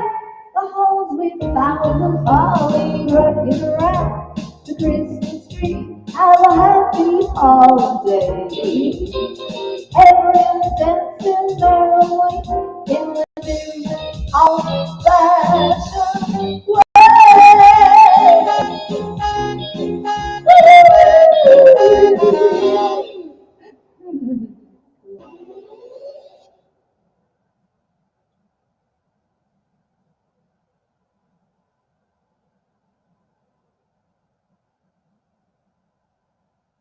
Here's another Christmas one. Thinking.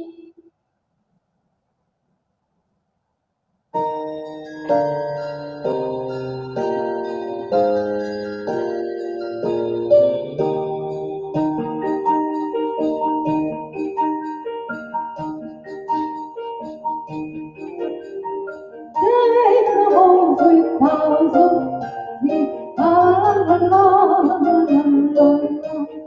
tis the season to be jolly. Did you know our gale of don't be anxious to fight early.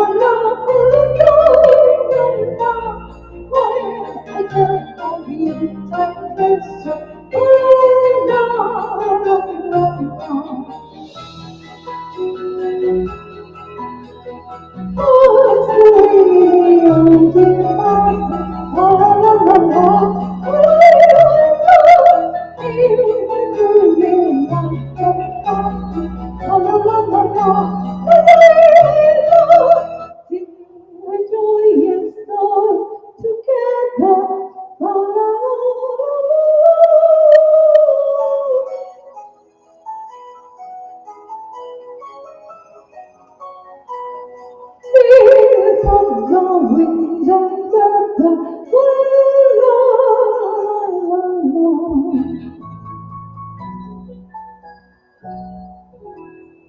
Right, it's 9 o'clock. Let me just check what's going on with Johnny. Johnny, I really want to say this. Here's Johnny. Hang on, let me turn this away. Does it go on my emails? And here's Johnny. Oh, I didn't send him the link.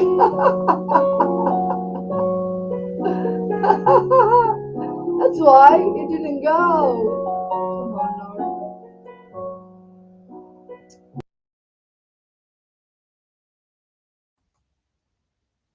Have yourself a merry little Christmas.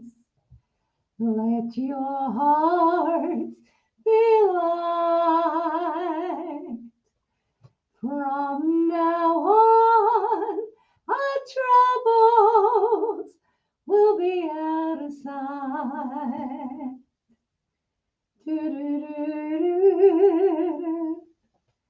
Have yourself a merry little Christmas. Make the Yuletide gay. From now on, our troubles will be miles away.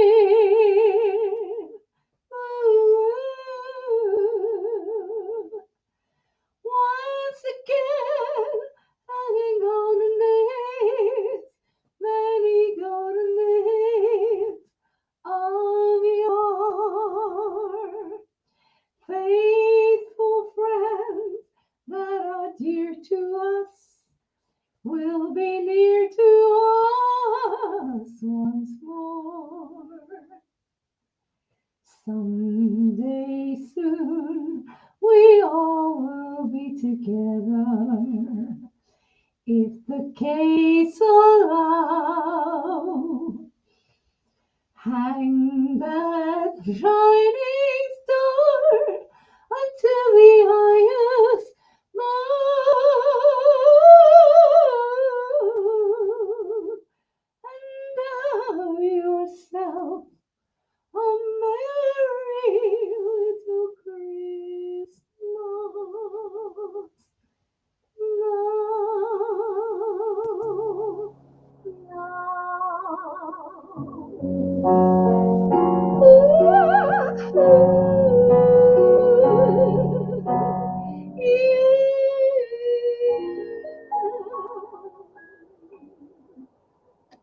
So, I just actually sent. Oh, I need. Last year, was it Martin who recorded this with me last year? Oh, let's do this one. Yeah, we did this the year before. Martin and I recorded this Christmas Eve. Maybe Johnny could sing it with me. But I just sent him. I actually just sent him the link. He's probably not got it yet.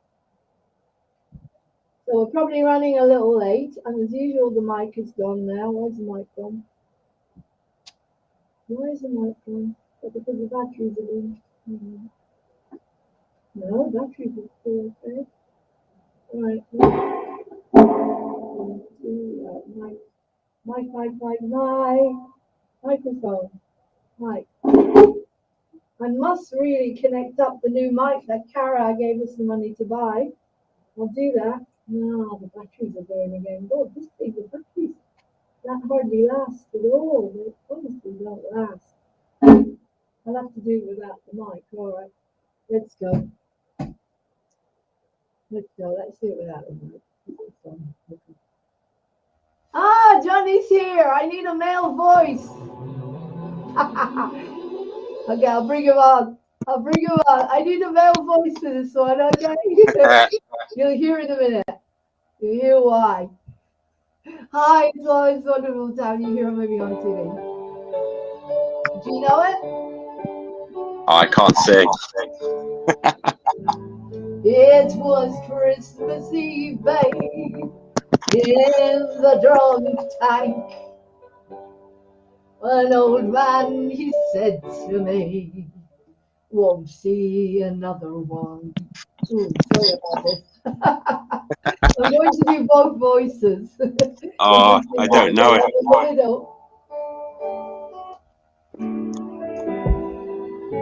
And then he sang his song, I'm Irish, the rare old mountain dew. I turned my face away and I dreamed of you. That's a lucky one. Came in at 10 to 1. I've got a feeling this year's for me and you. So happy Christmas. Happy Christmas. I love you, baby. I love you. I can't see a better time when all our dreams come true. Oh, this thing keeps going off. There we go. Cars, chickens, bars, take up rivers of gold. We can go right through you, no place for the old. Took my hand on the pillow Christmas Eve. Yeah, promise me Broadway was waiting for me. You're handsome, you're pretty, you're pretty. And did it vain, they howled out for more. Country was singing, the drums they were singing. Kissed on the corner, then danced through the night. Boys of the NYPD choir were singing Broadway Day. And the bells were ringing out for Christmas Day.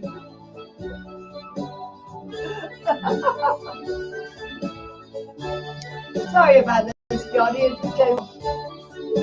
That's all right.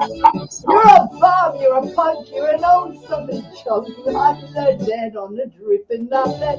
You scumbag, you maggots, you cheap lousy faggots. Jesus, you are such it's your last. So the NYPD choir still singing all the way. And the bells were ringing out for Christmas Day.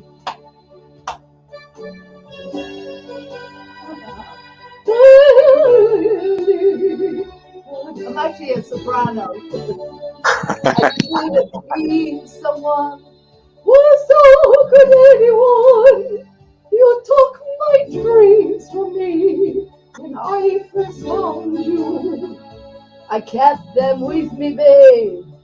I put them with me own. Can't make it all alone. I built my dreams around you. The boys of the NYPD choir singing Galway Day, and the bells are ringing out Christmas Day. We're nearly there.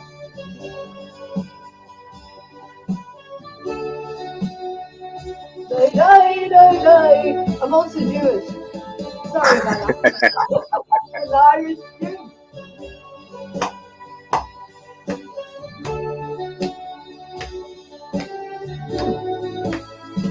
Die, die, die, die, die, die, Hanukkah, Christmas. Die, die, die, die, die, die, die,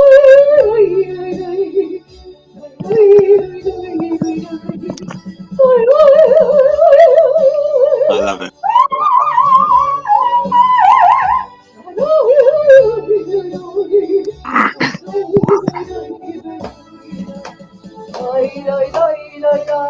Right, that's enough of that, thank you. It's not finished yet. You didn't expect this, did you? Not because it's Christmas. We gotta make people laugh and smile. What you at? Yeah, it's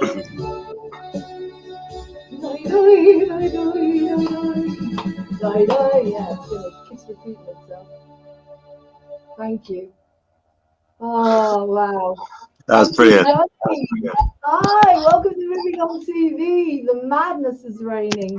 It's so lovely to have you here. Thank you for inviting me. I appreciate it.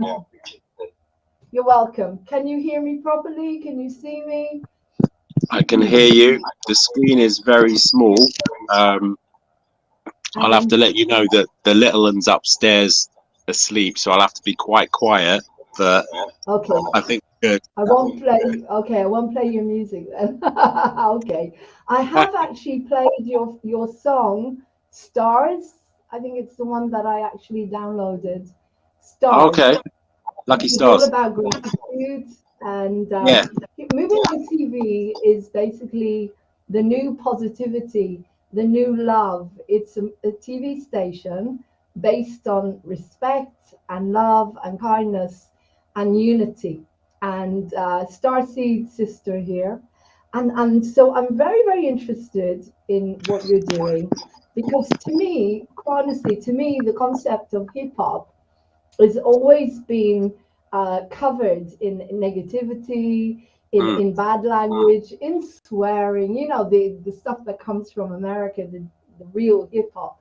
So Yeah. how does it work? Because you call yourself a conscious hip hop artist.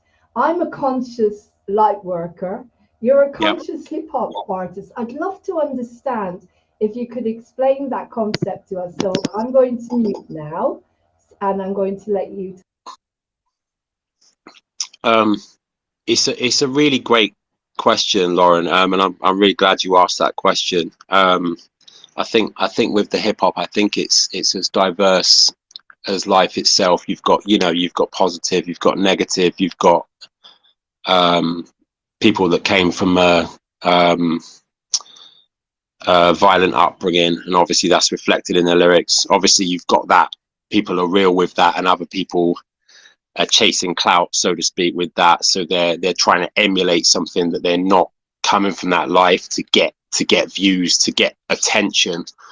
Then you've obviously got, as you say, the conscious aspect, which is I think hinges on authenticity. I think it hinges on just being yourself. Like what I've learned over the last sort of 2 to 3 years, I'd say that authenticity is one of the highest values that I hold. And if you can obviously maybe possibly help to uplift someone, or help to get someone to see something in a bit of a different light through something you've learned, and maybe you can pass that on, all the better. You know, I'm all for that. So that's what I would say on that. 100%. Okay. So I've got you. You've come from Bristol. Yeah. Hello, can you hear me? You come from Bristol. And so when did all of this start? I mean, I like to dig deep. My interviews are very, very deep, and they I kind of flow with my intuition, whatever comes to me. So when we go, how far does this go back? Did you start out as a just mainstream performer, artist, and then become a conscious light hip hop worker? Or did you actually start this way? I mean, can you take me all the way back, maybe even as far back as you can remember? Was there light work in there? Was there consciousness in there? Or were you just a mainstream artist?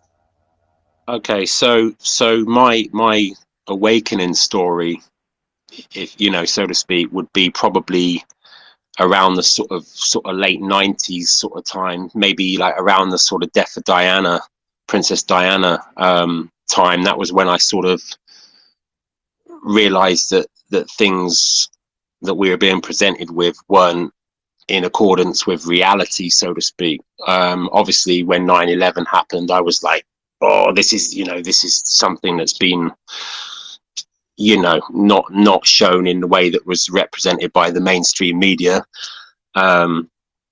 Going on further, obviously with the hip hop side of things, my dad, basically, he was running his own business, and he was in like networking, and a guy I met through him said to me, "Oh, Johnny, you're into your hip hop, aren't you? You're into like Snoop, Dr. Dre, all that." And I was like, "Yeah, man, yeah." And he was like, "Have you ever heard of KRS-One?" And I was like, "No, who's KRS-One? Never heard of him."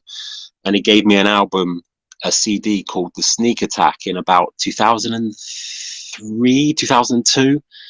And I listened to that, and I was like, you know, that was, I'd been, you know, I'd been exposed to let's say hip hop music or rap music before that, you know, sort of as early as I can remember. But when I heard that album, I was like, okay, this is what I want to do. So a year or so later, me and a guy who goes by the name of Inglorious Poet, we made an EP, a mixtape called Stuck in a Matrix, and that was when I started my conscious hip hop journey, so to speak. So around the sort of 2006-ish. So yeah, I've been doing this a while. And then obviously a few years ago, I was like, right, you know, it's time to get serious. And, you know, time being what it is, it can be a little bit non-linear. So hopefully I'm still right on time. Great, yeah. We were all doing our bit, you know, for the awakening, all trying to do whatever we can to basically to keep ourselves sane and balanced and to help other people to stay sane and balanced. One of the pieces of music, I mean, I can't play the newest one for obvious reasons. I get wiped off the planet. You know exactly what I'm talking about. You know, I'm not able to put stuff like that on. Moving on TV, I've got to be very neutral, even though everybody knows what my beliefs are. We're free, and that's it. But the second one was about wars, and it, you know, it just made me cry watching it because all of my consciousness. I grew up in Israel. My whole, as I said, I'm an Irish Jew. I grew up in Israel. My whole life was wars, which was a massive lie. I was in the army. I grew up, all that fear and everything, that was the whole of my childhood. And I worked non-stop when I left Israel because I'm Irish. I didn't make that bit up. I didn't. Thank God I was Irish. I could get out of there and come back and still work and have a life. And so I created a massive song called Writing the Song for Peace, with Jewish, Muslim, Christian, a whole mixture of kids, right, with one song about peace, love, and to counteract wars. And so we're totally on that vibration. So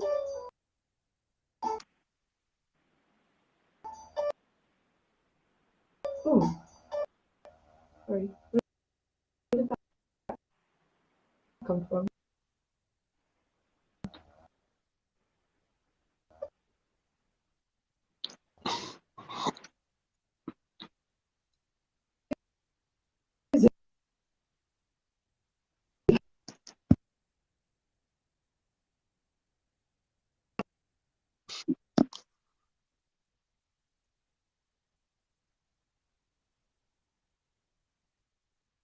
You still there?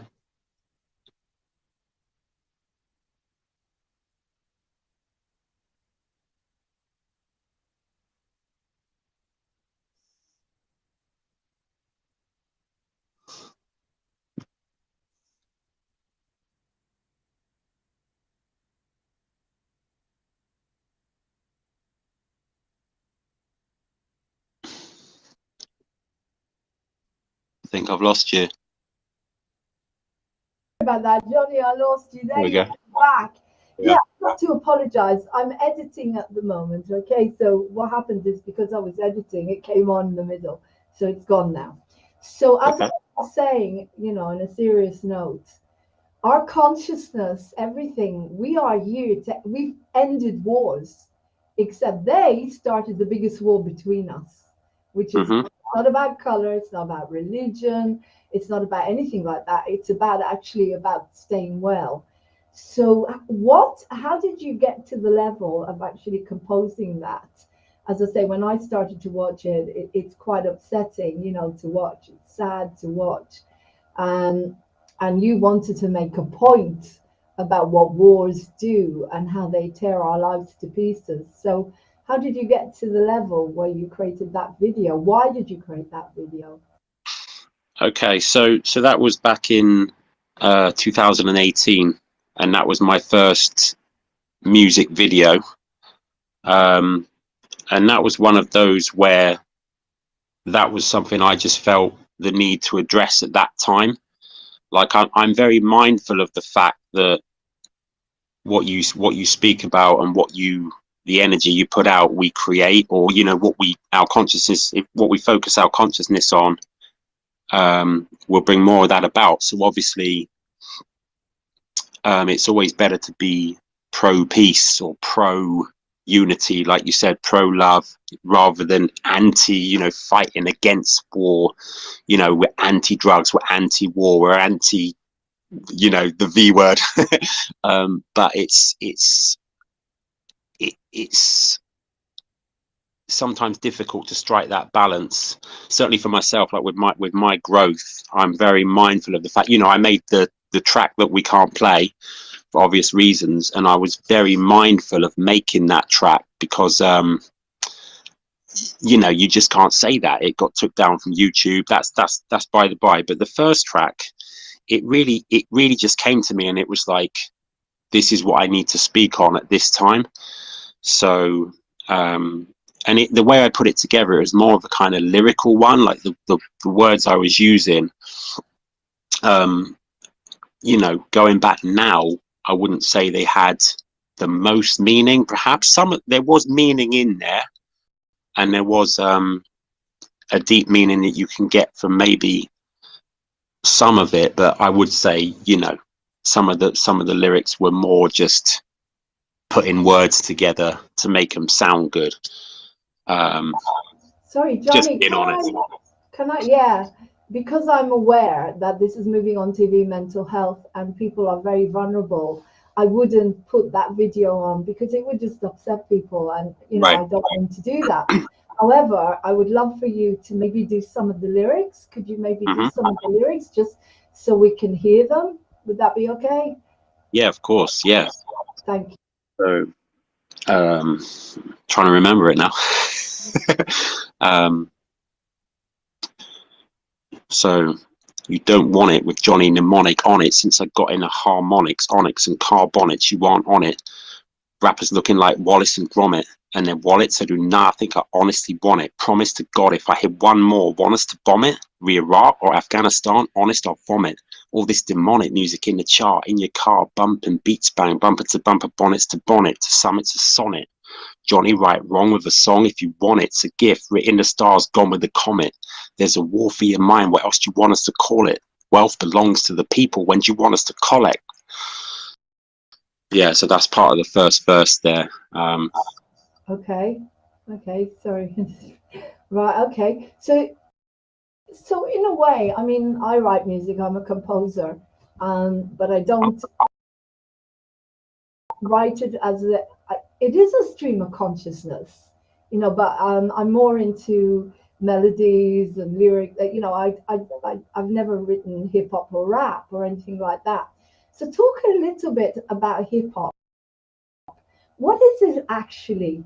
What is it? How could you actually describe what hip hop is? Say to someone like myself who's not really into hip hop that much, who doesn't understand it that well, how could you describe it? Is it rap? I mean, you've got garage, you've got grunge, you've got hip hop. There's all these different, different types of music. Same way as we've got classical music. I love melodies. To me, it's very important, and you have got a good hook. As long as you've got a hook, then to me it works, because it's something that catches you. But what is hip hop music, and what is hip hop music, and how do you build that light, that consciousness even more into the hip hop music that you're presenting here? You're going deep with these questions, Lauren. These are great questions. So I would say I would go from the school of thought of KRS-One, which is one of my inspirations and why I started rapping. And he said a great quote, which was, rap is something you do, hip hop is something you live. So hip hop is a culture. And obviously in the UK, we've got, like you said, we've got drum and bass, we've got garage, we've got like jump up, we've got all these different things. And then you've got UK rap. and obviously we do have a lot of US influences, because this is where the culture developed, of, you know, in the South Bronx in like the early 70s. But people were doing it over here just after that. Not a lot of people know about that. And Bristol, people doing it in Bristol in the 80s. So, and living the culture. So that would be what I would say on that. Hip hop is the global thing that we're all part of, and rap is part of the art form. Rap is part of the soul expression, or the artistic expression, or the conscious expression of the culture. So I'm shining my light out there in the best way I can, as authentically I can, you know, being from where I'm from. I'm from Bristol, do you know what I mean? So that's this is me doing it to the best that I can do it, you know. How do you, okay, what's the difference between rap and hip hop?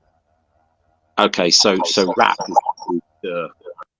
is the chatting, is the, you know, if I rap is what I was doing on the track, and hip hop is the culture that rap music came out of. Rap music was birthed by the hip hop culture. Hip hop culture gave birth to, you know, it gave birth to breaking, which is breakdancing. It gave birth to MCing or rapping. Gave birth to graffiti art, and obviously Bristol is a great place to be if you love graffiti. That's part of the culture. We've got some great artists around here, so that's another aspect. But we've been doing it over here for a long time as well, in our own way.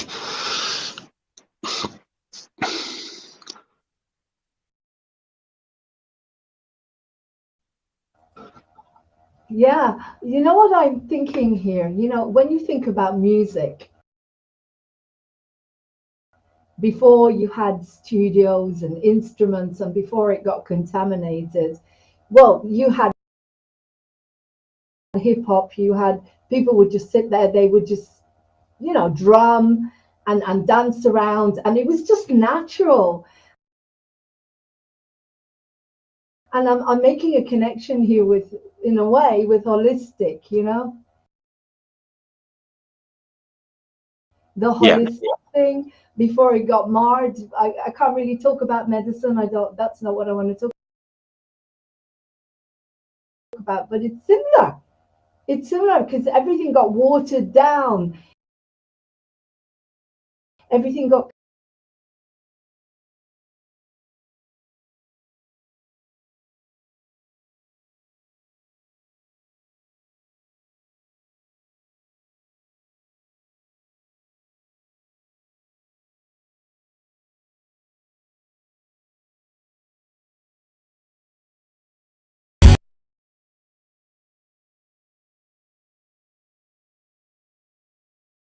To make them sound good. Sorry, Just Johnny, being honest.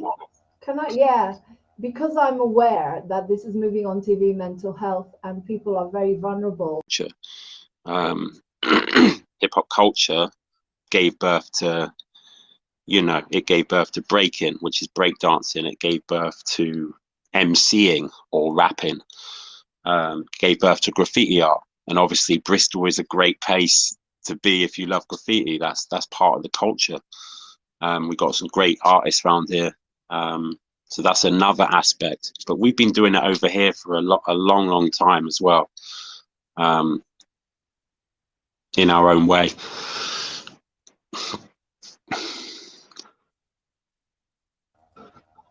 Yeah, you know what I'm thinking here? You know, when you think about music, before you had studios and instruments and before it got contaminated, well, you had hip hop, you had people would just sit there, they would just, you know, drum and dance around, and it was just natural.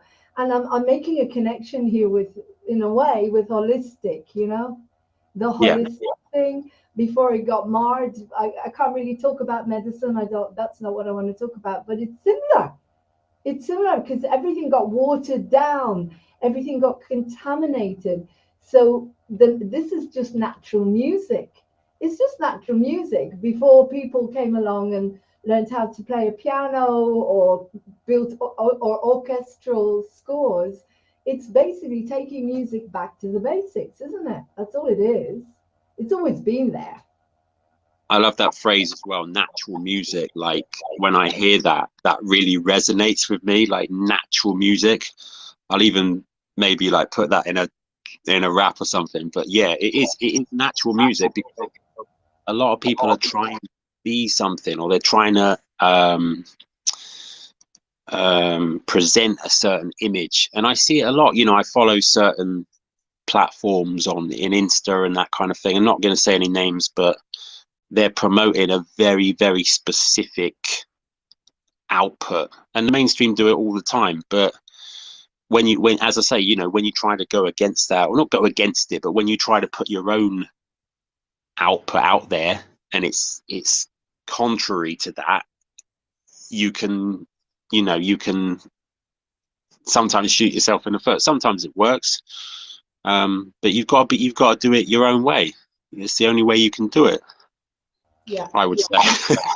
Well, music is music. This is the thing is, oh, it's really interesting, the synchronicity. I had someone on before who was talking about numbers and about likes and how people have become so, you know, so stuck in the culture of needing to have loads of people watching them and likes and support, and it does things to the brain where people feel really unhappy. And she was talking about that because everything that we're trying to do with the awakening, with the ascension, is to take everything back to the basics again, you know, to take away all the trimmings and everything that's on top, that's covering everything up, and take it back to just being, just opening your mouth and letting it come out, the sound, or the, you know what I mean, being real, being natural, being, I know what I'm saying. I'm trying to connect the dots. I always do that.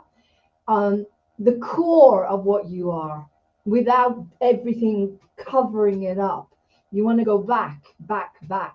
And as I say, you know, it's quite interesting that people don't know what hip hop is, or in the old days, you weren't allowed to play rock and roll because it always was devil's music, you know, the Beatles and stuff. And people that are a lot older, that's how they look at hip hop. Oh my God, I must have listened to that. So here's a question, because it just came to me as I was talking. How did you get past that stigma of what people think hip hop needs to be? I think I've always realized that that's what people want to hear, and people want to hear a certain thing from US artists. People want to hear a certain you know, like trap music, grime, whatever you want to call, well, two different things, but people want to hear a certain type of urban music, shall we say. I don't like using that phrase, but over here. So I was always kind of like, you know, let's just do it this way, and just, you know, who likes it will like it, who doesn't won't, and so what, just crack on with it, you know. Because what else can you do if you're not, you've got to be yourself. And it took me a long time to kind of finally put myself out there without fear of what people will think, or fear of, like, you know, I made, you know, the last track, you know, can you imagine what it was like for me to put that out there? I was like, well, that's where I'm at the moment. I've got to put that out there. I've got to reflect that viewpoint that I've got, and people connected with me because of that. And that's what it's about, is connecting with like-minded people that feel the same as you, and that we can elevate together and we can progress things together, because that's what it's about. We can only do so much on our own, can't we?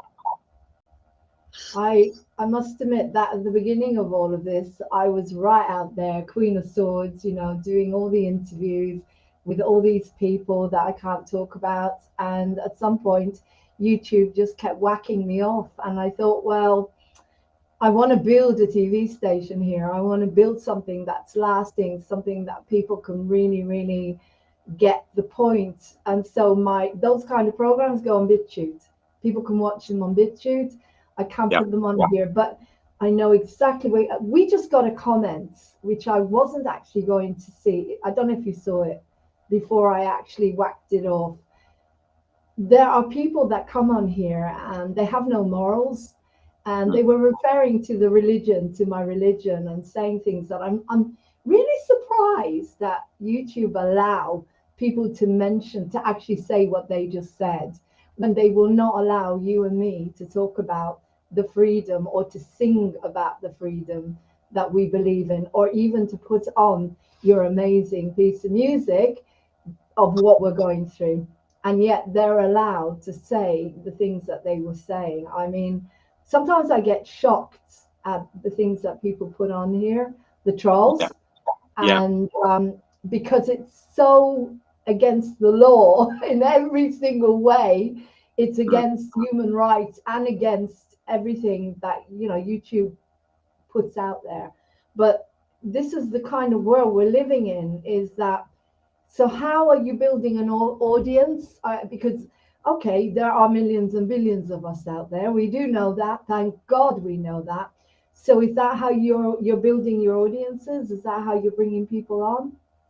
Through connecting to the people on that consciousness? Or are you able to use that piece of music? I mean, will anybody listen to it who isn't on that consciousness?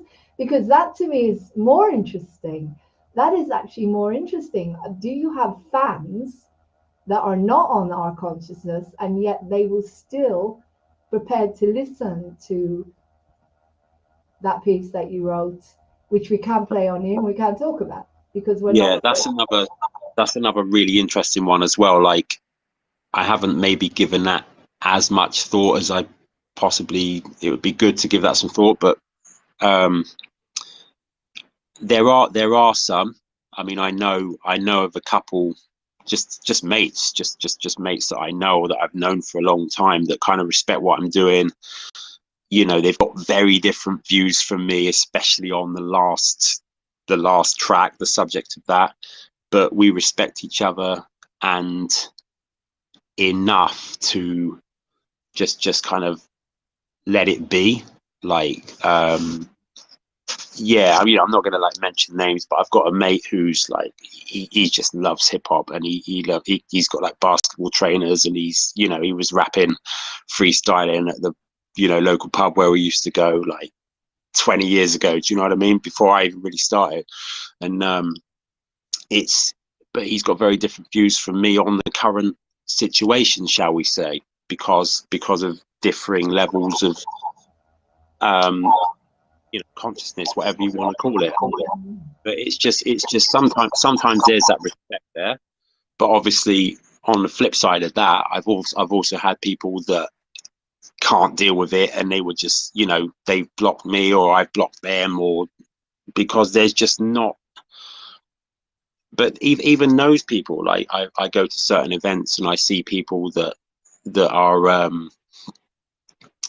dead against, you know, what I was saying, but there's still that mutual respect there.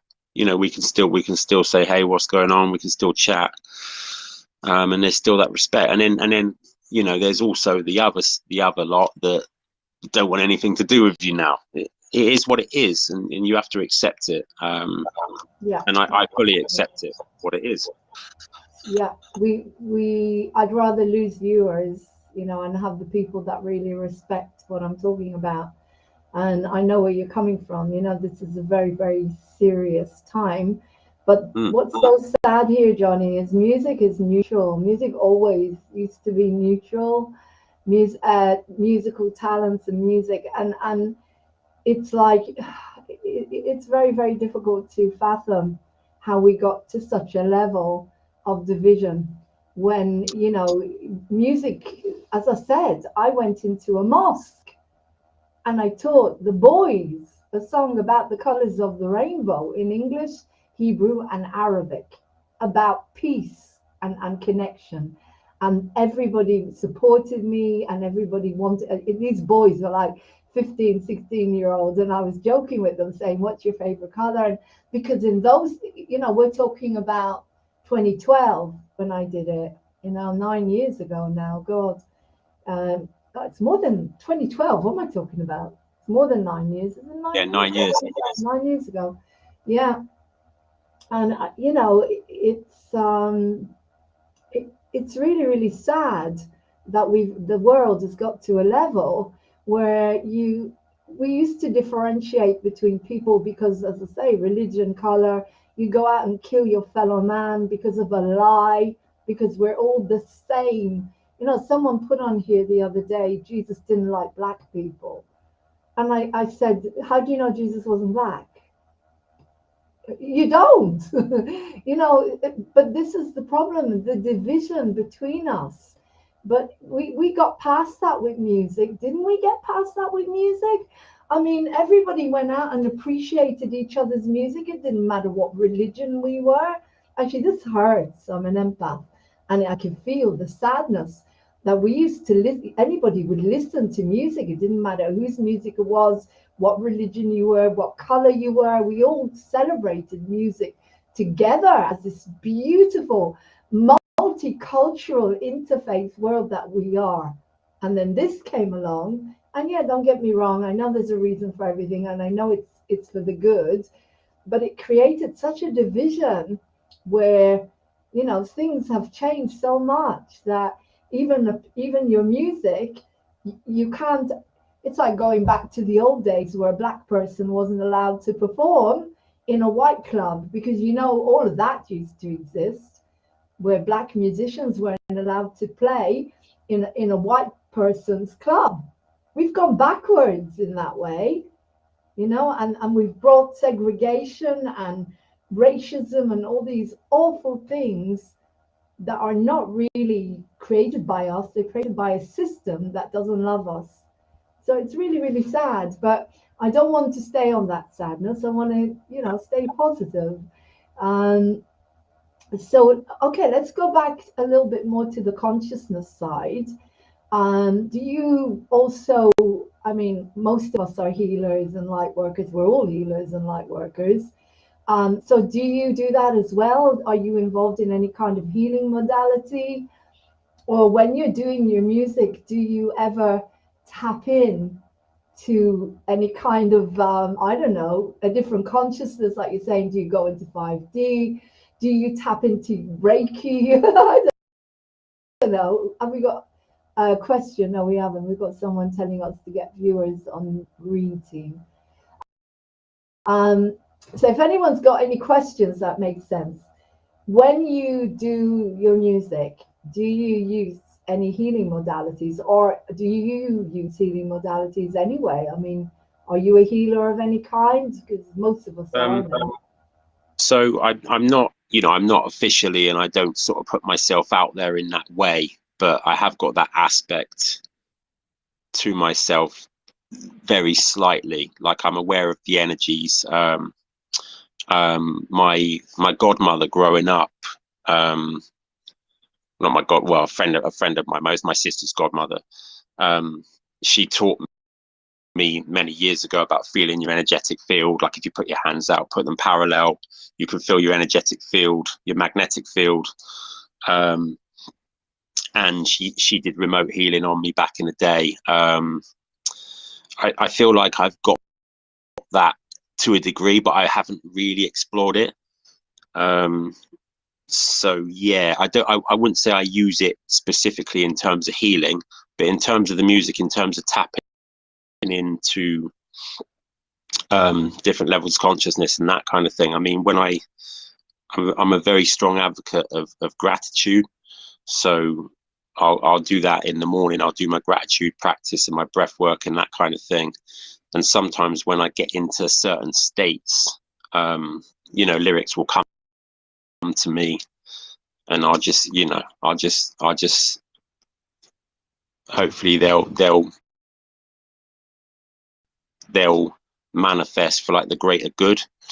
They'll manifest for the greater good of all in some way. So that's sometimes I put that as an intention for them to channel through me in that way. Yeah. Thank you. As I say, the questions just come to me intuitively as you're talking. I want to ask something else. Most of us artistic, creative, starseed light workers have been diagnosed. And, you know, I was given a label. Were you given a label at all of any kind because of the fact that you're an artist that may not fit the mold, the box? Yeah, so I'm on the autism spectrum, and I only obviously kind of learned that very recently. My mum is as well, and maybe a little bit more so than myself.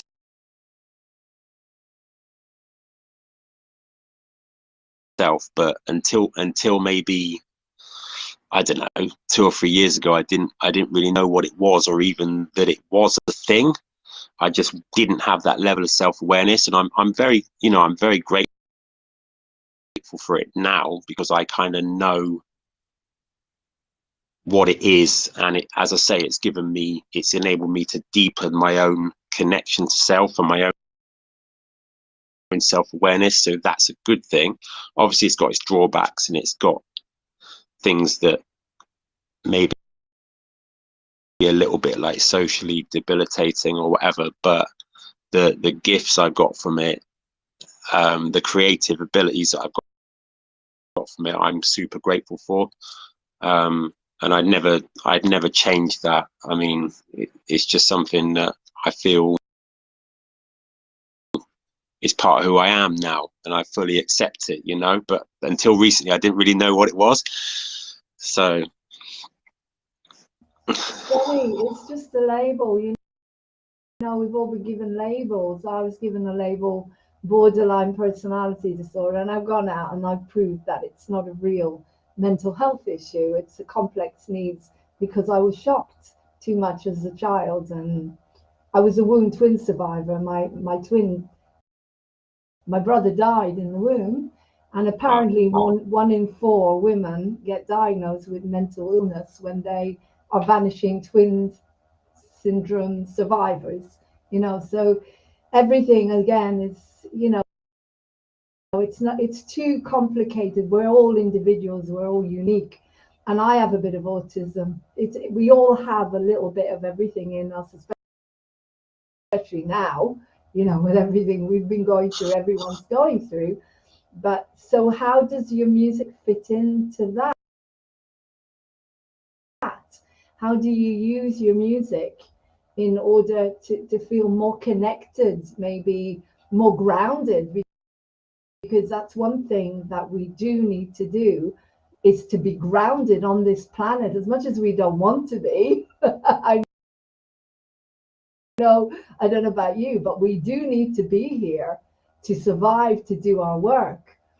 You'd like to be up there, you know, a lot of the time, inspired, and, you know, in 5D or 7D or whatever. How do you use your music to keep you grounded then? Because you're a dad, you were saying. it's my partner's one from a previous. Okay. Yeah.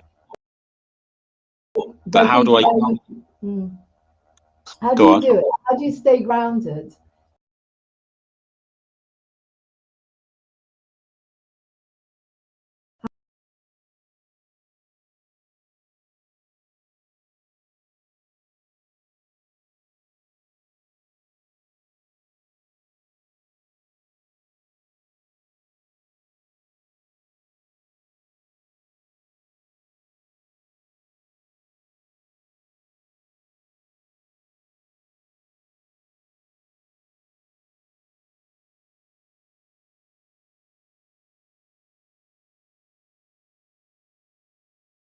and how you the the vibrational state you're in just before you go to sleep and when you first wake up. So I say thank you as soon as I wake up. You know, when I take a breath, as soon as I'm conscious in the morning, I say thank you for, you know, thank you for the breath, thank you for the sun, the sunrise, all that. And I've got a routine that I do. In terms of the music and how it connects to that, I just think I'm trying to think what I was going to say. I just think that's something that it feels right for me to put out because it feels like it's something that I've learned. I wasn't always doing it, you know. Been doing this a few years. These practices, I just feel that if others were aware of them, you have to be conscious of something to use its power. And obviously, in terms of mental health, I think gratitude. Not that that's the be all and end all. I often talk like it's the be all and end all, but I think it can have a profound impact if it's done as a daily practice in the right way. I really think it can. Oh yeah, gratitude is the basic thing that I think that if people want to understand spirituality, I think the first thing you need to teach them is to take the focus off what they don't have and put it onto what they do have. As I say, I've been going all year with, I'm not kidding you, one viewer and a bot. I never forget. So maybe 2 viewers and a bot. I'm very grateful to that bot because he kept me going on Twitch. And I'm very, very grateful. And yet lately I found another app and I'm getting like now, I think we've got 10 viewers on. And to me, it's like, wow, it's just magic. It's a miracle, you know, but it's because I'm focused and I'm so grateful and I keep going and go. I'm the most grateful person in the world that I'm a trained singer and I couldn't find anywhere to perform anywhere. They wouldn't put me anywhere because my message is too positive. It's basically mental health, no medication. Nobody wants to hear that. I recovered in a therapeutic community without medication on the NHS.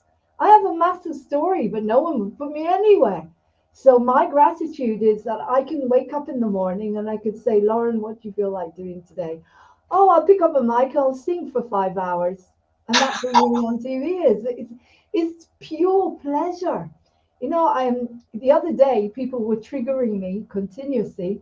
So I thought I'll do a program called Trigger Me Deep. And it was literally sitting there, letting them trigger me, feeling what it felt like, and came up with this program because I healed it on the spot by going back inside to my childhood and all of this stuff. And I'm so grateful. As you said, I diversified a little bit, but gratitude, everything that I've been through in life, and I've been through a lot in life. I haven't had a very nice life on this planet. But every single thing has led me to running a new TV station based on love and empathy and hope and compassion and the opposite of the media. Only because I got hurt so badly. I'm so grateful for every single thing that I've been given to deal with in life. I mean, gratitude is the big one. So if anyone is watching, I don't want to go into my story too much. But if anyone is watching, guys, and you want to understand how to have a better day, just the law of attraction, Michael James in London used to say to me when I was in deep depression, he said, Lauren, what about your cats? Close your eyes and think about your cats and cuddle your cats in your mind. That's it. That's enough. That gives you a little bit of hope. Get out a piece of paper, do your 5 a day, and write down 5 things you're grateful for. Like Joe Vitale, he had a pencil. I remember reading he was homeless and he had a pencil. And he was so grateful for that pencil because he was able to pick up that pencil and write. And that's how he wrote his first book. I think it was Zero Limits or something. But gratitude, it takes you from the lowest you can feel. And God knows, I do empathize with people who have depression because I get depressed a lot on and off because of loneliness and all sorts of issues. but you get out a piece of paper or you go on Moving on TV and you think, okay, what can I do? So what would be your five a day? So you get up, what would be your initial 5 a day? So you get up. So I'm reading a book called The Magic at the moment by Rhonda Byrne. So back to the gratitude thing. Like, I thought I was practicing gratitude. I was like, yeah, I'm practicing gratitude. But until you read that book, and I'm only like halfway through it, you realize like you're only kind of half-assed in gratitude. It goes deep, like it goes deep into all the different facets of gratitude. So the first thing I do, I probably just, have a glass of water, get myself hydrated. I like to take a long bath before I go to work. So I'll have a bath and I'll do my breath work. So I'll do the Wim Hof method. I'll do a couple of rounds of that, depending on how I feel. And then I'll go into my gratitude. So I'll do, and I used to always do the Tony Robbins the breathing and the whatever it's called. So I used to do the Tony Robbins, but now I just do, I follow an artist, an incredible musical artist called Londrell, who's a rapper as well in the States. And he made a track called Gratitude. And first time I heard this track, it brought me to tears because I was on that vibe and I was like, this is like what it's about. I was like thankful for that track. I was like, this is what it's about.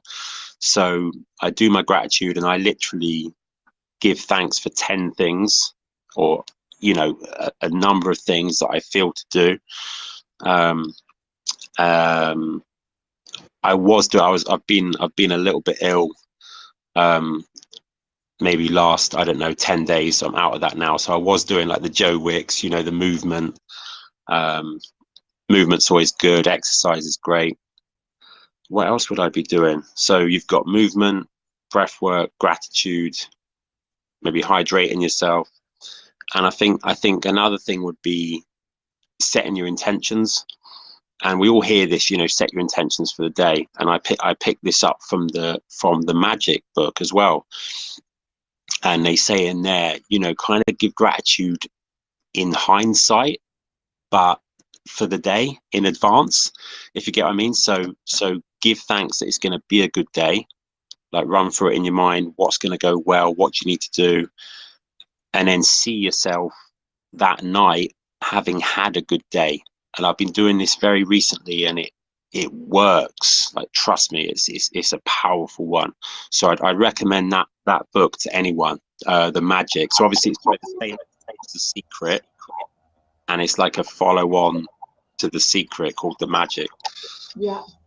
I remember years ago I was cat sitting and I read The Magic. I remember, but oh my God, you do Will Hoff. Wow, you're brave. You do the ice baths.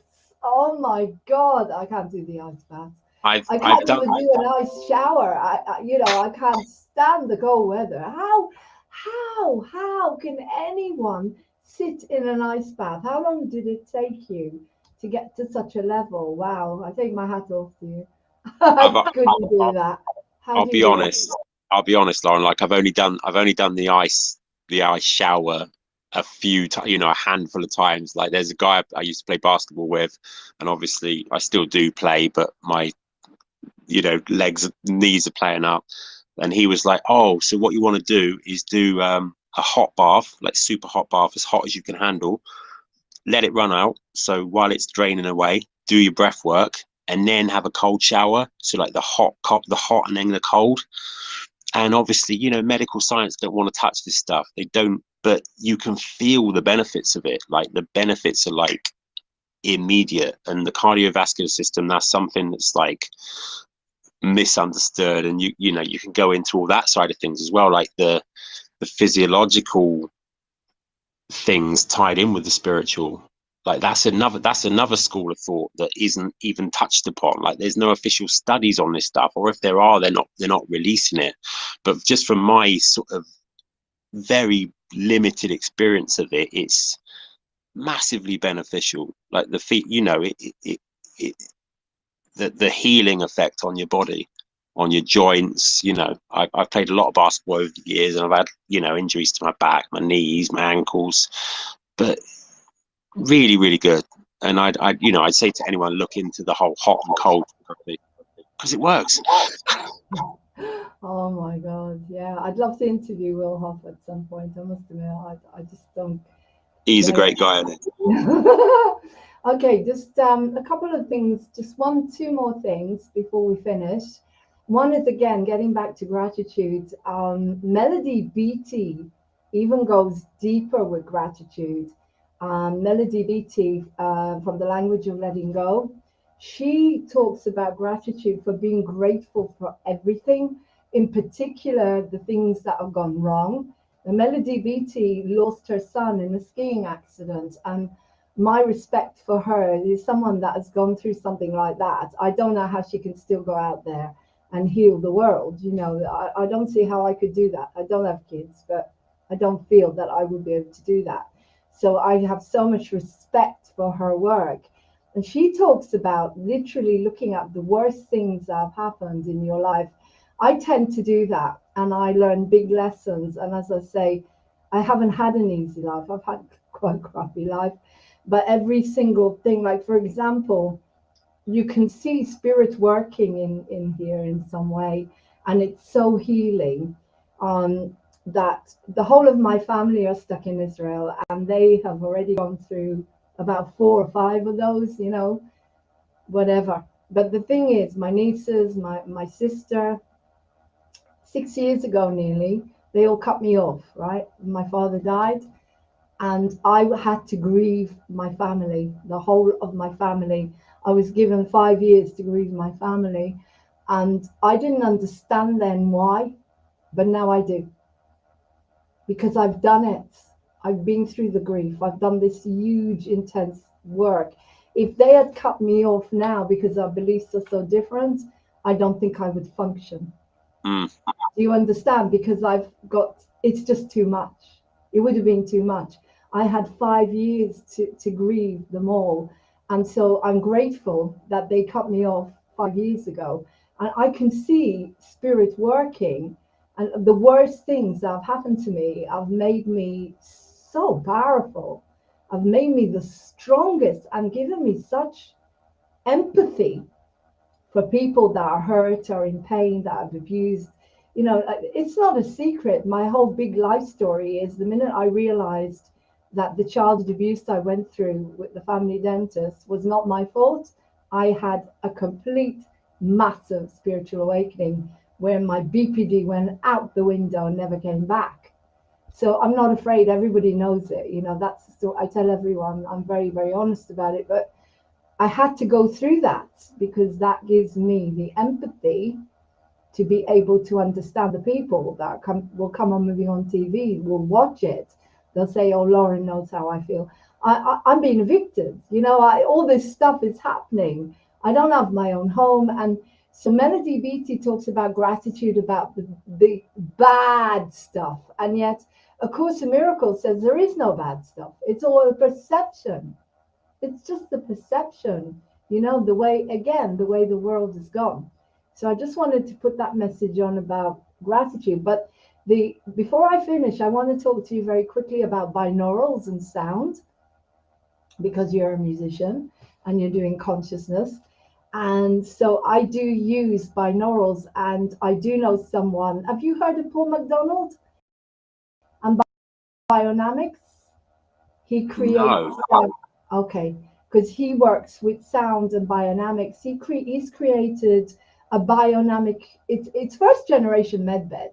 He uses sound and lights, but mainly bionamics, which is similar to binaurals. And when you get on that bed, I'm not kidding you. All your pain goes away, depression goes away.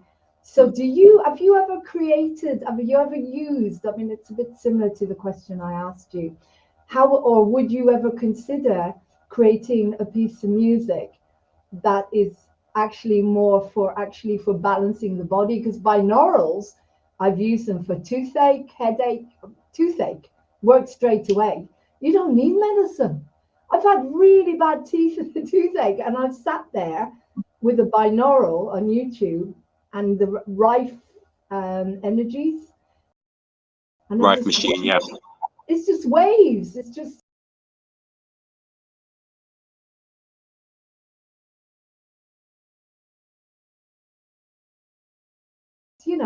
energies. So do you ever use that? Have you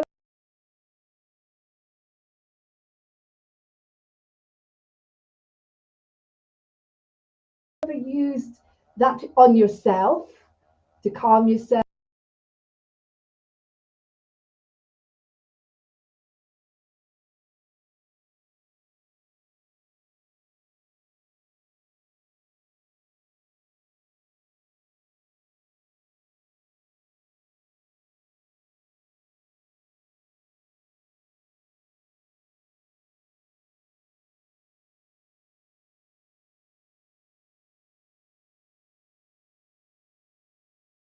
A follow on to The Secret called The Magic.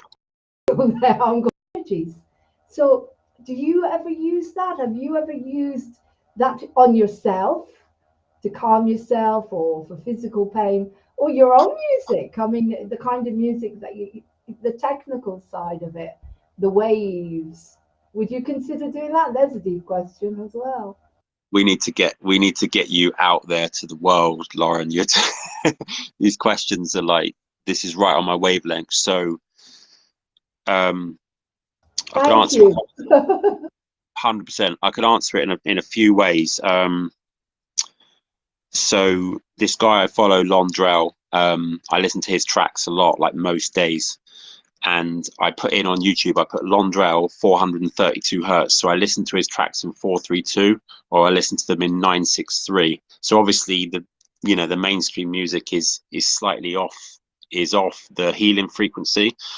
I'll be honest, I've had really bad toothache in the past, and I have had this reference to me in the past. A friend on Facebook said to me, "Oh, Jonny, play this frequency," and you could feel the effects, but it was so bad. I just had to I can't even remember what I did at the time, but I was away in Europe as well at the time.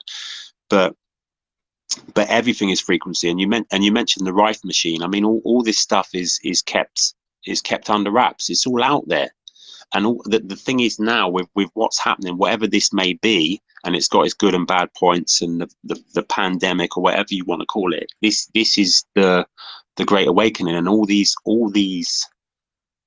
schools of thought or higher consciousness is re-emerging, and people are just getting it. People feel it. I can feel your frequency, you can feel my frequency, I can feel your consciousness. There's a connection there. It just is. Like, and people say, oh yeah, take your paracetamol, or take this, or go to the doctor. They're working from one level of consciousness. They're working from a limited view. They're working with the body as a machine. It's not just we're not just the body, and people are figuring this out, and people are, and I've got many friends on my Facebook that are Reiki healers and deal with consciousness and deal with energy, and it's all out there, and it's all coming back to the forefront. We're just remembering who we really are, and that's the key at the moment. That's what all this is about. This is just a smokescreen to get people to focus on something else. Yeah. But that's what it's all about. Well, it's always been there. I mean, even if you I always take the story of Jesus, and I'm not saying that Jesus was actually crucified. There's loads of theories out there. I've got my own. It's not about that. To me, Jesus did not suffer because he knew how to do it. Look, I'm just going to say that I've had toothache from hell, and I was in a wheelchair, and I sat there and I went through it. I sat there and I was reading the comments on the Rife, and it was so funny. People were saying, "Oh, I'm going to cut my head off," and it was so funny. And I kept reading them, and bit by bit, as I was reading them, the toothache disappeared. I'm not kidding you. It just went. I mean, I remember going to the dentist. I just had an accident. They gave me something about that size. The tablets were that size. And I said to them, "You think I'm going to take those? You mad?" It went straight in the bin. Of course, I used hemp, which was amazing. You can get it on Amazon. It's legal. Hemp. I washed with lots of salt water. But the main thing that got rid of the pain, I've tried it so many times, is the right frequencies. You just sit there and you laugh with the comments. And everybody's saying, oh, I hope this helps you and God bless. And they say the comments are so funny. But why not? If Jesus was crucified, yeah, the pain that he was not an ordinary man. None of us are ordinary. We all have it inside of us. We're all unique beings. My ex-husband's a hypnotherapist. So he puts you into a trance. I can put myself in a trance just like that. As I said, I got myself out of a situation where someone triggered me last night on here. I was talking about something and all these bubbles started bubbling up inside me. And it was me as a 5-year-old in a bubble bath, absolutely terrified of the bubbles. And I went there so quickly and I released it. Here, I've created a program called Trigger Me, whatever. But what I'm saying is we can all do it. Jesus was a teacher and he told us, physician, heal thyself. He told us we can heal ourselves. So what I'm trying to say here is I always took that concept that he eventually went past the pain. There was no pain anymore. Even if whatever happened to him, and to me, it's a big metaphor, it's metaphysical. But even if if the body's being tortured, and hope to God I never get there, but toothache is close to being tortured, you know what I mean? You just sit through it, but with right frequencies. Don't do it without some binaurals because it won't get any better. Not only that, acupressure. YouTube is amazing. People are going on there and they're teaching you acupressure. You do this and your toothache will go. As I say, every single time, never take a tablet. I'm not telling anybody not to take medication, but that's how the body I have, it's not capable of coping with medicine anymore. So I have to find a way around it. And to me, there's usually always an answer, So if Jesus did it, he always said to us, you can do it, So there's no reason why we can't get past. And as I said, you've got visionaries like yourself, like Paul McDonald with his biodynamic bed, where he's healing people, and he really needs a plug because what he's doing is just stunning. Not only is I can give you an example that I had a session on that biodynamic bed, and I ended up writing a piece of music with him, which was put up for a Grammy. So it's called Heart Vision. That's how powerful the sounds, and because he released a whole lot of stuff, and then we did this improvisational piece of music, So everything, as you said, everything is there, and we're very grateful. That music. Pardon? You send me that. Can you Oh, of course I will. Yeah, I will. It's called Heart Vision. It's stunning, absolutely stunning, and it was picked up by Joey. Oh my God, what's his name? Rock Around the Clock. Bill Haley in the comments.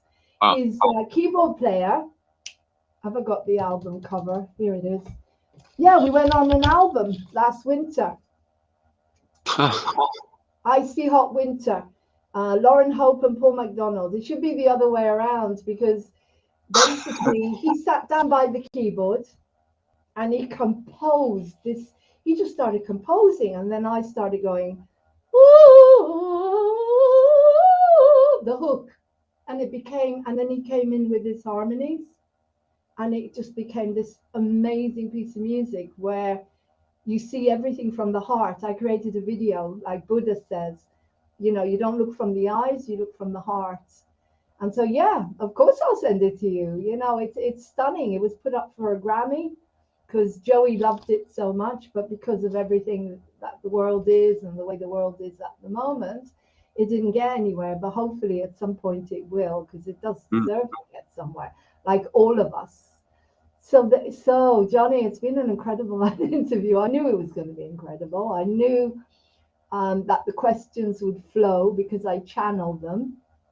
Is there anything else you'd like to say on Moving On TV? Because the people that are coming on here are sometimes that people that are grasping at straws. They're looking for some fun. So they're looking for a smile. They're probably coming from a job where they don't know whether they're coming or going anymore. Do you do a day job at the moment, or is it just studio work? Yeah, no, I do. I'm in sales. I sell RAC breakdown cover, so that's my five. So obviously I went away from that during the pandemic. I've recently come back.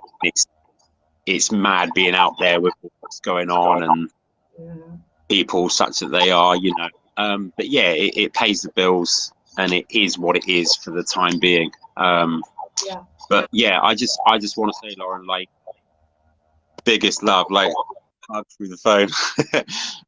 But like, massive gratitude for having me on. I really appreciate it, and I've got so much from it, and it's beautiful to know that you're out there with the awareness that you've got and just the love that you're putting out. It's beautiful, and I want you to, you know, get out there more. And obviously I'll share this and put it on my platforms and stuff, but you know, keep doing what you're doing and keep being yourself and keep being you and keep putting that incredible, beautiful energy out there. Massive love. Thank you so much, Jonny. You know, the beautiful thing is I always put on here that millions and millions and millions of angels are watching, and we have got 11 viewers. And as I say, considering I had one and one bot, to me, it's just fabulous. But yeah, I'm open now to the universe taking Moving On TV and putting it out there. You know, can you imagine a TV station where, I'll just tell you one more thing before we go. When I was in the wheelchair, I've been singing since I was 13 years old. I was the lead soloist of the Children's National Choir in Israel, you know, like Charlotte Church. I couldn't get anywhere because I turned my back on the entertainment industry in Israel. Something said no, and so I didn't go with it. But basically, when I was in that wheelchair, I remember sitting there thinking, I rang up ITV and I kept thinking, they must put me on. I mean, I'm in a wheelchair. I'm not using meds. I've got a serious, apparently, mental health issue, and I want to sing. Surely they're going to put me on. I've sold out Edinburgh. I sold out the whole country with Edith Piaf. No, rien de rien. They won't put me anywhere. So I made a vow. This is always like my dad, you know. I do stuff like my dad sometimes. Funny. He's up there now. I made a vow that there would never, no one would ever have talents and not be able to get on, because they wouldn't put me anywhere. And this phone, 07437 532 798, is for everyone. And when it gets really big, there will be a switchboard and people can ring up and say, hi, I'm Lauren or whatever. And I really want to perform. I really want to sing, but I've got nowhere to perform. Will you put me on? And I'm in a wheelchair and I just had an accident. And we say, yeah, no worries. Come on tomorrow or come on the day after. We'll find a slot for you. Because there was no way I was going to let people suffer like I felt that day in the wheelchair. Never. It always comes from pain. And that's my vow. And when I'm really, really rich and lying on the beach, when we're allowed to eventually, and somebody else is running Moving On TV, they will stick to that code of the, you know, that conduct or whatever, my ethics or whatever it is I've decided. No violence, no bad language, no derogative remarks about people, no harming animals. That's kind of sponsors I'm looking for. No chemicals. Yep. That's Moving On TV. It's pure innocence. That's it. So thank you so much, Jonny. It's been such a pleasure to have you on here. Thank you. And lots of love. And once the interview is ready, it'll be the Lauren Hope Glory Show.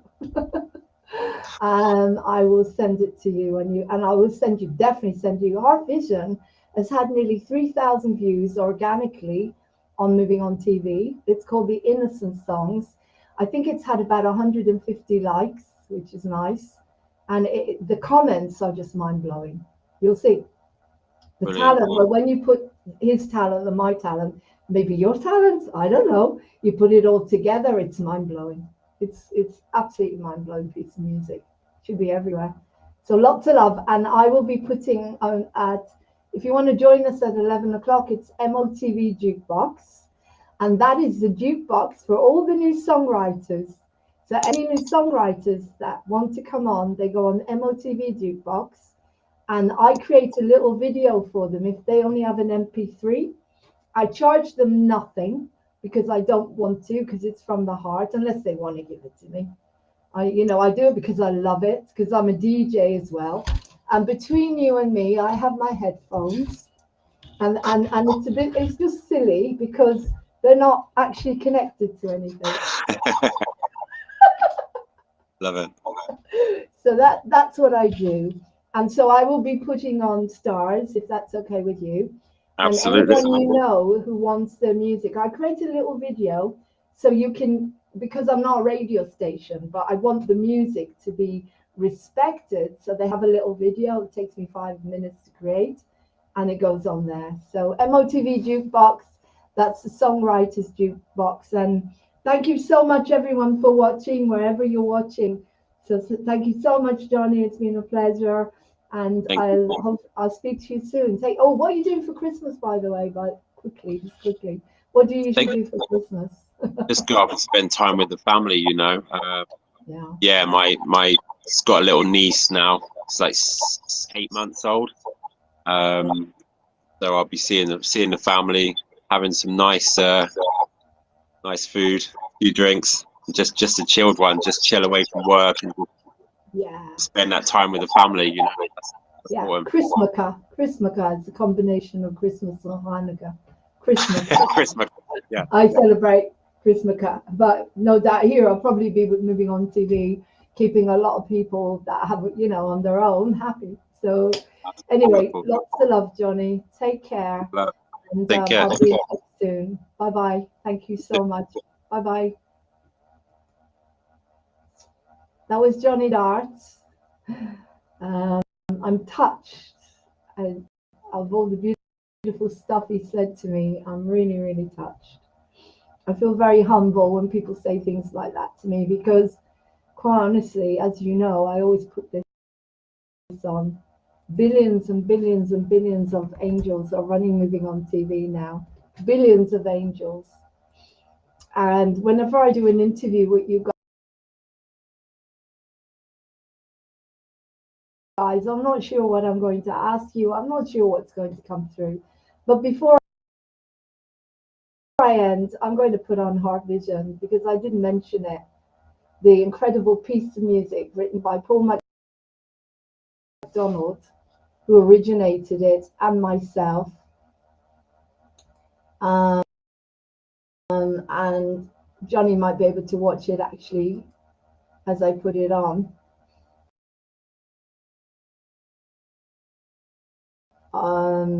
But it is a stunning piece of music, and it deserves to be out there. It deserves to be winning awards. If you listen to the music, I did dissect it. I think at some point I dissected the whole thing, analyzed it, and how it goes up and down the chakras, and which it does. Let me try and find it. I did a silly version of it with me and Paul as the smiley, but whatever comes up, I shall put in Heart Vision and see what comes up.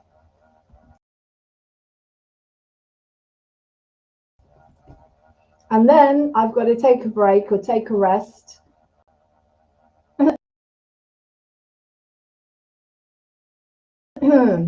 And because I've got to edit these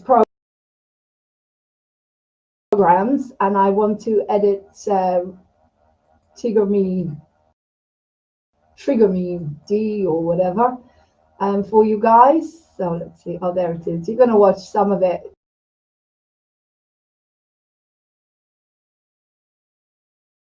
This is the fun vision, the fun heart vision, okay, that I did with Zoom.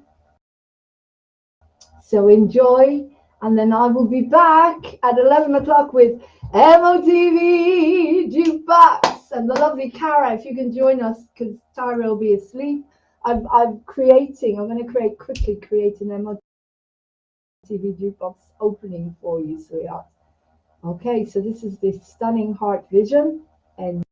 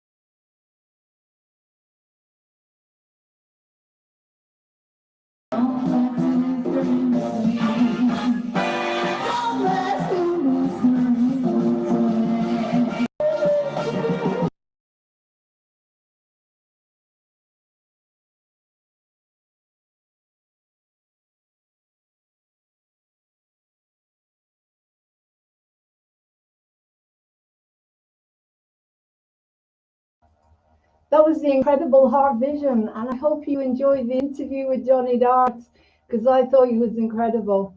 You can watch the full version of Paul McDonald's Heart Vision on the Grammy nomination on YouTube on Moving on TV Mental Health, the Innocent Songs playlist. Come back again, guys, at 11 o'clock tonight with MOTV Jukebox. I've got to go and do the video for Cara to get the opening ready. Okay, so I shall be back. So I'm going to have to end the stream and then come back again. Thank you so much for joining. Please subscribe to Moving on TV on here. Please subscribe to Moving on TV on YouTube, Mental Health, Moving on TV Mental Health. Watch all our programs on there. Thank you to the millions and millions and billions and trillions of angels that are watching Moving on TV. And thank you so much for guiding me to ask the right questions today, that I knew what questions to ask. The intuition was able to know what questions to ask. And I hope you enjoyed the interview. So lots of love, guys. Come aboard Moving on TV, your new mental health TV station. I've got to go and eat. So I'm just going to very quickly put on a message from one of our CEOs, me, in a different identity. And she's going to teach you how to accentuate. Oh my God, this is so cool. So cool. Okay. Remember what we talked about today?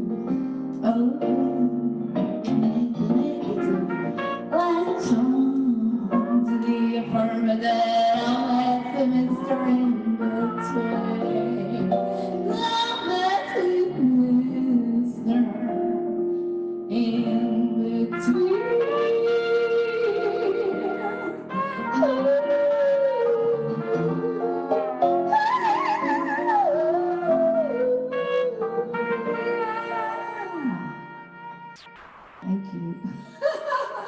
This is so cool. I never knew I could do this with the video in the background of me.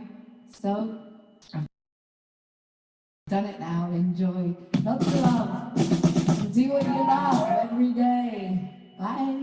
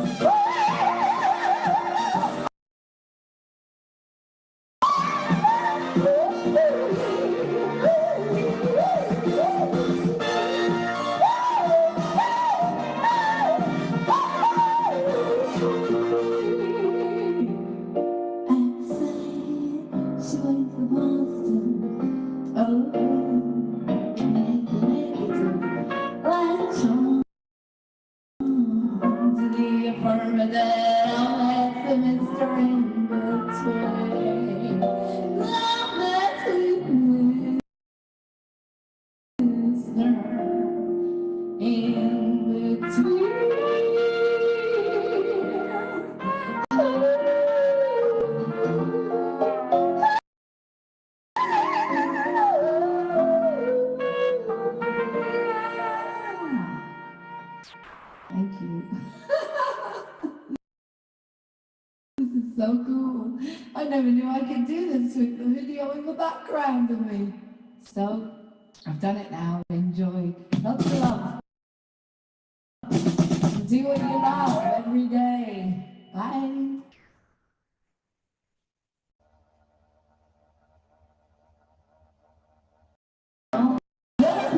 Bye.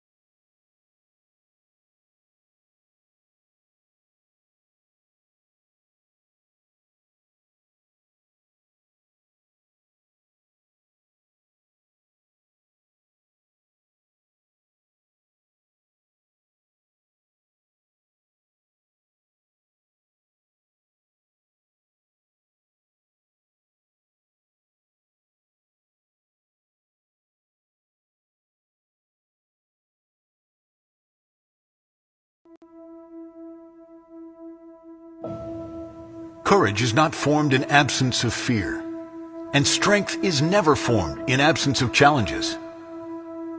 Strong people fall down. They don't stay down. Strong people break. They don't stay broken.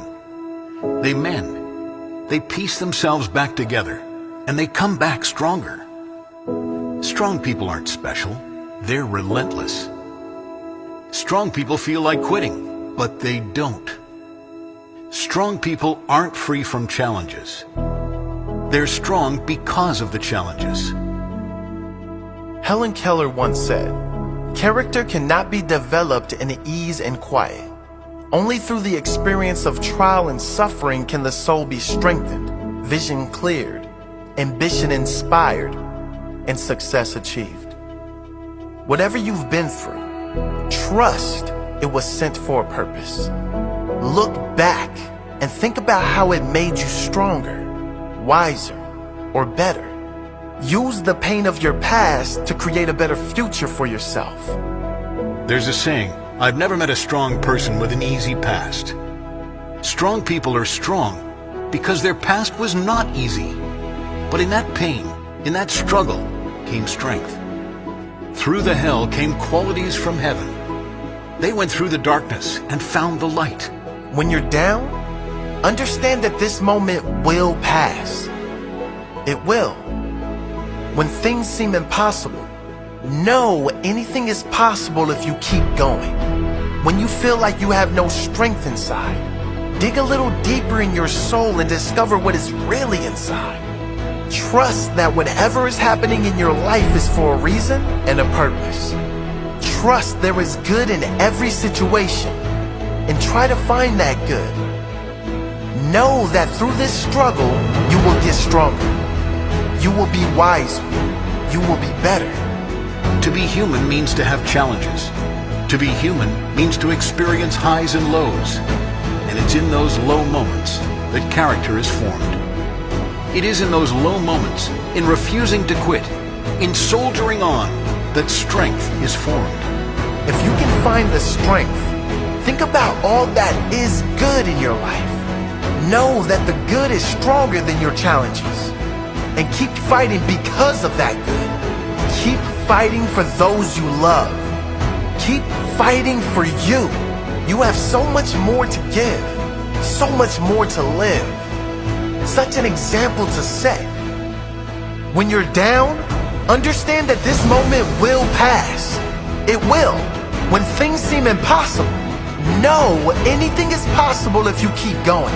When you feel like you have no strength inside, dig a little deeper in your soul and discover what is really inside. Trust that whatever is happening in your life is for a reason and a purpose. Trust there is good in every situation and try to find that good. Know that through this struggle, you will get stronger. You will be wiser. You will be better. Think about all that is good in your life. Know that the good is stronger than your challenges. And keep fighting because of that good. Keep fighting for those you love. Keep fighting for you. You have so much more to give. So much more to live. Such an example to set.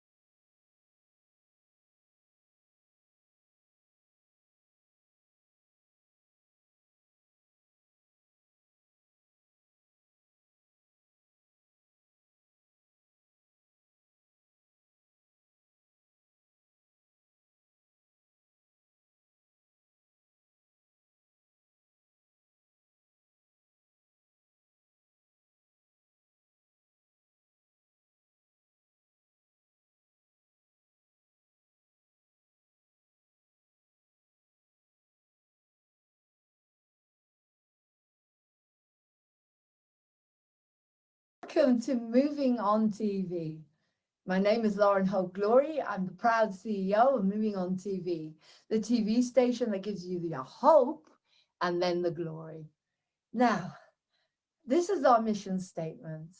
Our mission statement is that you have always got a platform for your talents, your dreams, your work, and it doesn't involve money. It involves connecting and bartering, because if you can't afford it, you barter. And you go out there and you promote Moving On TV. You come on here and do your own shows. Moving On TV's mission statement is that you will never, ever sit on your own in your house and think, oh my God, I have this amazing singing voice and no one will listen to me. I've got to go and stand in a queue. That's not going to happen anymore. That's the past. But I'm going to have to stand in a queue for hours and hours and nobody will care about me. And I'm just a piece of meat and I'm just a voice. I'm nothing else. To us, you are unique. You are unique mind, body, and spirit. And we will take you and we will hold you and love you. And that's what Moving On TV is. Because I can't be anything else. That's me. That's why I'm here. And because I will never, ever let you suffer the same way as I did to get to where I'm going. Okay, so that's my mission statement. The mission statement of Moving On TV is we are humanitarian, we are love, we are compassion, we are consciousness. We are here for every single unique human being, whether you clean the streets or toilets, or whether you're all the same. We're all equal. We are all equal. It doesn't matter who you are. If you have a dream, if you have a mission, if you have something that you want to give, come to Moving On TV. This is the news. This is the new news. And when we can, we will give you the truth bit by bit, little by little. But we will wake you up so you can find it out for yourself. Okay, so watch our programs and you can see what Moving On TV is. We are a TV station, not a channel. We are a TV station, just like BBC and Sky and ITV. A real TV station for everyone. Come on board Moving On TV, the TV station that gives you hope first. Tikva in Hebrew, hope, means it opens your heart and it makes you feel that you're here for a reason. It gives you a reason to get up in the morning. Tikva, ahava, light language. I love you. If you don't get this message, then you're not supposed to be on Moving On TV. We come from Christ consciousness and we come from somewhere else, Aquarius. And so this is your TV station. Join us. Come on board Moving On TV. You can contact us at movingontv1@gmail.com. Ring us or text 07437 532 798. I protect Moving On TV with the violet flame and the angels and all the light and all the beauty of Jesus and Buddha and Muhammad and all the leaders that came, Gandhi, that came to show us the way, to pave the way. Nothing enters Moving On TV unless it is based in that consciousness. I love you and thank you. Happy New Year. Welcome to 2021.